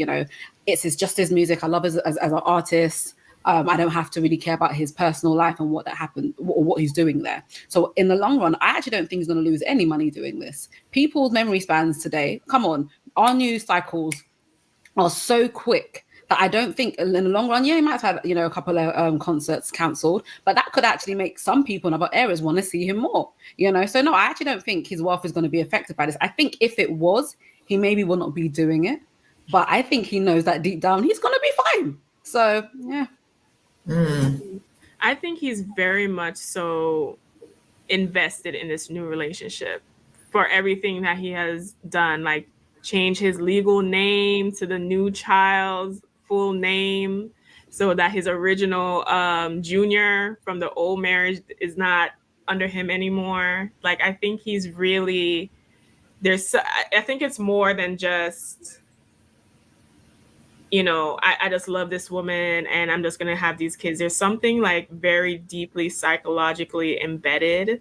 It's almost like he wants to like erase his past completely and just be in this la la land, which I hope, even in the midst of everything, works out for him. I don't want him to end up like Jeezy, having to go to court because he thought it was like an ever after, and it's find out that it wasn't too hot. It wasn't too hot. But I would like to also talk about with Brian and Tyrese. Do you think that are they in contact? Does anybody know? Or is just Tyrese just randomly jumping in and saying things? They're friends. Oh, they're friends. Yeah. Well, guys stick together no matter what. let me add this. And I just saw a question in the chat that I think we should also address about if the kids are disrespectful, where's their accountability? But before I delve into that, just as well as it takes a village to raise a child, it takes, Mom, I do apologize. I know you're watching. It takes a village to raise a fuck boy. Let me say it again. It takes a village to raise a fuck boy. So if Brian McKnight is out here disrespecting, disparaging, calling his children evil and disowning his children, then you better believe that everybody around him, from his wife to his friends and associates, are enabling this madness and this behavior, because there's a community, right? There's a community of this low vibration, lack of accountability, narcissistic vibe that really emboldens and empowers Brian McKnight to do these things. And also, if we think that he is awful, I would argue that the woman that he is married to and laying up with at night is 10 times is worse, because how do you marry a man, devote your life to a man, and lay up with a man that is going to disparage his own seed? It doesn't make any sense. So she's probably, in my opinion, grimy, in my shameless opinion, way more grimy than him, that would allow him to just say, you know what, I'm just gonna forget about these damn kids, they're evil, and then take to a public platform so that she and her offspring can inherit everything and source all of this wealth out of the Black community and funnel it into her household and her community. So she has to be the villain of all villains in this situation, as well as every single person who is enabling Brian McKnight. And if y'all want to quote me on it, it takes a village to raise a fuckboy. Sorry, Mom. I'm curious to hear from our bodacious lifestyle coach. I know you've probably had all kind of clients. Have you had scenarios with clients that are similar to Brian, where they have these family issues that they're having trouble reconciling, but maybe they were smart because they came to you versus the internet? Well, here's the thing. Now, keep in mind, I come from a generation where what was done in the house stayed in the house. Now, there's pros and cons to that, because some of that stuff that was done in the house really needed to come out of the house and into a therapist chair. But having said that, this right here, we didn't do this. This is not what we did. And so what's really sad to me, and just like Queen Jade was saying, I didn't even know what an F-boy was, to be honest. I'd heard the term, but I'm going to have to Google that when we get off, because I'm not clear on it, because I don't think we had those when I was coming up. Or if we did, they weren't blatant about it. So I'm like, I have heard that term. I am going to get some clarity on what that is today. Or Miss Jade, if you feel like you want to clarify that for those of us who are of that boomer generation, when that word wasn't as prominent, but I have heard that before. And so that's my thought on that is we just did things differently. You're not really seeing super grown people with these issues, not airing them out. Like, if y'all know of anybody that's late 50s, 60s plus that's getting down like this, let me know. But I'm not really seeing it like this. Not to say that at the family reunion we whispering, but this no, we're not doing this as far as I'm concerned. So hopefully that was helpful. You know, I miss the days where there was structure and order and like common decency around things. But I feel like as the internet, social media age trudges on, that is just the wild, wild west out here. And instead of taking things to, like you said, a therapist chair, a lot of these celebrities take it to the internet and then have to deal with the fallout of those things. Dr. Charm, I want to ask you the question of, when it comes to obligation, and especially with these celebrities, does a parent's obligation end when the child is an adult, or is that for a lifetime? Like, does Brian have the right to disown his kids if the relationship is not great and to just be done with it? I mean, he has the right to dissociate if he wants to. He does have the right. I mean, that's his money. He earned it. He earned it with hard work, fair and square. But is it moral? Is it moral to leave your children, especially when they're in their 20s? Because in many walks of life, many religions, even in astrology, I've been an astrologer for over 20 years. We don't really consider someone fully grown until you have a Saturn return, which is the planet Saturn takes 29 years to go around your sun. So that 29 and a half years to 30 years old. So most people really mature and come into their own at 30 years old. So if you notice, a lot of, parents don't help their kids out in their 20s.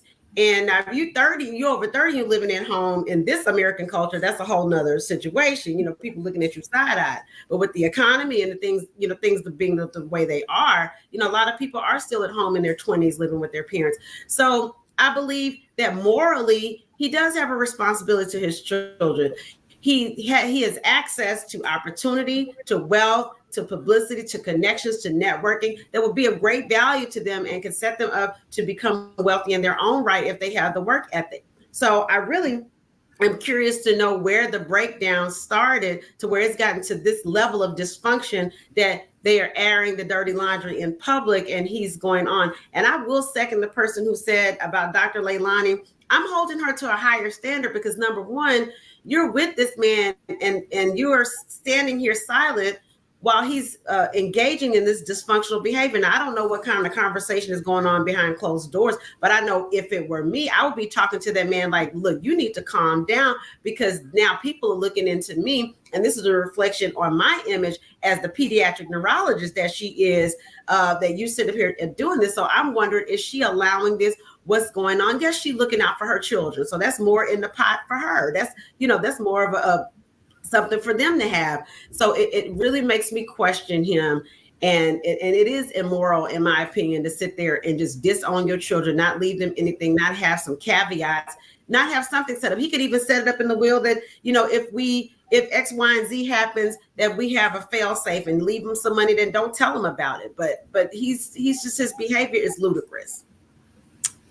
I agree. And it's curious to me. I wonder, because there's a moral aspect of things, right? The moral obligation that a lot of parents have with their children, but also the financial obligation as well. And if you are just joining us, you are being welcomed and hosted by our lovely queens, Linda Husser, Jade, Dr. Charm, and Linda E, and myself, Athena. We are Fly Nubian Money. Our sponsors today are the Black Business School, which are offering you a free AI stock list to take out the stress and the confusion about which stocks to pick to help you increase your wealth so you can create wealth for yourself and not have to be solely dependent on maybe if or not you're going to get some generational wealth, as we see in this situation with Brian. Feel free to text the word Queens to 87948 to receive your free investment list today. And if you're joining, please sure to like and subscribe so you don't miss a thing. We are here Monday through Friday at 1 p.m. So, Linda E., do you think that parents have a financial obligation to their children, whether it is to support them to a certain age or to pass on generational wealth? Or especially with these celebrities, because they will always say, or the common thing I've seen in the past with celebrities is that they did the best that they could for the children, but they squandered the money, or they were, trying to ride their coattail and lacked motivation. Do you feel like these celebrities should be also financially obligated to their children? Should Brian be financially obligated to his previous 4 children? So look, I don't have children yet, and I hope to, right? However, when I become a parent, I believe I will have a financial obligation to my children. I believe anyone who has children, wants these children, has a financial obligation to them. I don't believe in just bringing a child into this world and then just leaving them willy-nilly. Okay, I believe if you've made a choice to be a parent, you do have a financial obligation to your child. It may not be forever. By the grace of God, it should not need to be forever. I believe that what we do as a parent, my role as a parent, is to make the life of my children easier than it has been for me. So for Brian, he knew how difficult it would have been to, get into the financial position he is in, to get his celebrity status. Look, I don't know ins and outs of his career, but I know it wasn't just, oh, yep, I'm a good singer. There you go. Here's millions of pounds or billions of dollars even, right? So as a parent, why would you not want to make things easier for your children? If my parents were in a position to have me and my siblings as millionaires right now, please believe me, we would be. But it's true. Why would you want things to be more difficult? Who in this day and age likes to struggle? Show me someone who really wants to be like, you know what? I didn't have it. I had it too easy. I would have preferred to struggle. No, yes, having a good work ethic will get you further and is really important to build, and it builds character, etc., etc. But as a parent, yes.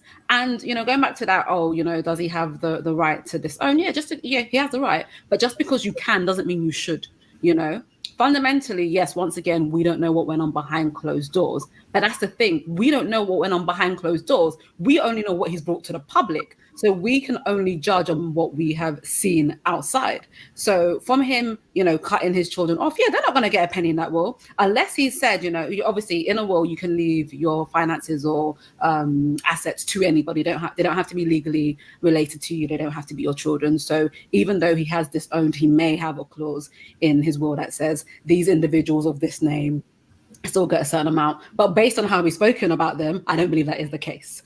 But going back to the original question, now let's be honest, he ain't giving them nothing. I pray that they make up and he does that will, because right now they ain't seeing a cent. But as a parent, you 100% do. The whole point of furthering and bringing new life in is to make things better. It's to grow that generational wealth. So why would you not want to? Listen, we might have to put Brian McKnight on the sick and shut-in list with his antics around this situation. Linda, our bodacious life coach, right? I want a question for you. Okay. And this is something that is also coming out as a theme as we've talked about, preferences and race and generational wealth. Do you feel like the man loves for the woman determines how he treats his children?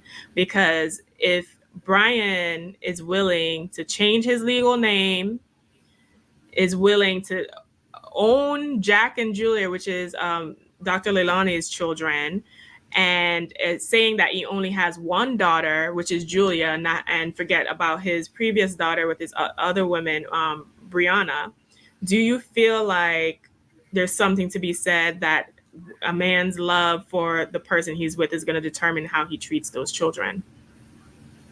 Okay, I just want to be clear on the question. So it's going to his children or her children? Like whoever he's with, like yes. Women that he loves. Yes. The children with that woman are going to be treated better versus maybe women he's had issues with, which are clearly the previous women. Children. Now, this is my opinion. Absolutely. Because first of all, there's the sexual aspect to it. There's the innate understanding that if I treat you well, I get what I want. Your children are part of you. And so in order to keep the peace here at home, I'm going to have to pacify you. Because clearly there's some simping going on here. I mean, let's just, yeah. So she's already laid the ground rules because like, I think it was Dr. Charm who said this, pretty much we've all been saying it. She is allowing this ridiculous behavior to go on because if she were to put her foot down and he's a simp, he would cut it off immediately. There is something that she is also getting from this, but at the end of the day, we are not living in the old days. We are living in a society where somebody can tell somebody to go down and to the Capitol, all right? And folks will do some things. So she's really short-sighted with this. She is not really understanding the gravity of what she is condoning. So to answer your question, absolutely.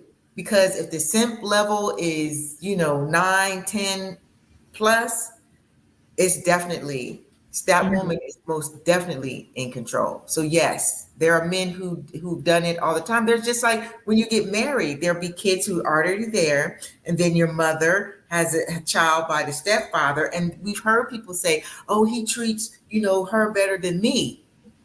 I don't know if it's a natural response. I don't know if this is part of just how we were, the genetics.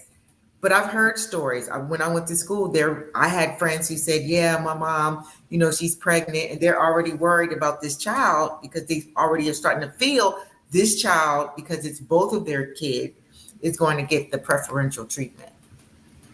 Okay. Dr. Charm, do you agree? Do you think that the man, whoever you love, is going to be treated better? Oh, absolutely. Absolutely. I mean, I had a friend that was married for over 20 years.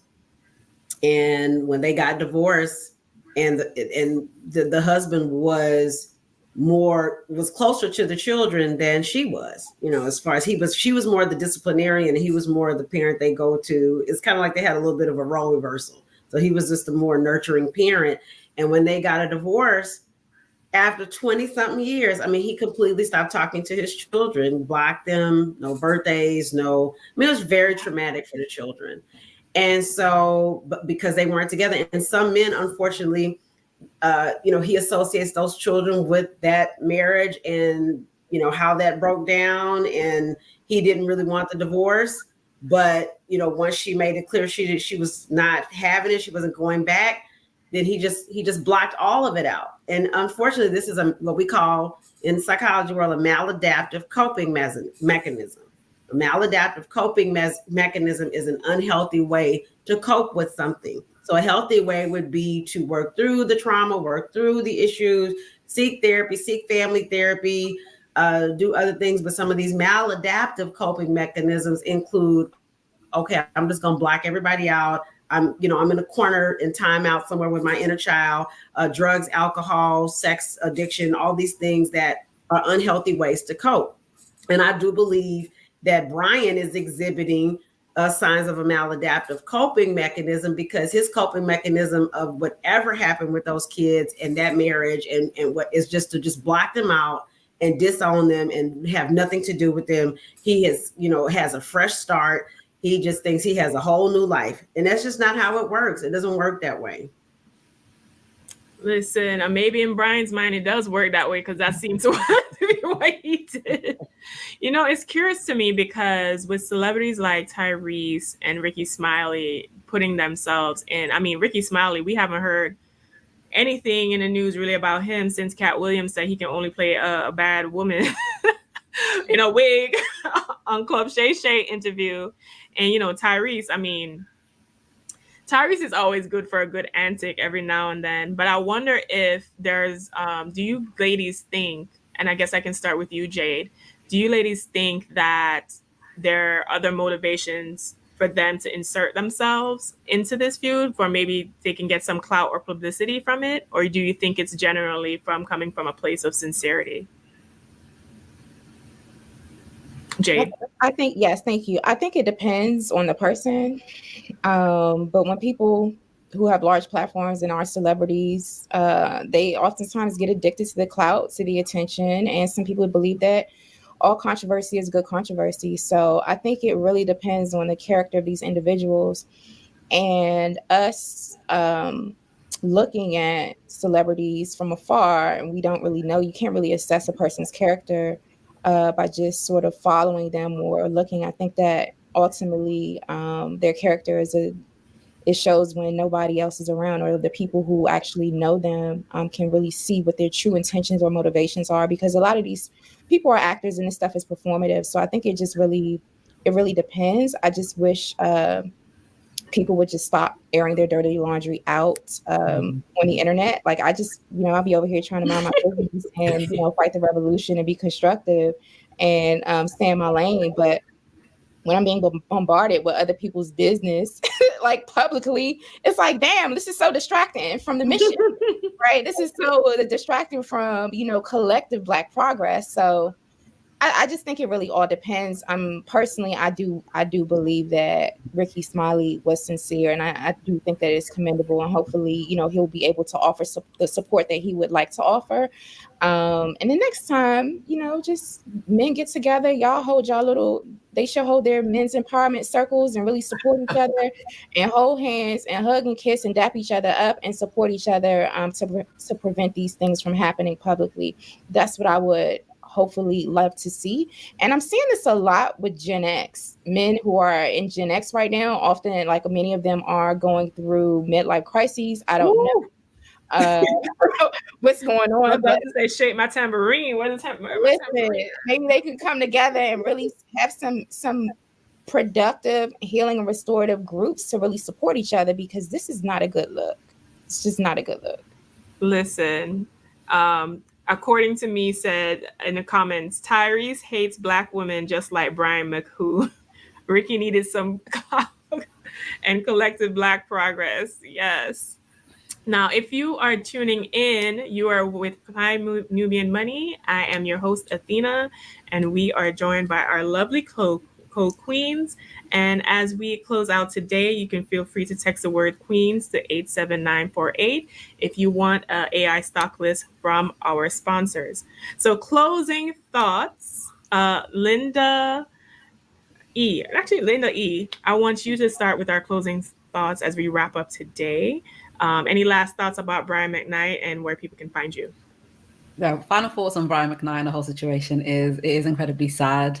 I can only hope that him and his children get together behind the scenes, behind the cameras, offline, have a proper conversation, get into therapy, and he just sorts himself out, and does what is right. That's all I can hope.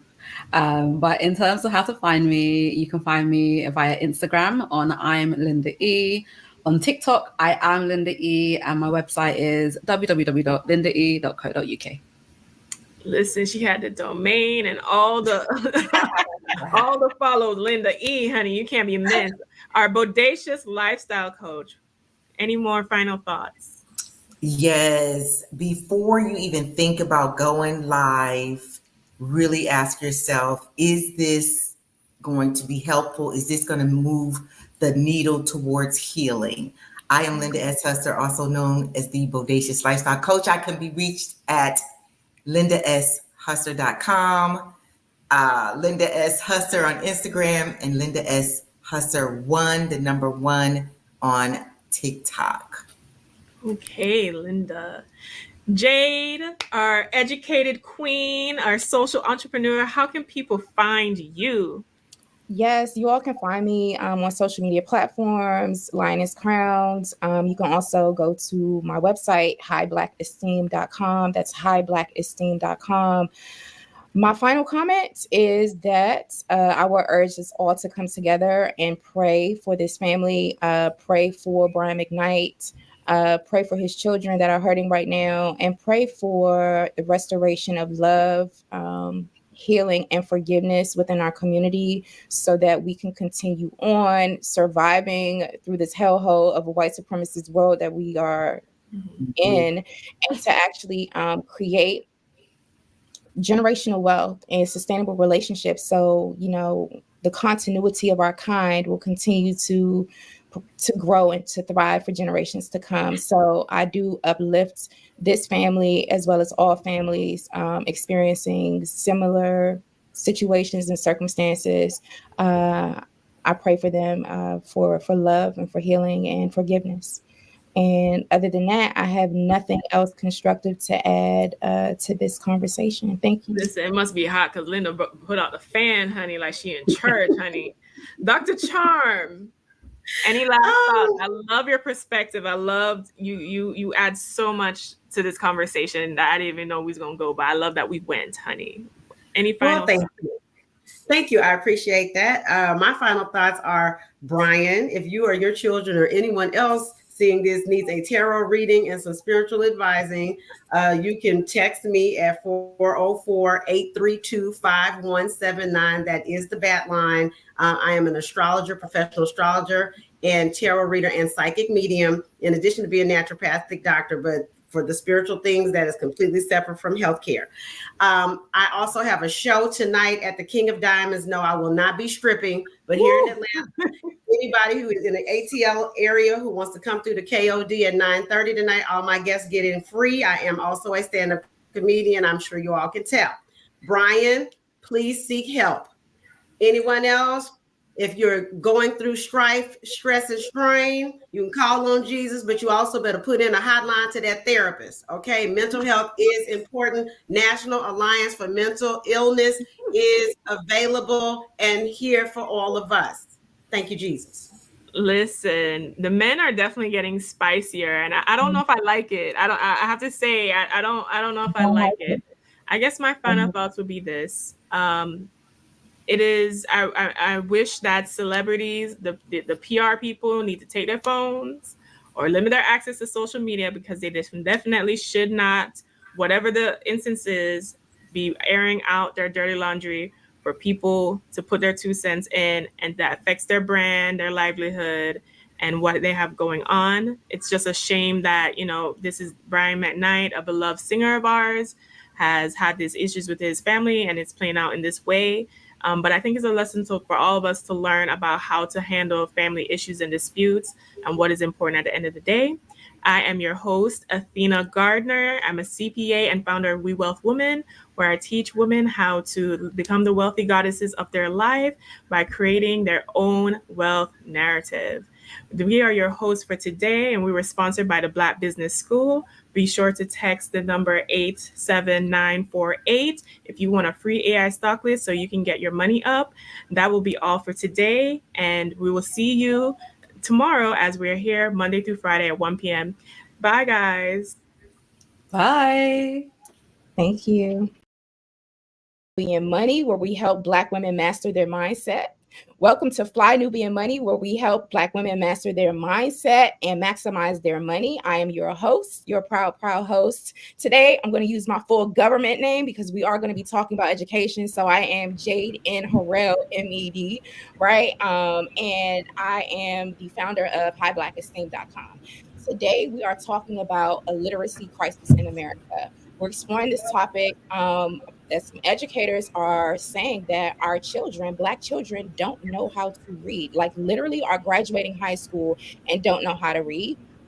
And then we also had the governor this week of California, the governor of New York State, Kathy Hochul, who claimed that Black children in the Bronx don't even know what a computer is.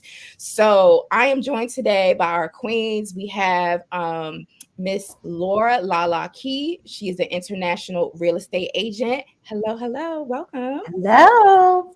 We're also joined by Miss Athena Gardner. She's a CPA and founder of her organization, WeWealthWomen.com. And we're welcoming for the first time an exquisite author, Miss Erica Lewis. She's the author of Faith in Transition, and she's the founder of Faith in Transition, LLC. So welcome, ladies. Happy Friday. How y'all doing? It's Friday. Wow.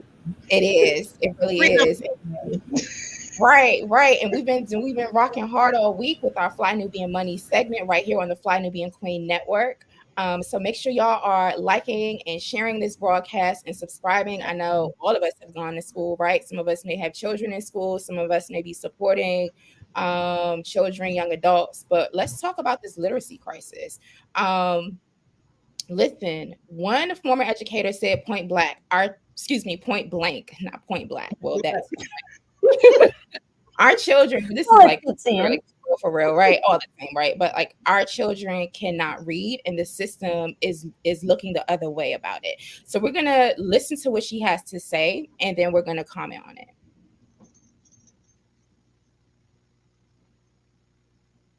I know the screen was shared, but it just went away. Well, while we get that up, she says, quote, our children cannot read and the system is looking the other way. They're well aware that the children are not learning, but they still pass them on to the next grade.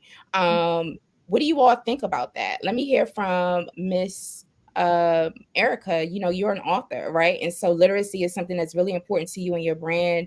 What are your initial thoughts about the state of literacy right now in the community? It's funny because some years ago I did community access television, and this was a topic, and it was back in 2003-04 when President Bush had implemented No Child Left Behind. And I think people are forgetting that this is the result of No Child Left Behind. That was he implemented that bill in 2002, I believe it is. So we're looking at 22, 23 years later, and these are the repercussions of it. Because now you have educators coming from different regions of the world coming over to, let's say, New York on the East Coast. And if they're from Wisconsin and they're educating kids in the classroom because they can get a discount on their student loans or don't have to pay their student loans back because they're working in an urban community, do you really care if you're just going to work here 5 years just so you don't have to pay your student loans back? Of course not. So the No Child Left Behind, I think this is just the result and the residue of that act that was put into place in 2002 by President Bush. Absolutely. Thank you so much for that. Let's hear from Miss Athena. You are a CPA, right? And you work around, with wealth. And so what's in your profession, what's the importance in a relationship between literacy and financial literacy and well-being? Well, I think literacy is important because if you cannot read, you have a hard time not only communicating, but also comprehending on a higher level. And those things are essential when it comes to now reading and understanding and all things coming up with money, your bank statements, your tax statements. And there's a strong correlation between literacy, as far as reading comprehension is, and financial literacy. If you have a hard time speaking and communicating, you're going to have a hard time managing money and your resources and communicating with people and professionals like myself, CPAs, or other professionals that can help you with your financial literacy. Wow, thank you for that. It's really, really important that our children are getting all of the skills that they need that are necessary. And when we're talking about generational wealth and the transfer of wealth, home ownership is so important to that, Lala. So what is your take on this literacy crisis in our community, as well as the implications that it has within your industry? Well, simple basics. If you can't read, you can't comprehend what you want to do. That means any kind of home ownership papers that you need to sign. If you don't know how to read those, you don't know what implications are from that. Anything with a loan, document loans, basic information of just banking. When you think about going to the bank, you have to read your documents. So it's not just that. It falls into many other things. If you can't read, you can't comprehend math. You can't comprehend history. You can't comprehend any basics that you have. But I'm literally seeing this when it comes to people who come to me to buy a house. This is why I take, and sometimes it takes hours, I kid you not, where we sit down and I literally go over every word of that contract with my clients so that they understand what's going on. So I am actually seeing in this younger generation that they are not reading on the level that they need to. And I agree with Erica.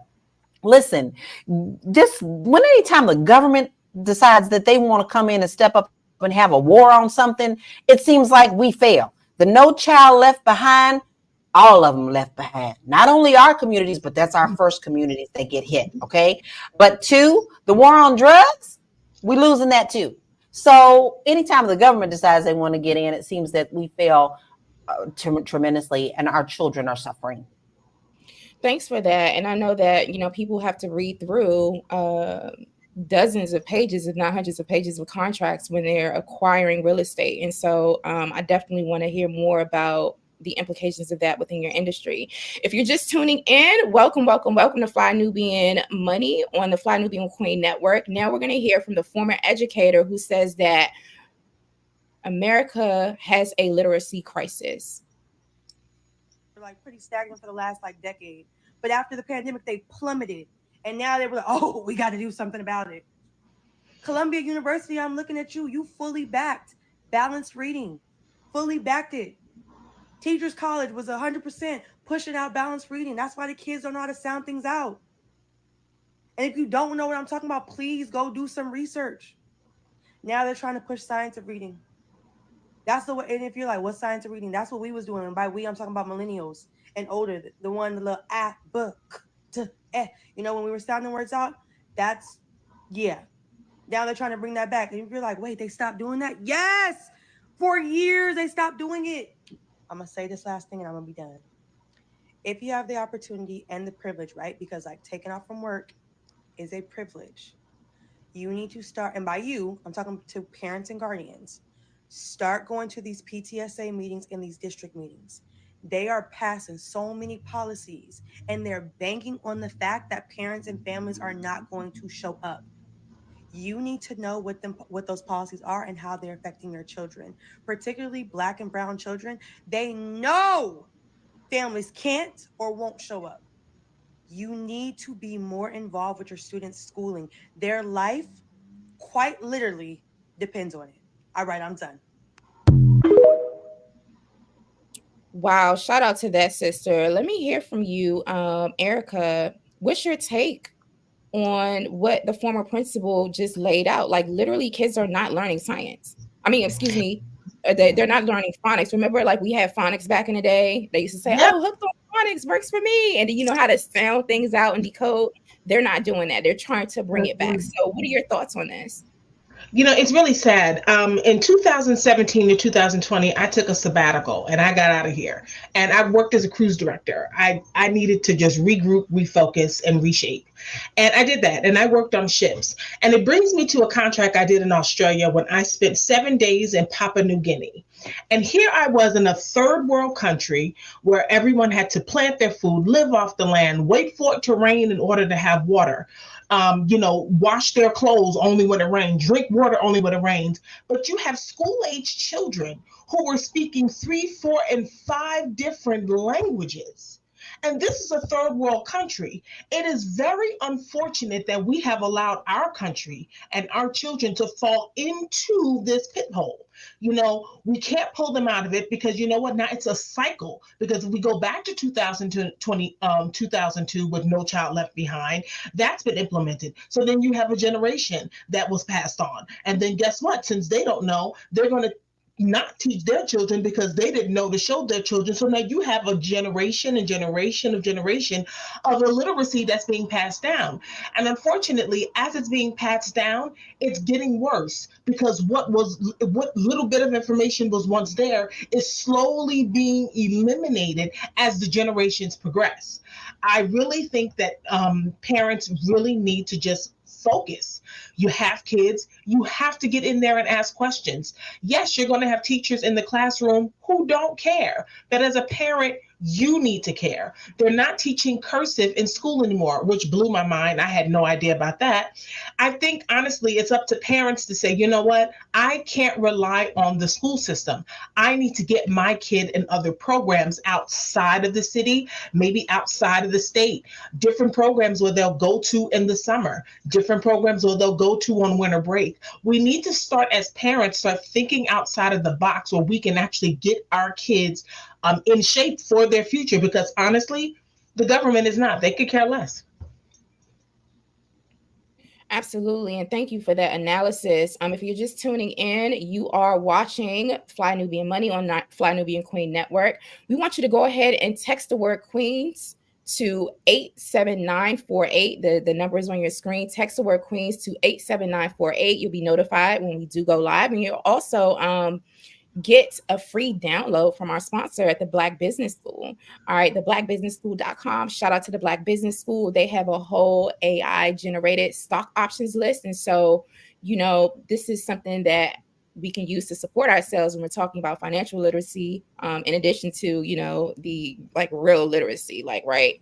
Learning how to basically read and write within the context of this conversation. But definitely join our list. Text the word Queens to 3199. Text the word Queens to that number that was on the screen, and definitely like, share, and subscribe to Fly Nubian Queen Network. Again, that number is 87948. Now, we had our real estate guru, Lala, who is on with us, but unfortunately, she got kicked out. So we're working on bringing her back. She's having, some technical difficulties, like electricity in her neighborhood went out, but she is listening. So we're trying to bring our sister back in. So I do want to weigh in on your take on this, Athena. What did you get from that video? Well, what I basically got from the video is that our government are failing our children. And I personally feel like our government does not care about children in this country. Why would I say that? A lot of funding from first education comes from state and local funding. The federal government does not have extensive, or should be putting more resources into education, especially with our literacy rates being what it is. Now, if you have money to fund wars in Ukraine, and you have money to send to go to Gaza and with Palestine, why do we not have money to put towards education and also childcare cost relief to help students and parents bring about the best children that they possibly can. And why is it that we made the switch to, like she said in the video, balanced reading versus phonics reading? I never did Hooked on Phonics, but I remember that commercial growing up. Right, I remember that commercial, and I think that, you know, that was a more solid program to help children. I just feel like overall our government does not really care about children, and America, we need to do better. Thank you for that. Hey, Lala's back. The little gremlins got me, but I won. You did. You're winning. When it went down, I was like, not today. Not today. Okay, cool. So we played the clip. We showed the clip of, you know, the former principal talking about the literacy crisis, breaking down that like children are not learning basic phonetics, like how to sound out words or how to correlate sounds and consonants and blends and vowel sounds and stuff. And so, you know, we're just getting everyone's take on that. And so clearly, Lala, there has been a huge disparity in terms of how we learned how to read and what children are learning in school right now. And now they're trying to bring back some of those old practices. Do you remember being in the classroom and I guess pre-K, kindergarten, first grade, and basically learning like how to sound out words and letters? And, you know, if you have any thoughts of your early childhood experience with that, feel free to chime in and what you think about children just sort of being passed through the pipeline. In my house, it was mandatory. It didn't, I mean, what I got taught at school is what I got taught at school, but my mother also made it a point for me to know reading, writing, arithmetic. And when she was serious about that, we did after school every day. Yes, she would sound everything out for me, and it was fundamental. Like, but then we got to a point later where you wanted to introduce things like rubric, just letting kids pass for no reason. And you make them sound it out, but if they spelled cat with a K, oh, good. It still sounds like cat. So this is how you spell cat. This does not serve our children. The rest of the world knows this. And this is why China and all these other countries make sure that their kids don't get this little demon before they are ready to get it. This is why the owner of TikTok doesn't let his children get on TikTok, because education becomes first. As soon as they come out of the womb, and they're not learning on these games, okay? So in my household, it was beyond important for me to learn. Before you went outside to play, where's your homework? Where's your writing practice? How do you spell this? We'll practice these things, but I see more and more in the schools, they do not do this anymore. And they've taken out the important key elements for the children to get the foundation and the basics. Absolutely. And thank you for that. Like, I see it's kind of related to your point. There's a comment in the chat. And by the way, before I read this comment, I want everyone to take a moment, make sure you like and subscribe this channel, and also go over to flynubianmoney.com and check out the wealth of resources and programming that we have over there. That is actually a solution to the financial literacy crisis within our community and within this country. So I see a comment from B Brown, and Erica, I want to get your take on this, and then I want to get Athena's take on this as well, and then you, Lala. The comment is this: how do you get the message to the parents who are barely educated themselves, trying to make $1 out of 15 cents, literally? How do you get them to those meetings? I think, you know what, sometimes we just have to take our own initiative. We have got to stop waiting for people to knock on our door, to slide a flyer on the door, or to post things in our community so we can see it on the community bulletin board, of which they're closing down all of our rec centers. We have got to stop waiting for the government, the schools, or anyone to do anything for us. It is our responsibility.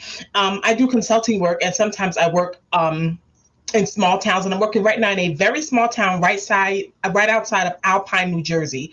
Very small school. The oldest child that goes there is 8 years old, so it's very small, and it's kind of like a daycare. But they do agriculture. They plant their food. They're learning 2 and 3 languages before they're 8 years old. They're doing swimming. They're doing arts and crafts. They're learning sewing. And out of all of these children, as I sat there and looked at posters on the wall, there was one Black child.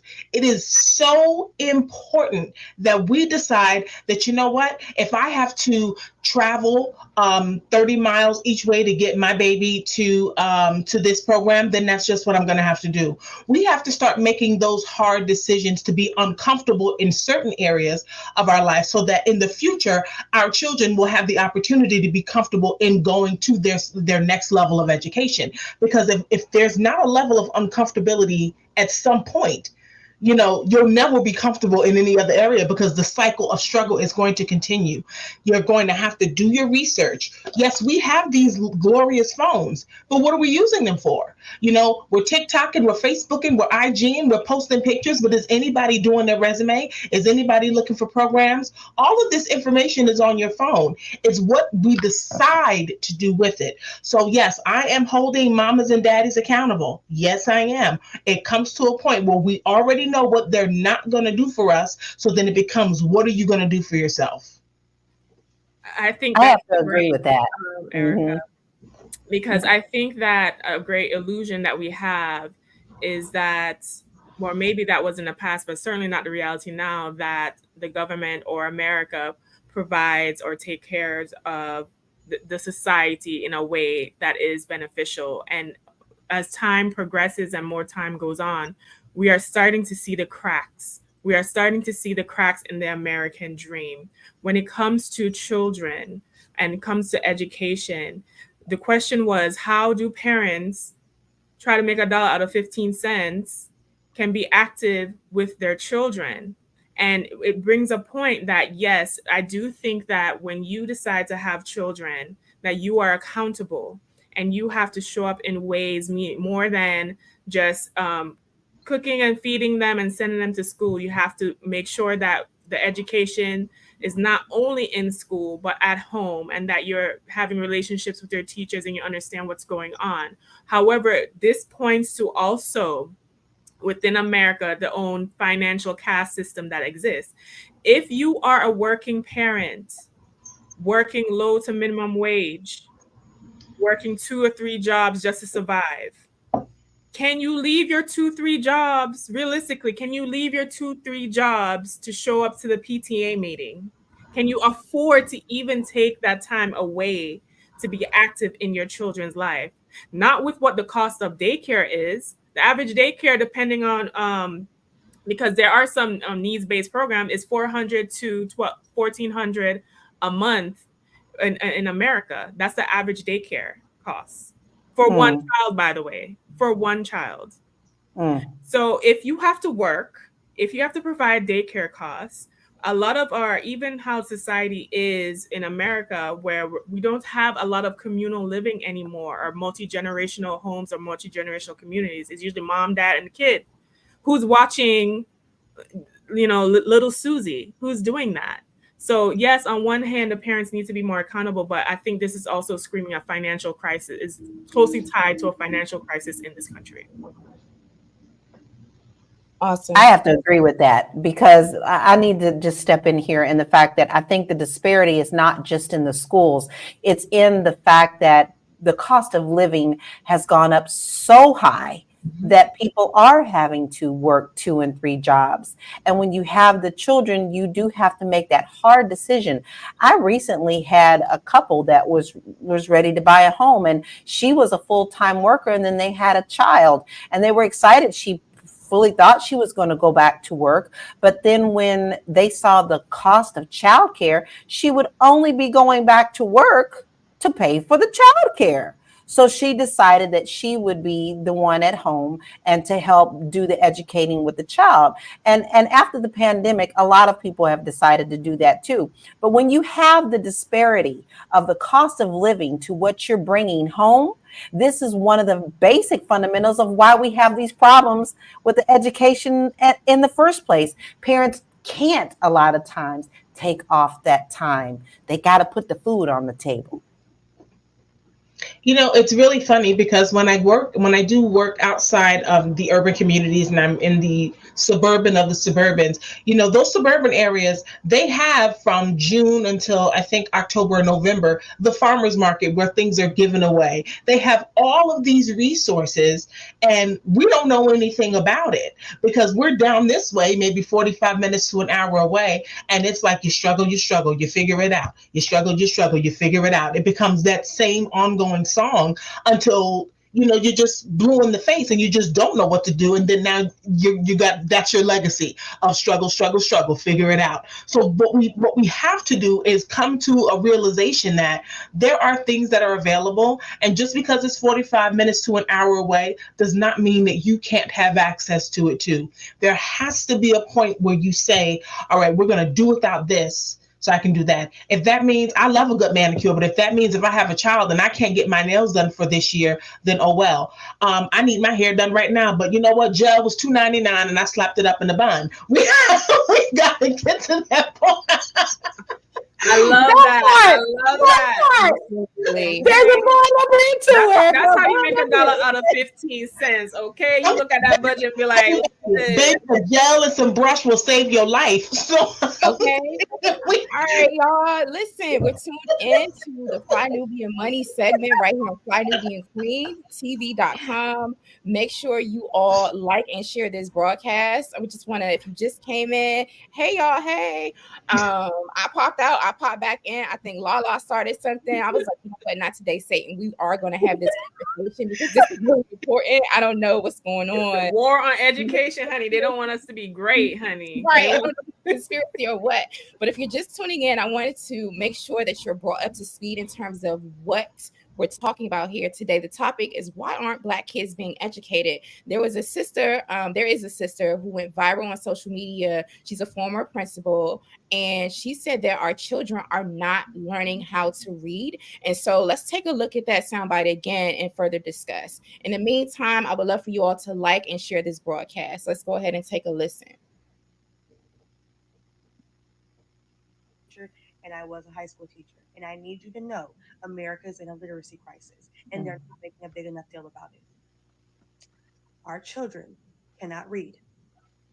Our children cannot read, let alone writing a paragraph, let alone comprehension. They cannot read. They do not know how to sound words out. They were not taught that. And if you're wondering, well, then why does my kid just keep getting passed on to the next grade? Because that's what they're doing now. They're not holding the children back. They're moving them on. They're graduating them, knowing that your child is illiterate.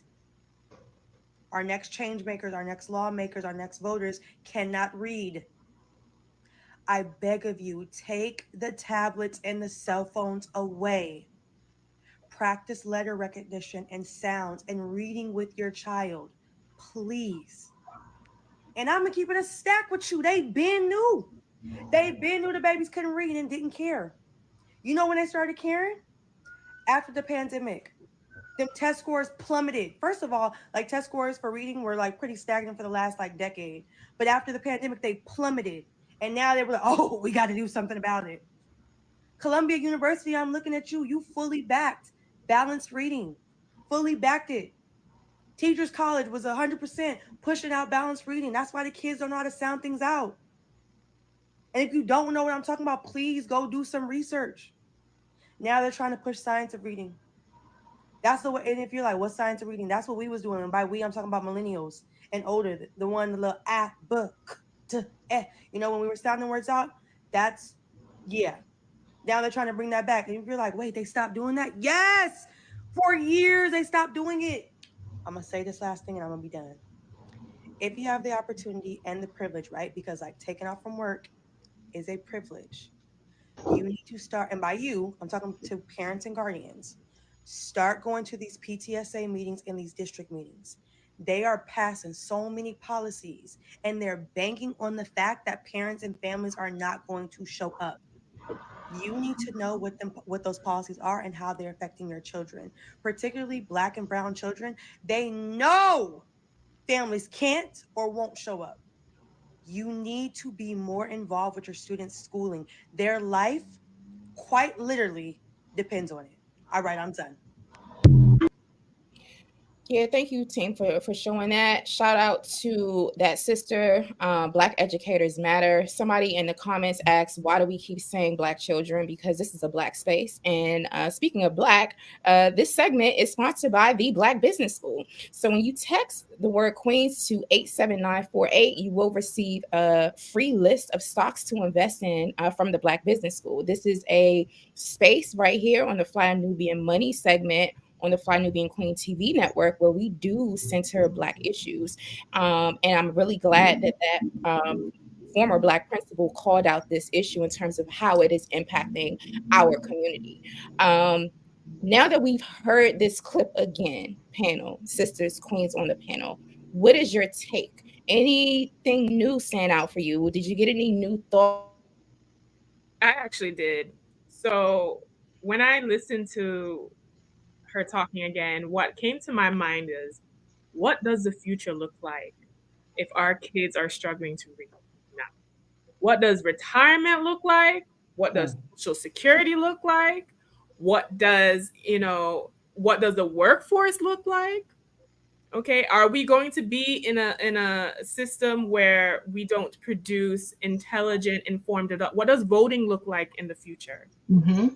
If you can't read and you lack comprehension, how are you going to make sense of who you pick to run the future of your country? I think this is highlighting and as a part of a major big issue, which is, I think America is going through a reckoning.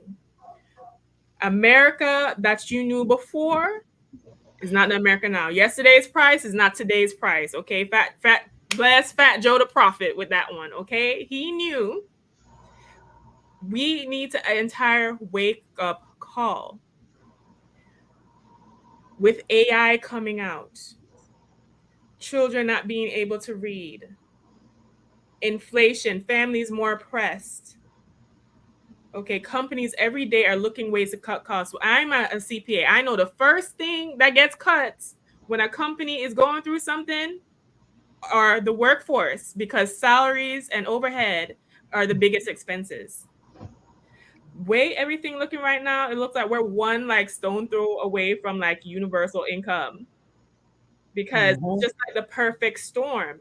Now, even with open up of immigration and that topic, and I know that can be a hot topic, but what that does is most of the immigrants come in to take the jobs either that are highly skilled or most people don't want to do, or to have a cheap workforce.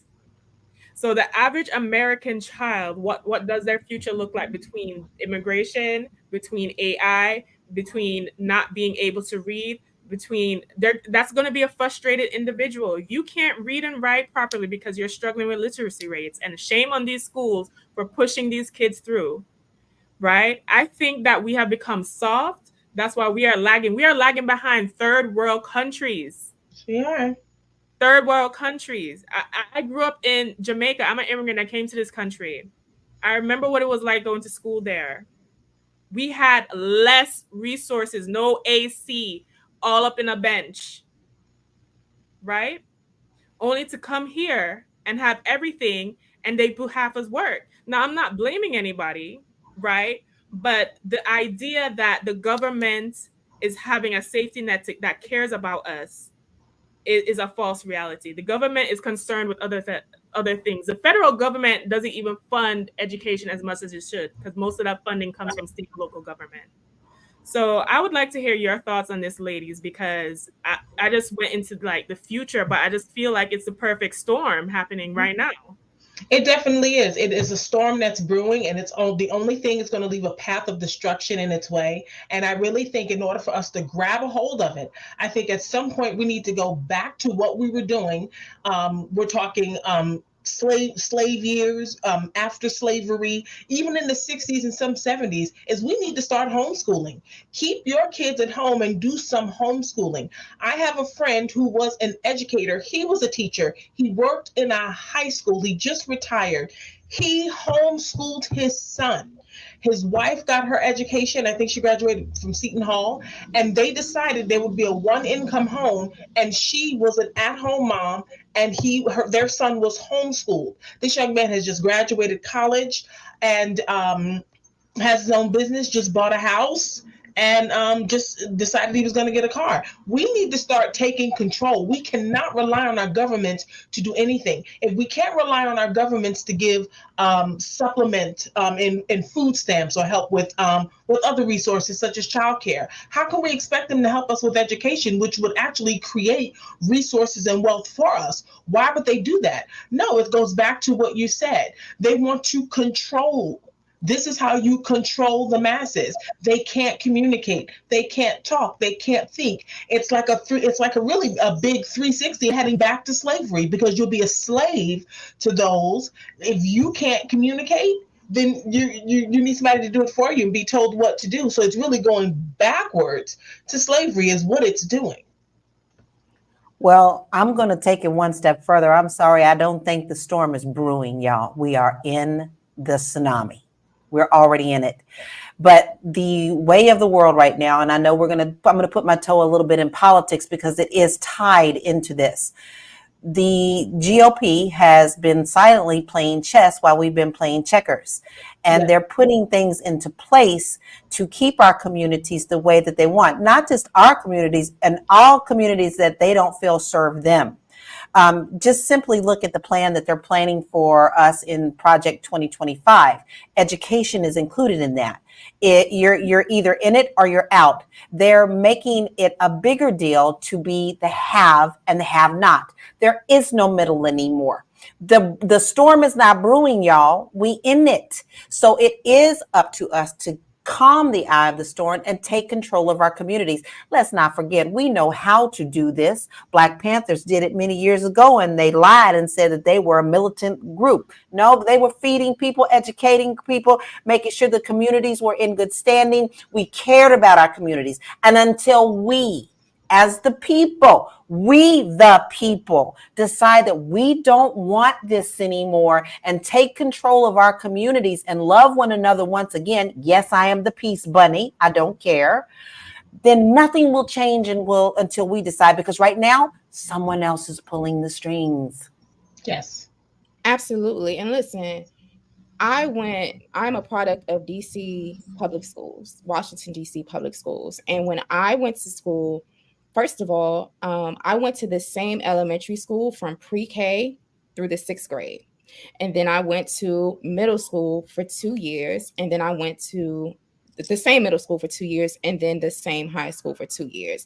The main difference that I see, and again, I'm an educator. I got my master's in secondary education back in 2007. I taught for a number of years, DC, Philadelphia, and even New York. I emancipated myself from that work back in 2016 to consult with educators nationally and to work on some policy. The main thing is Black teachers no longer really have access to the classroom. I was taught and raised by Black teachers. All of my teachers were Black, right? And it wasn't until I got into like middle school, like 8th grade, I had like my first white teacher, and then I had like maybe 3 in high school. But especially in elementary school, you know, we had the same teachers in that school from, you know, they taught there for like 50 years. So they knew generations of us. They knew our parents, they knew our grandparents, they knew our uncles and aunts. They lived in the neighborhood. Our teachers went to church with us, and they did everything, and they could really discipline you. And they put their hearts and their souls into this because they saw us as their children. Right now, we have a lot of teachers who are not Black. They're being paid all these big bonuses and being gentrified into our neighborhoods, and they don't have the cultural competency to raise our children, let alone the life experience, right? Like these are, I was a young educator myself when I went into the classroom, but things to think about in terms of how the landscape of education has changed and how Black people really don't have access to teaching jobs anymore. What are your thoughts on that, Lala? I think that's the key critical thing, but look at what's happening right now in our world currently. They are removing curriculum from schools. Teachers are now being threatened with jail if they even teach anything. So teaching is, I wouldn't want to be a teacher. First of all, you're underpaid for what you're doing, and now they're telling you what you can and cannot teach. And all of the programs that were set in place to helping these communities are now being taken away, saying that it's no longer needed, or everybody needs to be equal, when it was never an equal playing field in the first place. Never has been. It's just been an illusion of what they say. Down in Florida, which I have been down in Florida for several years now, they even took teachers out of the classroom, allowing military people to come in and teach who have no educational background. Did I let that sink in for a minute? They're letting people come in and teach your children who don't have an educational background because they need teachers so bad, but yet they want to sue them. So I think as long as they have these things in place and they have us in a chokehold, it doesn't matter what color teacher you're going to get. You're lucky to get a teacher at this point. So how do you expect to educate our children when the educators are not educated themselves? Exactly. Simple as that. I'm in Florida too, by the way, and which is like the wild, wild west these days, because Florida politically is like the wild west.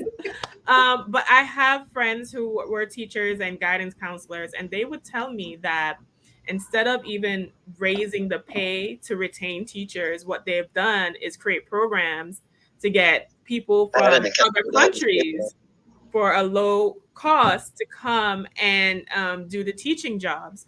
And that way, so that you can cut down costs, but also you have to question the quality of the education, especially to your credit, Lala. You said that, they're having people with no educational background teaching your kids, because a lot of teachers, you'd find that they didn't originally wanted to be a teacher. They studied something in school, they couldn't find a job, and as long as you have a bachelor's, you can get a teaching job in most states, and they went for it, not really having the passion originally needed, and also not really even necessarily trained, because if you go through a college program to be a teacher, I'm sure you're more equipped to do that job versus you just kind of like shimmy your way in. But I think that with what's going on, we need to shift from our individualistic nature in America. And I think that concept is to our detriment and has us lagging behind other countries. I think that to deal with all the issues around education, community-based, family-based togetherness is going to help solve or rectify some of the issue, especially as it comes to childcare costs, time, and money. A lot of this is also a money issue. You got that right. And there we go. Once again, we're back to the disparity of the have and the have-nots. It's constructed very well to tie us all into bondage. Mm-hmm. And it is for a reason. I'm not trying to preach doomsday. What I'm trying to get across is, until we are ready to make the change, until we are ready to really pay attention to what's going on around us, this is just one little puzzle piece that we are suffering from. And this is where you also really need to be paying attention to who you're voting for, who is coming in on these smaller platforms, such as your local librarian, your local jailer, your local. If you pay really close attention right now, you'll see that there are a lot of people who are against anything that we stand for, are going for those smaller jobs because it's a stair step into the politics to take care of what they want to get wiped out. But Erica, I'm curious to know, for you as an author, how do you give back as well? That's something that we all do. You sound like to me that you're a person who likes to give back. So how do you give back to the community? Well, you know what I do? I graduated from Arts High School. That's legacy. Melba Moore graduated from there. Tisha Campbell, Savion Glover. I'm not going to tell you when I graduated, but I'm not going to tell you my age. But I graduated from that amazing school in the performing arts. And I would go back and speak to the television production class. I actually worked with a friend of mine. He was there. He just retired this school year. And I helped one of his students. Her dream was to publish a book, and I helped her publish a book. I helped her get her ISBN.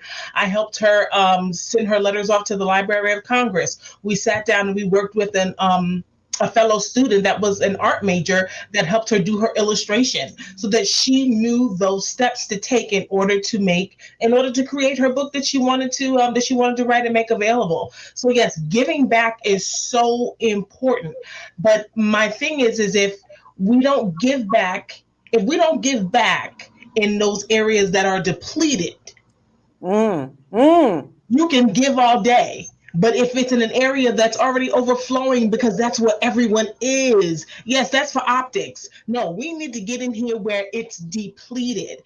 And that was an area for me that was depleted because when I went to Arts High School, no, we didn't have television production. We just had music, drama, and art. No, we didn't have creative writing. And truth be told, I was a music major, but I was a writer before I sang or danced or did anything. I was a writer. So my thing was this was an area that was depleted. This young Latina wanted to learn how to do this. And I said, you know what? I am obligated and committed to her. We started off with 15 of them, and she ended up being the only one. And I said, all right, girl, it's me and you. We're going to publish this book.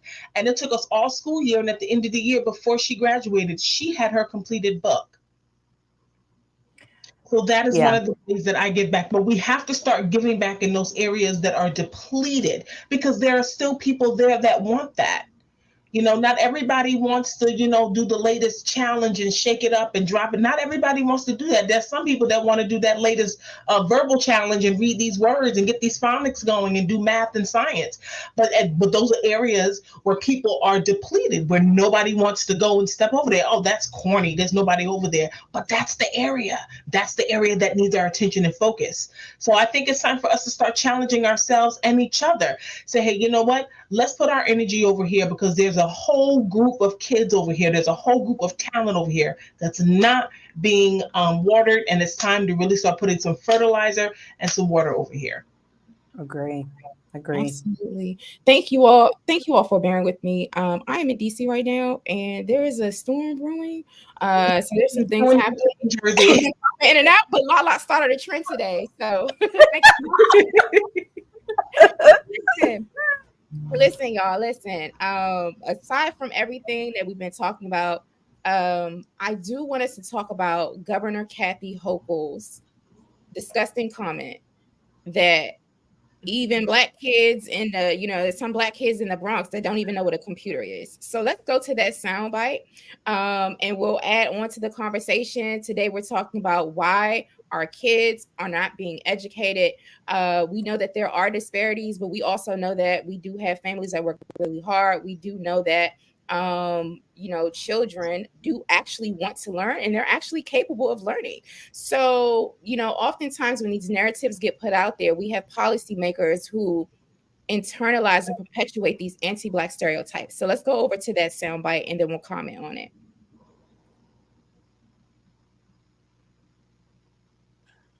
Young Black kids growing up in the Bronx who don't even know what the word computer is. They don't know. They don't know these things.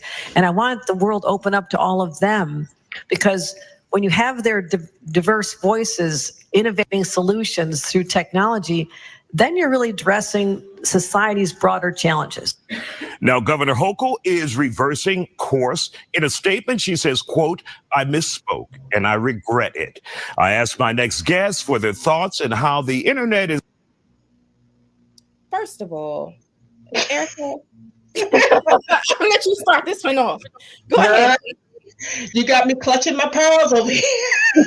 Listen, apparently this one, it's clear to me She has an agenda of sorts. And sometimes when people have an agenda, they need to find somebody to be their footstool to stand on or their soapbox to stand on.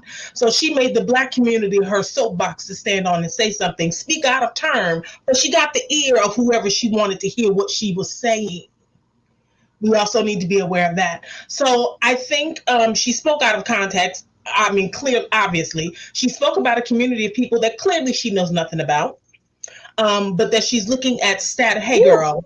I'm trying to break my screen. Who's trying to break my computer screen with that? Hey girl, hey.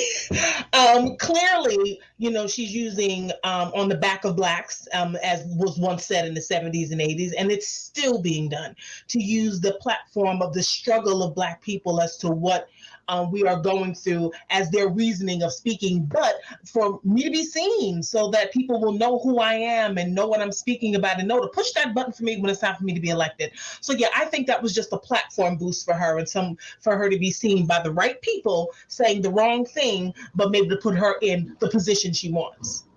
Thanks, Erica. Athena, go ahead, girl. Go in, sis. No, Janelle, her apology was not enough. Sorry. No. The caucasity of this woman. The caucasity of this Wahite woman. Come on, Athena. Come and say that Black kids do not know what a computer is and then try to clean it up, say she misspoke. No, your biases came out. Okay, your real views came out. And you got caught with your slip showing. So now you're trying to backtrack because you know a lot of the voters in the state are Black and brown people. Mm-hmm. And even to say that, and this is why I always get, you know, perturbed when people say people of color. It's always people of color when everyone want to bandwagon with Black people. And then when it comes to shaming us, disgracing us, is specifically back. So so she did that on purpose. Oh. On purpose. She could have said kids in general. We were just talking about how in general the literacy rates in this country and the kids can't read. So why do Black kids specifically need to be called out? That's because her racial biases were coming out in that statement. And I do not think, I'm tired of people with these fake statements that they put out that their PR and publicists. Like, we are in a different time. Okay, post Cat Williams and Club Shay Shay, we are exposing all the fraudulent and deviant people. Like, we do not have time for any fakeness. But I'm glad she revealed herself, and we should take note of this. And then when it comes time to vote, you need to consider these things that these politicians do, especially Governor Cat. Oh, she wants to be the white savior so bad. Y'all remember those commercials where they come on like, but the children in Africa, Katie. This is exactly where she came out with this bullshiggity, okay? She is out of touch. She tried to sound relevant, like she knew what she was talking about, but her caucasity did come out in the fact that she doesn't even know what it is. She's what we used to say, remember when we used to say when we was kids? She was all in the Kool-Aid, but she didn't know what the flavor was. Somebody told her what to say. She wanted to actually talk to her constituents so that she could get more donations for getting back in office. This is all tied politically, but it shows just how much you are out of touch. You are so out of touch. Our children probably know more about computers than your children do, because they can play a game, because we give that to them immediately as soon as they come out of the womb. But the fact that she even had the mouth to fit about how our communities run when she knows nothing about them is just the bodacious boldness of the whiteness of 2024. Absolutely. Listen, y'all are tuned in to the Fly Nubian Money panel. Make sure you go over to flynubianmoney.com. We have our panels here on the Fly Nubian Queen TV network. Weekdays, Monday through Friday at 1 p.m. Eastern time. We hit on a variety of topics. You're always going to see, different queens and, weighing in their area of expertise. Be sure to text the word queens to 87948. 87948.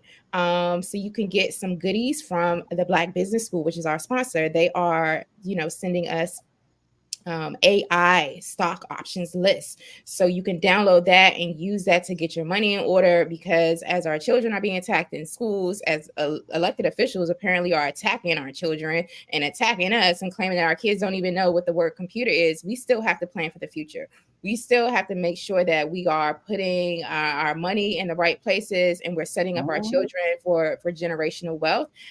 So go ahead and text the word Queens to that number. Get the goodies from our sponsors at the Black Business School. That's text the word Queens to 87948 87948 for AI generated stock options list. And remember, set your notification bells and make sure you are tapped into Fly Nubian Queen TV on YouTube in order to come to these panels Monday through Friday at 1 p.m. Eastern time.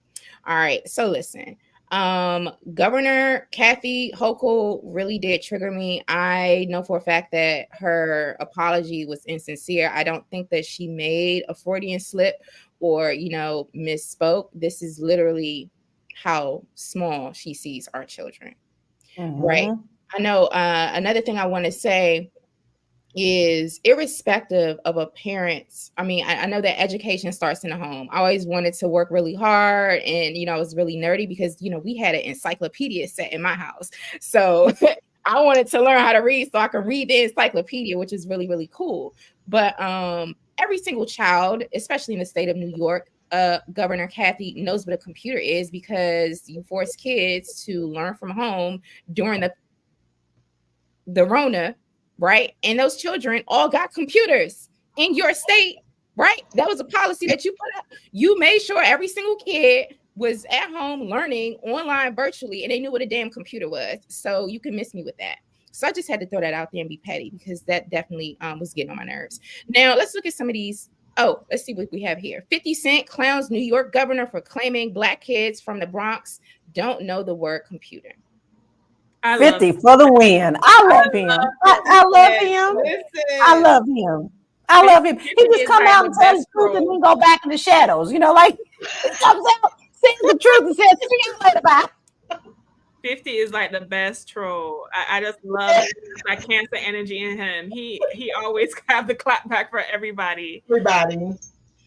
Yeah, I know that it's just highly problematic to have a whole governor making really, really ignorant, asinine public statements about our children. So I can only imagine the conversations that are had in private in some of these closed door meetings that we are not privy to. Exactly. And notice that she issued an apology, but she's never reprimanded. There's no one that, there's no reprimand. There's no one that came out and said that she shouldn't have said that. There's nobody that came out and publicly reprimanded her. It's ridiculous. So it's like, we are the soapbox. We are on the back of Blacks to make a point and to get a vote. That's what it is. And we all know this script. We know it too well. They come out and say whatever they want to say, and then all of a sudden, I'm so sorry I said that. Please, list me with that fairy tears that you got, because you said what you meant and you meant what you said. Period. Absolutely. All right. Listen, we are so grateful for everyone who's tuned in and tapped in with us over here at the FlyNubianMoney.com panel. Again, we're here weekdays, Monday through Friday at 1 p.m. Eastern time. I want to thank all of the queens. I want to thank you all for, coming through. And so I want to go around the room. Let's go around the panel and give some final words. Let the people know your final thoughts on this topic, as well as where we can follow you and support your work. Let's start with Erica. My final thoughts on this is moms, dads, parental guardians, kinship relatives. Don't be afraid to step out of the box and get out there and see what else is available for your kids. There may even be programs that can help you read. If your literacy level is not to level where you want it to be, there are things that you can do together. There are programs that you can take, but do not settle for less. I can be found at www.faithintransition.com.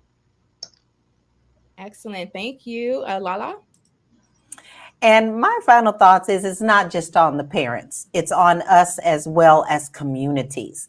I grew up in a small community, and I knew that if my mother couldn't do something, someone else did it for me as well. We all made it a point to live in a community where truly no child was left behind.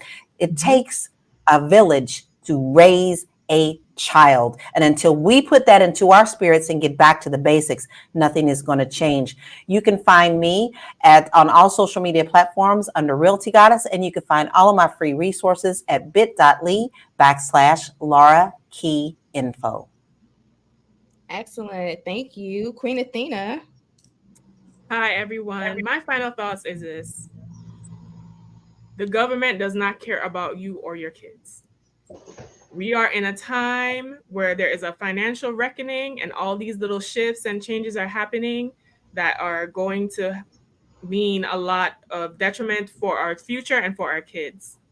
So now more than any time, we need to financially galvanize ourselves. I am Athena Gardner. I am a CPA and founder of We Wealth Women, where we help women become wealthy goddesses, and our pillars are wealth, wisdom, and womanhood. Right? If you guys need any assistance with coming up with this financial plan for this reckoning, then you can head out at wewealthwoman.com and contact me there. Excellent. Thank you. Thank you. And of course, I am your hostess for the day, Jade Harrell. You all can find me at highblackesteem.com. I'm an educator, organizer, and I'm a undoing racism coach. So definitely check out our programming over there. My key takeaways here is, even if you or your child is struggling with literacy, persevere. Be resilient, look for those resources, and at the end of the day, reach out for support. Yes, we pay our tax dollars, and yes, people should be doing their job, but there's a whole system that is designed to keep our children as a permanent underclass. And the fact that they're passing them through the system without them learning how to read, it just shows the importance of us educating our own children. And shout out to the Black Business School and the Black Core of 3, right? Educating our own children, supporting Black businesses, that's all a part of the process. So I want to thank everyone for tuning into our Fly Nubian Money panel today. We'll see you again next week. Again, Monday through Friday at 1 p.m. Eastern time. Definitely support our sponsor, theblackbusinessschool.com, and subscribe to our channel, and we'll see you soon. Take care. BlackWealthMasterPlan.com. There's no THE. Feel free to go there. And if you want to know the Black Wealth Master Plan, what is that? The Black Wealth Master Plan is that every Black child, every child in our community that we're responsible for, every B1 child, every child of an intelligent Black person should know how to start a business by the age of 12. It takes less than 100 hours to make them an outstanding entrepreneur. They have to know how to start a business by the age of 12 so they can have the freedom to increase their income if they want to. They won't have to worry about whether or not white people will hire them. If they lose their job, they're always going to have an option. They're always going to be the first ones to be able to extract their own value instead of depending on somebody else to extract their value. See, that's the thing. If you don't know how to extract the value out of your own skill, then guess what? Your boss certainly will. Your boss is going to pay you $40 an hour and make $150 an hour because nobody taught you how to drill for your own oil, so to speak. Shout out to Guyana, which now has one of the largest oil reserves on the planet, right? But they don't know how to drill out and extract their own oil. So guess what? ExxonMobil and Shell and all these other companies are all closing in on Guyana right now because they're going to go and extract that oil and take a cut, right? But if you know how to drill your own oil, you don't have to give a cut to anybody. So every Black child should know how to start a business by the age of 12. It takes less than 100 hours to make them better at entrepreneurship than 95% of the population. That is interesting because we spend thousands of hours learning how to play basketball and football. All it takes is 100 hours for them to be a great entrepreneur. They can still play basketball after that. Number 2, every Black child should own stock by the age of 5 and have someone consistently buying stock for them from the time that they're born, really, if possible. But if you can't do that, then start by the age of 5, buy them stock consistently. If you do that, then that money is going to continue to grow. And by the time they're 20 or 25 years old, they'll have 6 figures, which means that they're no longer in any sort of economic struggle. They're now in a position of prosperity. They've gone from playing strugglenomics to playing powernomics. They've now gone from being oppressed to being able to go out and do whatever the hell they want. So it's up to you to put them in the position to do that. Economics is a relay race. You got the baton. You need to run that baton fast. If you don't run your leg fast in the Olympics, you'll see this. If you don't run your leg fast, it doesn't matter how fast your children are. They're still going to lose the race. So you are on the second leg of this relay race, and your grandchild is waiting on the anchor leg, looking across the track to see how fast you're going. They're looking across the track to see if you even drop the baton or not, because some of us are dropping the baton. Some of us are throwing the baton over the fence and into the infield, and we somehow think that our grandkids are going to be able to run. Well, when you throw the baton, when you drop the baton, it doesn't matter. You can have Usain Bolt on the anchor leg, but it doesn't matter how fast he is now because you dropped the damn baton. You didn't do your job. So what is your job? Your job is to run as fast as you can and hold on to the stick. Your job is to keep the dream alive so that you can pass the dream on to somebody else. If you don't do that, then nothing else matters. You will have the brightest, most extraordinary children in your community with all the genius in the world, all the work ethic on the planet, and they're going to end up slaves because you dropped the damn baton. I don't think we want that for our kids. What's the third piece? The third piece is that every Black child should know how to, they should be in a position to make a down payment on real estate when they're 21 years old. They don't have to buy real estate at 21. They might buy it at 25 or 26, but they should be in a position to put a down payment on real estate, which means two things. Number one, having the capital, and number two, knowing what to do. Just knowing the basics, like that owning is better than renting, knowing how to buy a property. You could teach them this in a day. It does not take long. And Lord Jesus, we have, it takes, I think I did the math one time with y'all. Let me do the precise math here so we can really just see this. Did you know that there's 8,760 hours in a year? I don't know if y'all know that. And did you know that between the ages of 0 and 18, you have 157,680 hours of time that could be invested in teaching your child? You know that you have 157,680 hours worth of time.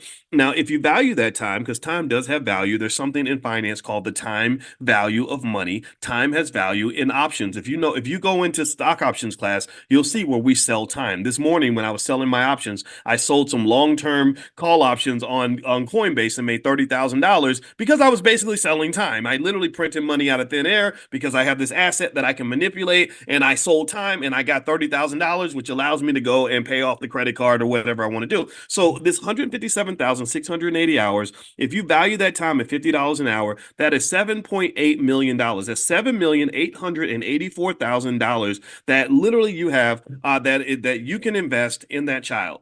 You have all this time that you can invest.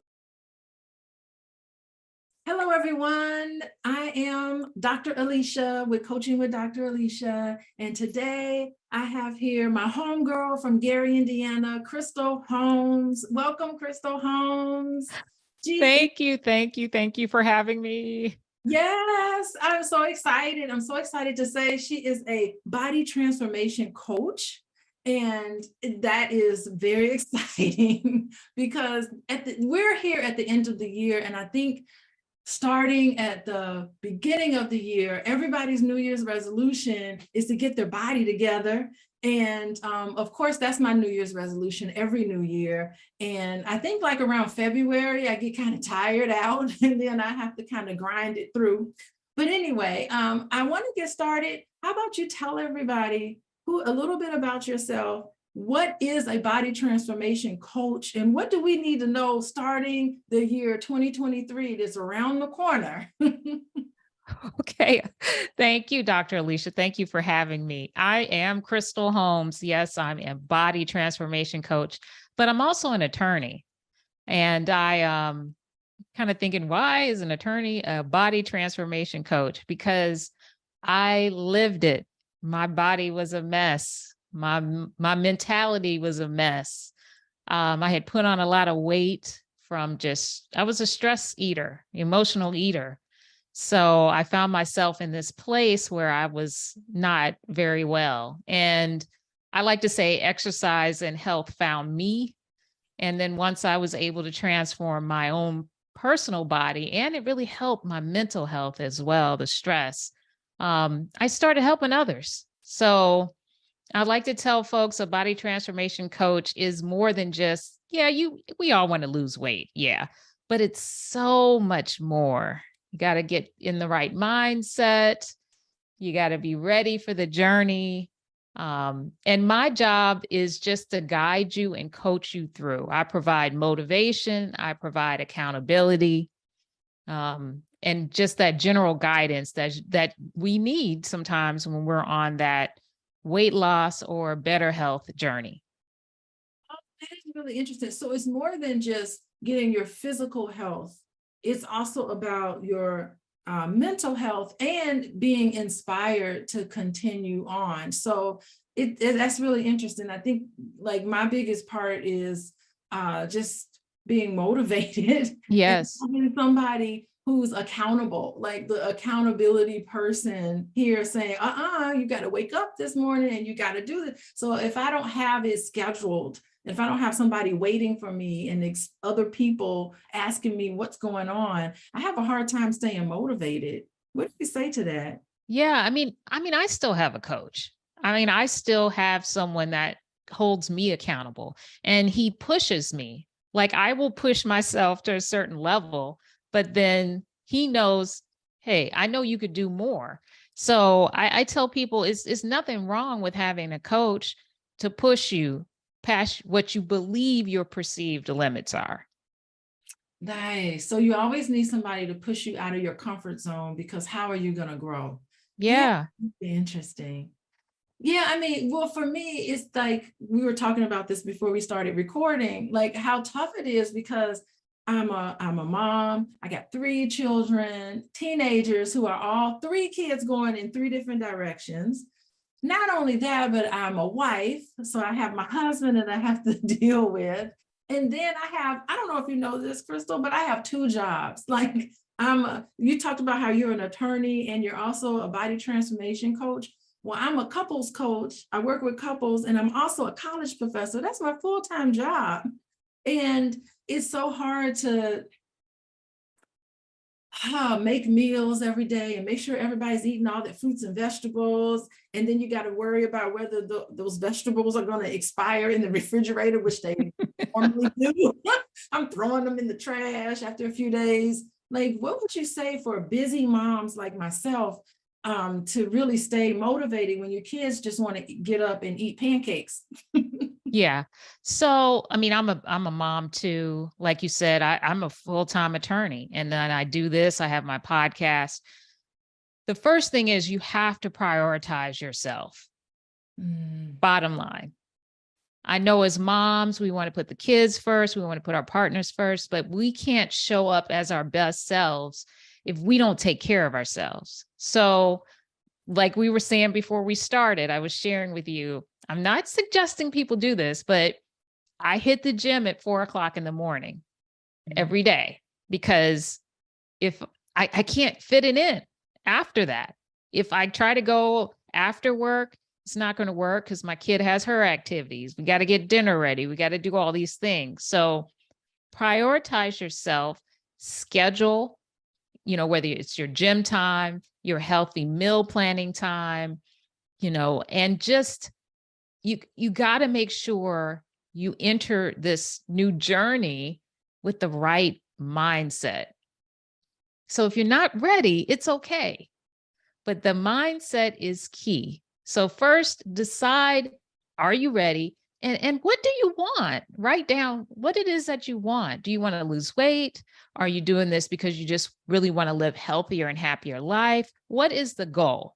And then figure out, okay, how in my life can I structure things so that I can meet this goal? And we say we don't have time.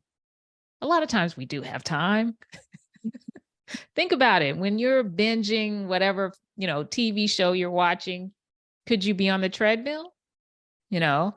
Could you be planning a healthy meal for your family? So those are just some tips. But the main thing is obviously your mindset and prioritize yourself. You got to. I mean, what you're saying is hitting home, Crystal. It is really hitting home. And so many times, like for me, like I feel guilty. I feel guilty. It's like, I want to be able to go to the gym at 7 a.m. and then I'm leaving my kids on the bus stop, before they even go to the bus stop. I'm like backing out of the driveway. They better move out of the way. And I don't know if they've had breakfast in the morning. I don't know if they're missing something. So I end up, sometimes when I put myself first, I end up feeling like really guilty, or I feel bad about it. What do you say to people who feel guilty, or they feel like oh God, I don't want to be selfish by putting myself first. I've been there. And I'll share this with you. When I started this journey, I think it was 2008-ish, 2009. I had my daughter in 2011. I got back into the gym. I got back on the healthy eating. And then in 2015, the end of 2015, I accepted a new position. And I almost didn't take this job because I knew that it would affect my gym time. And I know that sounds crazy, but I knew that I needed that time for my mental health to help me with my stress and to keep me on point. I took the job, and of course, it was a slow slide. And I looked up about 2.5 years later, I had put on a lot of weight. I was stressed out. So at the end of 2019, I told myself, I'm getting back in the gym. I'm getting back on point. And I got back in the gym in early 2020. And around that same time, I had my yearly exam. Long story short, I found out that I had an autoimmune disease. So now, after being on this journey, falling off and getting back on, I so recognize and understand the importance of prioritizing myself. I cannot allow myself, my autoimmune disease is in remission now, thank God, but that keeps me going. I gotta keep my health because the autoimmune disease had me exhausted. I couldn't parent like I wanted to.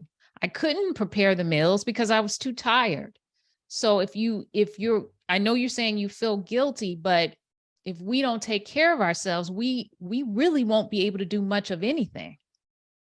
So that's just something I share to keep us, hopefully it will help the listeners, the watchers stay motivated that we gotta take care of ourselves. The kids will be okay if you spend 45 minutes at the gym or whatever it is. Yeah, that is so cool. It's almost like you can't afford not to put yourself first, because how are you going to be if you have diseases and all of these things happening to yourself because you're not eating right, you're not taking care of yourself, and you're no good for anybody if you're tired and sitting on the couch eating junk food. It has an impact on the family, and it does.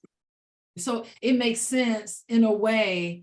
You're not being selfish, almost like not taking care of yourself is selfish. Yes. You're going to be no good for anyone else. So the selfless thing you can do is put yourself first. Okay, I think I got that now. Anybody tries to say something, I now have an answer. Like told me. And by the way, thank you for sharing your personal story about the autoimmune disease. And I'm real happy that it's in remission. That is a very inspiring story. Thank you. And that's why I want people, like at first it was about, let's get sexy bodies, let's lose the weight. Now for me, it's so much more. We really got to do better by ourselves for our health. Yes. Yes. I love that. So one of the questions I wanted to ask you is that I know I was talking to you about how this weekend I went and cheated and got this machine this lady did on me is supposed to melt away my fat. And I was like, oh, wow, so I can just get this machine to melt my fat away and I don't even have to go to the gym. And I was thinking, wow, this is I felt like I was kind of cheating, but I did it anyway, because I was like, hey, anything that can get me forward in terms of melting the fat away. But, I really was thinking, wow, I felt a little guilty. Talk about feeling guilty about cutting corners. But it made me think about, like, what are some of the myths that you think we need to consider when it comes to weight loss in terms of cutting corners or in terms of optimizing our health? What is one thing that you wish that we could learn that we don't know about health? One thing I think, and I touched on before, is you have to, and I've learned this so much recently with working with clients, you got to have your mindset right. It's one thing to say, You want to lose the weight, but it's not easy. It's not an easy journey. And that's why, there are shortcuts out there for us, because it can be hard. It can be hard. It is a commitment. However, if you don't want a shortcut route and you're really trying to, make sure that your health and wellness is prioritized for the long term, it's not easy. It's not easy, but it's doable. Interesting. So it's back to the mindset. It's how do we motivate our mind? What do we do? I know I like to use accountability. I like to plan my workout. And for some reason, if it's in my calendar, I feel like I have to do. I don't know why. It's like, oh, I've scheduled this time to do this. I must do this. So it's a trick that I play with myself. But what can we do to get our mindset at the place where we can really focus on our health holistically, like what you're talking about? Yeah. I think you have to figure out, what is your why? Write down and really, and a lot of people don't do this, but really write down, what is your why? Why do you want to go on this journey? And then ask yourself, are you really prepared? Because as your coach, there's certain things I'm going to tell you, you can't have. You can't have Oreos. We're going to cut back on alcohol. Yeah. There's certain things we're going to do that I'm going to require of you. And you have to make that determination. Can you do that? Are you ready to make that commitment right now for yourself? And here's the thing. If you're not ready right now, that's okay. That's okay. But that's the first thing, is to be completely honest with yourself. Write out what it is your goal. Do you want to lose weight for a reunion? Are you getting married? Or do you have, I tend to work with people that have, not bigger goals, but, they may have a chronic disease, for example, that they're trying to get healthier. They're trying to get their bodies healthier so that they can manage that. So find out what your why is, and then ask yourself, are you willing to sacrifice? Can you sacrifice for 90 days? Can you sacrifice for 6 months? And that really, if you can write that down and be clear about what your why is, that really helps with mindset. I mean, this is so cool, because as you're talking, I'm a couples therapist. And so I feel like I say this to a lot of my couples. It's like, why? Why are you married? Yes. Like, I want to say that. I want to say you have to sacrifice things to be married to someone. It's like you have to get rid of your single lifestyle. You can't be married and then expect to have one foot into the single world. Like, there are some things that you need to do that married people do. And there are things that you have to be responsible for. It's a different type of responsibility. So you have to say goodbye to the single self and say hello to the married self. And that is a mindset. I always talk how marriage is in the mind. It's in your subconscious. You have got to get into marriage life. You can't. Right. And it's a choice. I try to teach people things that are sustainable. I, like myself, I don't want to fall off the wagon again. You know what I mean? I don't want people to be on this up and down, roller coaster of, they lose weight, then they gain it back. They lose weight, then they gain it back. New year, new me. Okay. I want people to be on a path where it's pretty steady. They've lost the weight, they keep it off, they're maintaining their health.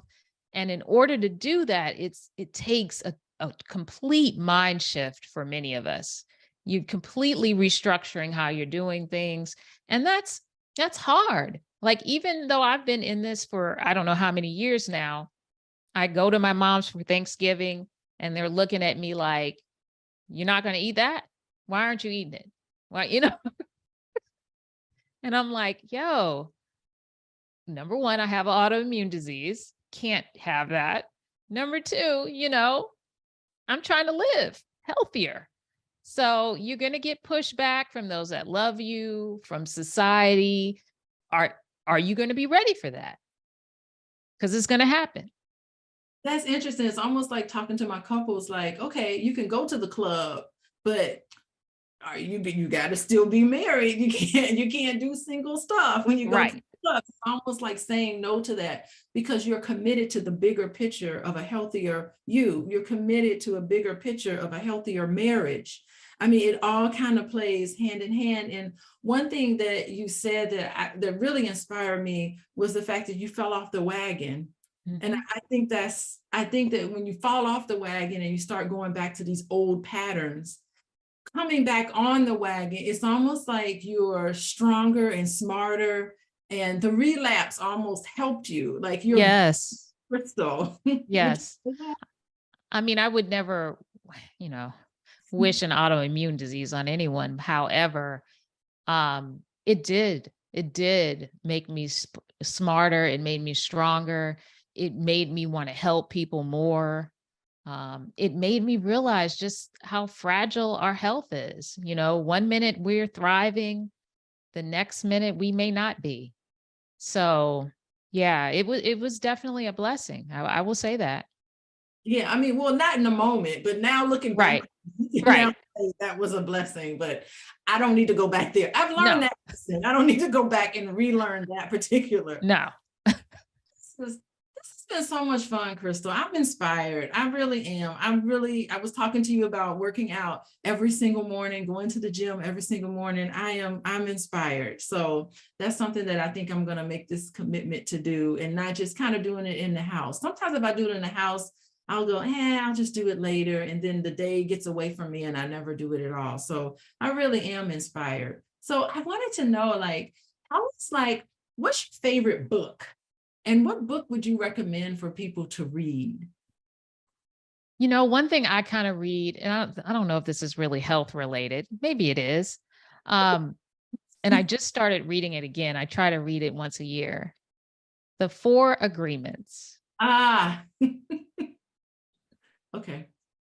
I think that's just something that has a lot of gems. Being impeccable with your word. It's just something I like to revisit every year, especially this time of year, because now we're entering into 2023, and it just helps me to get my mindset right for, the coming year and how I can just be better. I love that. The 4 Agreements. And you could probably read that whole book in a setting because it's that long. Yes. Right to the point. The 4 Agreements. I have that book and I have read that book. I might reread it now. Yeah.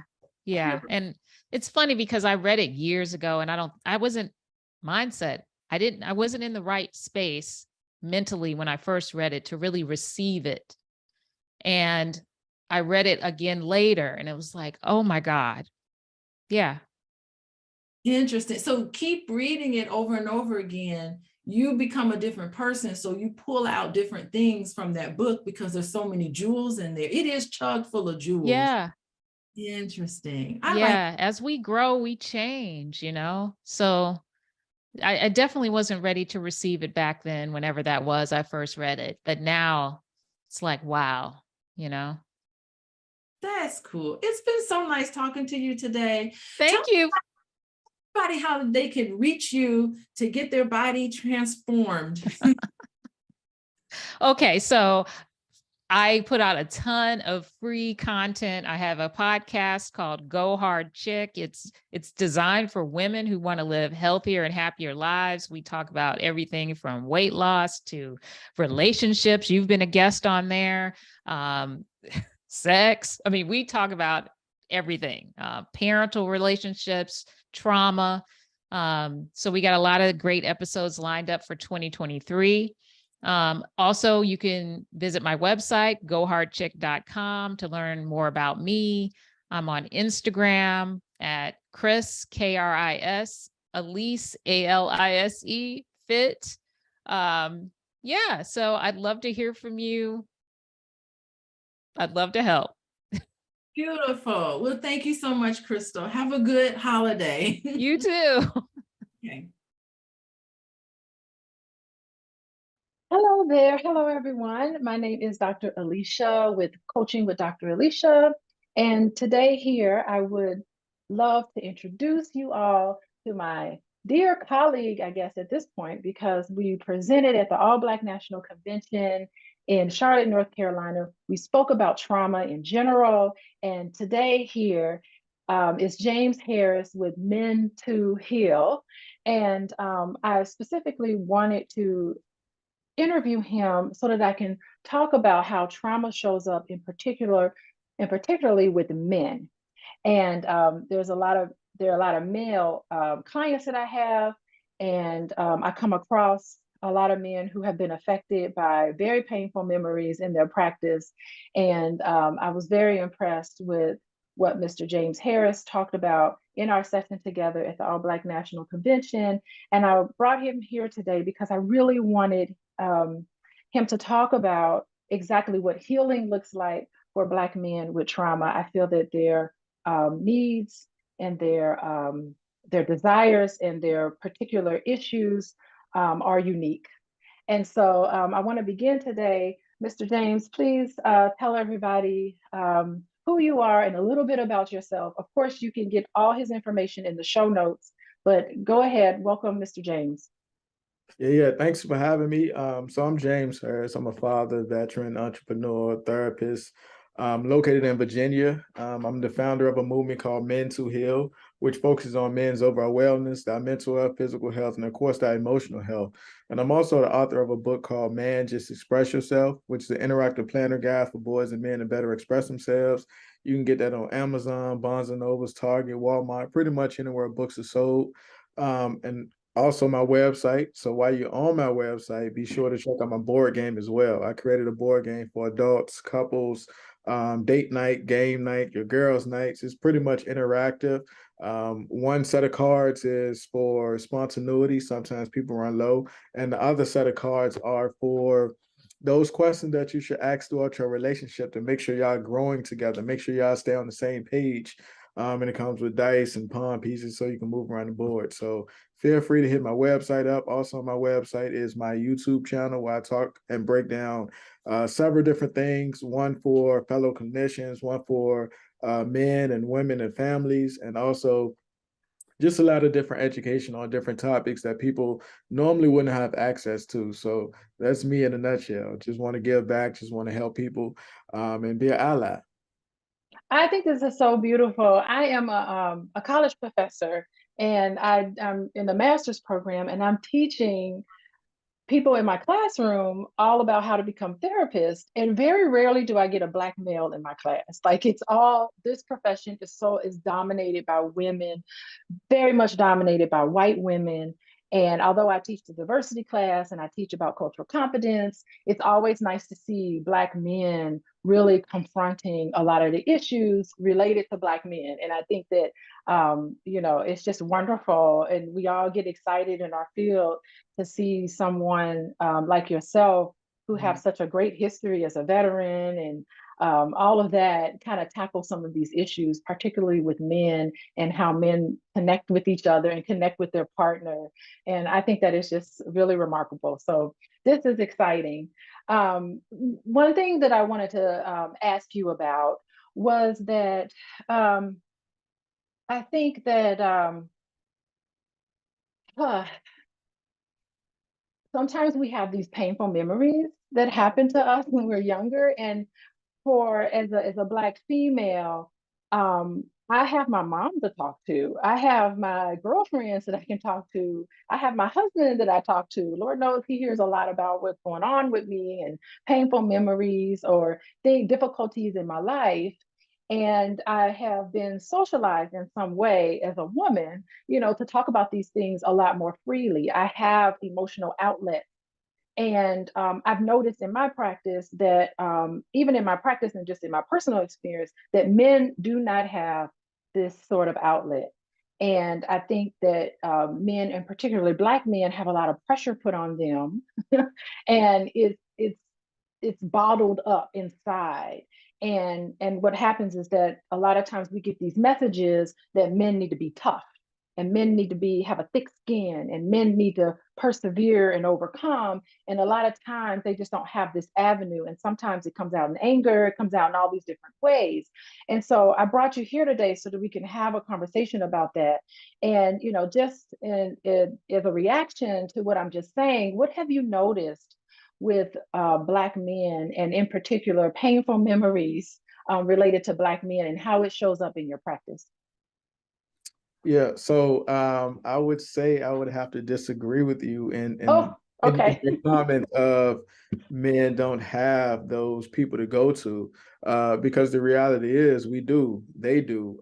It's just the ability to articulate how we're feeling, because I have that circle around me, but can I go to them and say or express these different things without feeling chastised, without feeling demonized, or without feeling those pressures that society put on, and getting that feedback of man up, toughen up, just deal with it, or whatever the case is. So again, I will argue that we have those same abilities, the coaches, the colleagues at work, the people in the community. We can go to those people, but are they going to be receptive and not, listen to us and validate us? So it's a difference. And also I would like to add too, when we're dealing with trauma, we have to realize that trauma is a response that's deeply distressing and disturbing. It's pretty much it overwhelms our ability to cope, and causes us to have feelings of, helplessness, a sense of the ability to feel like a wide range of emotions. So that's why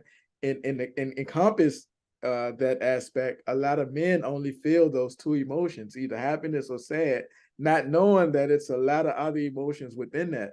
But the ability to express those things freely oftentimes get dismissed. And then with that trauma, of course, you become numb and desensitized. It becomes normal to you. And then, of course, being an African-American man, it's a lot of complex trauma. We seeing, the hypervigilance by driving. We see the police. We see somebody who look like us, who potentially view us as a threat while we're viewing them as a threat. So it's so many different aspects of the trauma of being a Black man. But again, I will argue we have those same outlets and resources. We just tend not to go to them because of the reception that may happen if we display those things. I love what you're saying, and it makes perfect sense to me. It's almost like, okay, there are places where they could actually open up and connect, but it's the ability to be able to do so and to be able to articulate that. And then, even if you know how to articulate it, is it going to be received, or is it going to be dismissed or invalidated? And who wants to be dismissed and invalidated when you're talking about really painful things in your life? So that makes perfect sense. Yeah. So if you think about it, like, catch that young male at his earliest state, right? Let's say it's a household siblings, a boy and a girl. They both fall down. The girl runs to mom and dad, say, "Hey, I scraped my knee." The girl is getting, "Oh, precious Band-Aid, let's do this." But the boy is getting, "Go back and do it again, get back on the bike," or whatever the case is, which means at that earliest state, that's his first time being dismissed by the people who love him. So of course he's grown up naturally thinking like, I can't tell them this. They're going to tell me just to go back, or it's not as important, or it's not really nurtured like my sister's was. And then of course it grows throughout the relationships. I would tell my girlfriend or my fiance or my wife this, but she gonna think I'm soft, or she gonna, she's not gonna think I'm. So that's what happens. It's a constant cycle throughout the adolescence, and of course throughout the manhoodness of it. And then that happens in a magnified too when you're in sports or in the workplace or in the community. You feel as if, I can't tell them that I'm hurting right now. They're expecting me to perform. They're expecting me to provide. They're expecting me to be the man. They're expecting me to take control of these situations. So all of those things tend to weigh on some men. And then, of course, those additional pressures of what it actually is. Oh, I really love that, because what happens is that when you talked about how they feel, it's either like, you said they feel like two emotions. Usually it's like anger. What were the two emotions that you said they normally feel?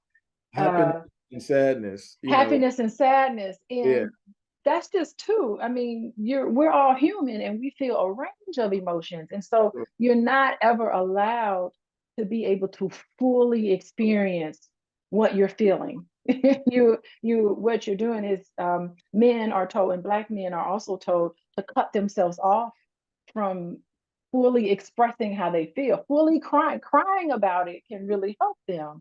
And so they're socialized to believe that this is what manhood means, and that can translate into depression and inability to cope, because you spoke about coping. Yeah, so I mean that inability to express yourself, or having a circle that you feel that you can express yourself to, is a difficult one, because you might get chastised, you might get pushed away, and that's a big thing, because you're expecting to, like, even if you're married, you're expecting your partner to be your safe place to land, but if it's a situation where they too are telling you, nah, don't say that, you supposed to hold me down, and you supposed to be whatever, like, all, again, those things can be difficult, if one feels that he doesn't have an outlet to be free and his authentic self, and expressing how he truly feels. Being their authentic self. It's like, how can you have a relationship with someone and have a deep connection with someone when they feel like they have to put up a veneer and they just can't be their authentic self? So it really does have, men walking around thinking that nobody knows them. There really is no intimacy with them. Well, this is pretty fascinating. So what would you say in terms of your treatment to, first of all, get Black men to get to a space where they do feel comfortable opening up? And what do you do to help other people to say, hold on, let's not invalidate them, let's embrace them, and make them feel comfortable being able to get all of these things off their chest? Yeah. So, I mean, I guess it would start with education too, because you spoke of trauma early. So, what I tend to do in my sessions is educate that man on specific diagnoses and characteristics that he might be displaying. Because a lot of times, not only men, but a lot of women too are, I guess, ignorant to what diagnoses are, and they think that it's specific to one set of gender. But that's not true, because some of the emotional signs of trauma is, of course, sadness, anger, denial, fear, and shame. And men can have those, and women can have those. And when you don't address those things, of course, within trauma, that's when you can get the nightmares, you can have insomnia, you can have difficulty in relationships, you can have the emotional outbursts. And again, these things are not specifically to women. These things are human characteristics. Yes. But it's often overlooked with men, thinking like, nah, that's for women, or I no, that ain't me. And some of the physical signs of trauma is, of course, you got the nausea, the dizziness, the altered sleep patterns, the change of appetite, the headaches, and gastrointestinal issues. That might get passed off as, oh, I ate something earlier, it didn't agree with my stomach, or no, bro, like, let's slow down, let's take some time to process what's actually going on. And then within that trauma too, I educate them on the difference between PTSD, which is post-traumatic stress disorder, depression, anxiety, the social symptoms, and how it can lead to potentially substance use problems, because oftentimes, again, a lot of people aren't educated on what trauma is. They just think, I witnessed some, or I observed some, or I was in something, and I'm having the repercussions of it. No, it's a lot more within that. Because, of course, before you get to PTSD, you got acute stress disorder, which is Yes. everything that happens within that first month. Anything beyond that month, whether it's a month and a day, 5 years, 10 years, 20 years, 30 years, is post-traumatic stress disorder. And a lot of people don't know that you can repress things for so long, and then it just hits you 50 years from now. You man, you just have this recollection of something that transpired when you was a teenager, or in your early adulthood life. So those things are important to understand. And then, of course, too, we educate people, I'm sure you do, on the difference between small T's and big T's, because with men, a lot of the small T's are traumatic and not so much of the big T's. And what I mean by small T's: relationship issues, divorce, going back and forth to court for child custody. Those things are traumatic for men. Work Yes, stress, they are. financial troubles, those things, because society put so much pressure on men to provide, and the aspect of providing has become taken care of financially, not so much emotionally and nurturing, so those things are difficult. They tend to, magnify. Like if you think about trauma, people think about terrorism, they think about the natural disasters like hurricanes and stuff like that, shootings, rape, sexual assault and stuff like that. But again, it's more to trauma than just those big T's, so again, that education process happens, and then I think men and women realize like, oh man, I need to process it. I need to slow down and take a look at what actually happened to me, and I need to figure out how I can grow from this experience and get to a destination, or either at least start the process of what my healing journey may consist of. Oh, I really love what you're saying. I like the education piece, it's very important. It's like psychoeducational piece. It helps, first of all, it helps to normalize what's going on with them. And when they start seeing it, it's almost like when you know better, you do better. And you proceed accordingly. I really like the part about, when men feel like they can't be human, you are just you can't be nurtured or have that emotional connection. It's almost like I want to be able to be human too. And I've heard a lot of men, Black men in particular, talk about these things. So it makes sense to me now. And the somatic complaints, yeah, I mean that's what happens, and it's because you're just mitigating.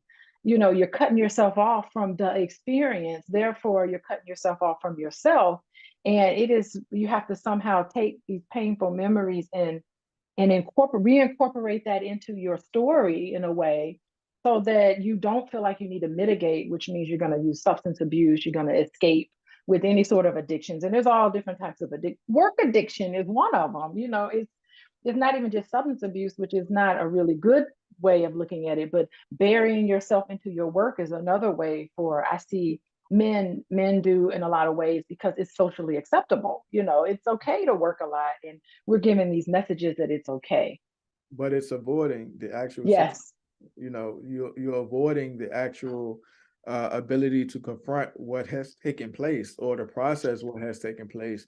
And it can be an issue again if you don't address these things and process these things as early as possible. They'll manifest themselves in other areas of your life in which you probably don't have any control. Like your children would then view certain aspects, your partner would view certain aspects, your coworkers or teammates. Like all of those things can have alternate cycles that can continue to repeat themselves if they're not properly addressed. And again, you're talking about the addiction piece or the substance use piece. Again, that's a way of not dealing with it either. But when you come down from that high or that intoxication, that issue is still present. Or what happens with a lot of men is the being promiscuous. That's a yes of mm-hmm. Me validating my experience by conquering as much as I can, not knowing that you still have to address what happened. If not, you're going to continue to conquer, and you still have this void within inside of you. And of course, you got the other reckless behaviors, the speeding, the reckless driving, and all of those things too. But again, like you have to process what has taken place within a traumatic state or within your life, and move forward from it, or at least get on the road to deal with it in a way to where it's not spilling over in other aspects of your life and affecting people who care for you or vicariously are being affected, because that's what happened too. People tend to get displacement. There's a chapter in my book on displacement, like in so many aspects, like the children, the partner gets it when all of that anger and heat is meant for somebody else. Like if somebody at work is annoying you or you having issues with your boss, you know the consequences of firing back at your boss or antagonizing that coworker. You can get written up or terminated. So you don't. So you go home, and what happens? The partner is in there cooking, and why are you banging the pots and pans so loud? Like that anger isn't even meant for them, but that's who gets it, and of course the children gets it as well. So again, those cycles are being repeated without you even being consciously aware of it. So it's unconscious. Yeah, that's why you got to process these things. So what would you say then? Because I'm hearing exactly what you're saying about how do we needing to address these things. And what would you say is the best way to address this void that's going on instead of doing these behaviors? That's all it's going to do is make your life worse. It's not going to make it better. How do we address the void that's going on for a lot of Black men? Yeah, so to be honest with you, like I said earlier, the education piece is important. I'm not one of those people who say go to therapy to change your life. I am an advocate for therapy, but I'm also an advocate for things that are therapeutic, that might help you and push you in the direction to want to talk to somebody who has a little bit more experience, education, case studies, and background for this stuff, which is phenomenal. But again, like everybody has different resiliency levels and everybody's on a different journey. So I'm not gonna say go to therapy to change your life, but I would say do some things that are therapeutic to make you want to gain insight on. It might be different if I talk to Dr. Alicia, or it might be different if I talk to Mr. Harris, or it might be different if I talk to this therapist with this practice near my house. All of those things can get you to that point of being challenged in a way. Because in my practice, I do CBT, which is cognitive behavior therapy, and I also do reality therapy. And reality therapy address the issues within the now. I'm meeting you where you are, and we're processing these things to prevent moving forward on different aspects. And of course, CBT is cognitive behavior therapy. We're addressing what the issue is, we're processing what the issue is, and we're giving exercises to confront those issues and potentially reduce them. And a lot of other people do EMDR, which is phenomenal for trauma. But then, of course, you got hypnosis. But something that you can do on your own in your meantime, like just in the comfort of your own home, is mindfulness. You can do yoga. You can listen to white noise. You can have the candles with aromatherapy and just sit in silence and just think, be one with yourself. And then, of course, if somebody needs it, they can have psychotropic medication or antidepressants. I mean, I'm not a fan of medication. I believe in lifestyle choices. So it's up to you, but it's an array of things that one can do to be better at their healing journey. So it's up to you. Yeah, really, and that EMDR is really kind of interesting. It's like, why does it work? No, but it works. We know that it works. It's kind of interesting. And yeah, medication, I agree with you. I'm not a proponent of medication. Maybe if you're in an acute state and like things are really breaking down and you really need to like have some medication short term just so that you can become stabilized. That's medication is great when things are falling apart. So I agree with you. And I'm a CBT girl too.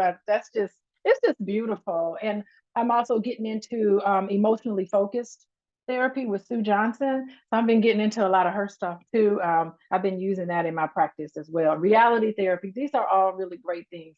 I love the mindfulness. I'm really happy with the way our community is going in the direction of being mindful. I'm starting to see a lot of Black men embrace the whole part about yoga and doing mindful practices. I'm starting to see this trend, and I would hope to see more of that. And it just really, it's just odd because it really does work to help you get in connection with yourself, so that you connect with other people in a way where it's very meaningful.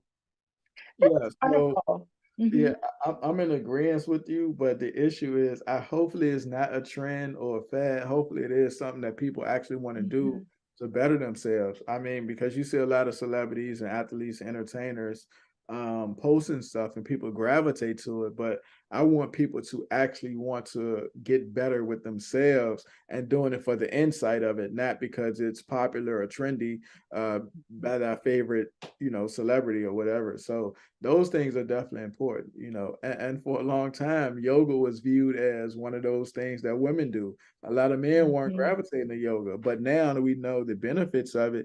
And so earlier, couple years ago, when I introduced yoga to a couple different men who are athletes, I had to educate them on that as well. Like, yoga would not only strengthen your muscles, so you'll be less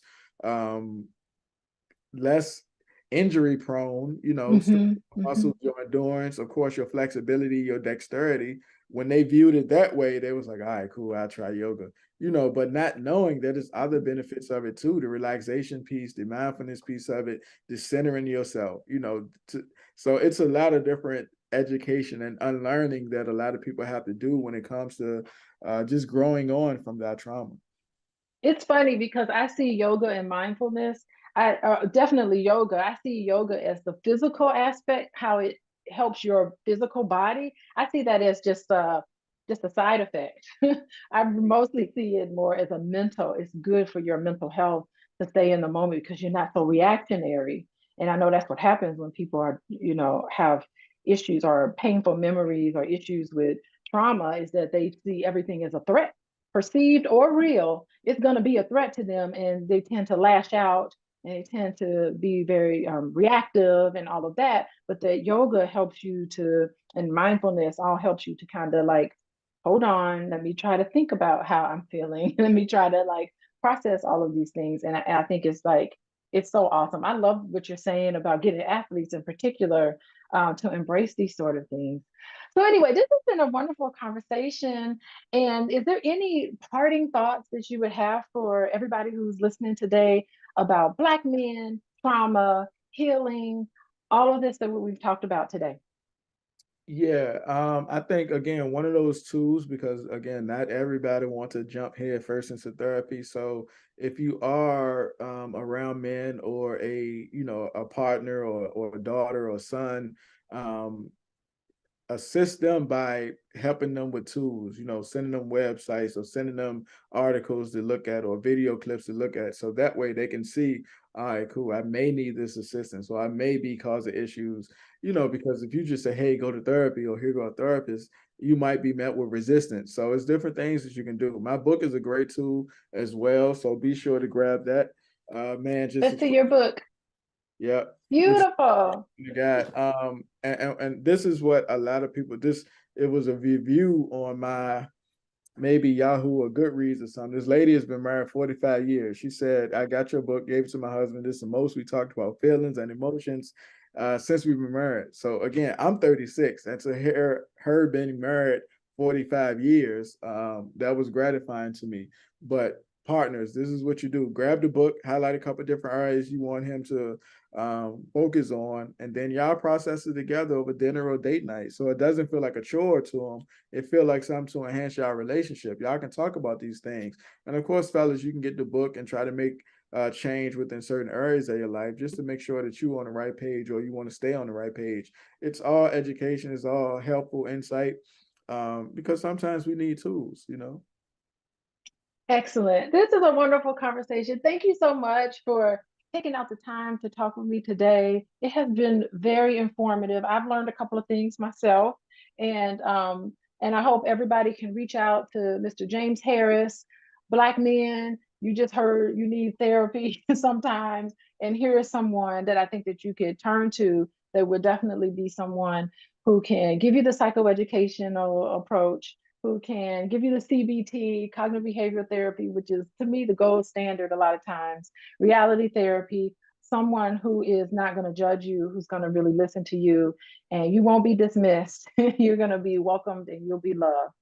So goodbye.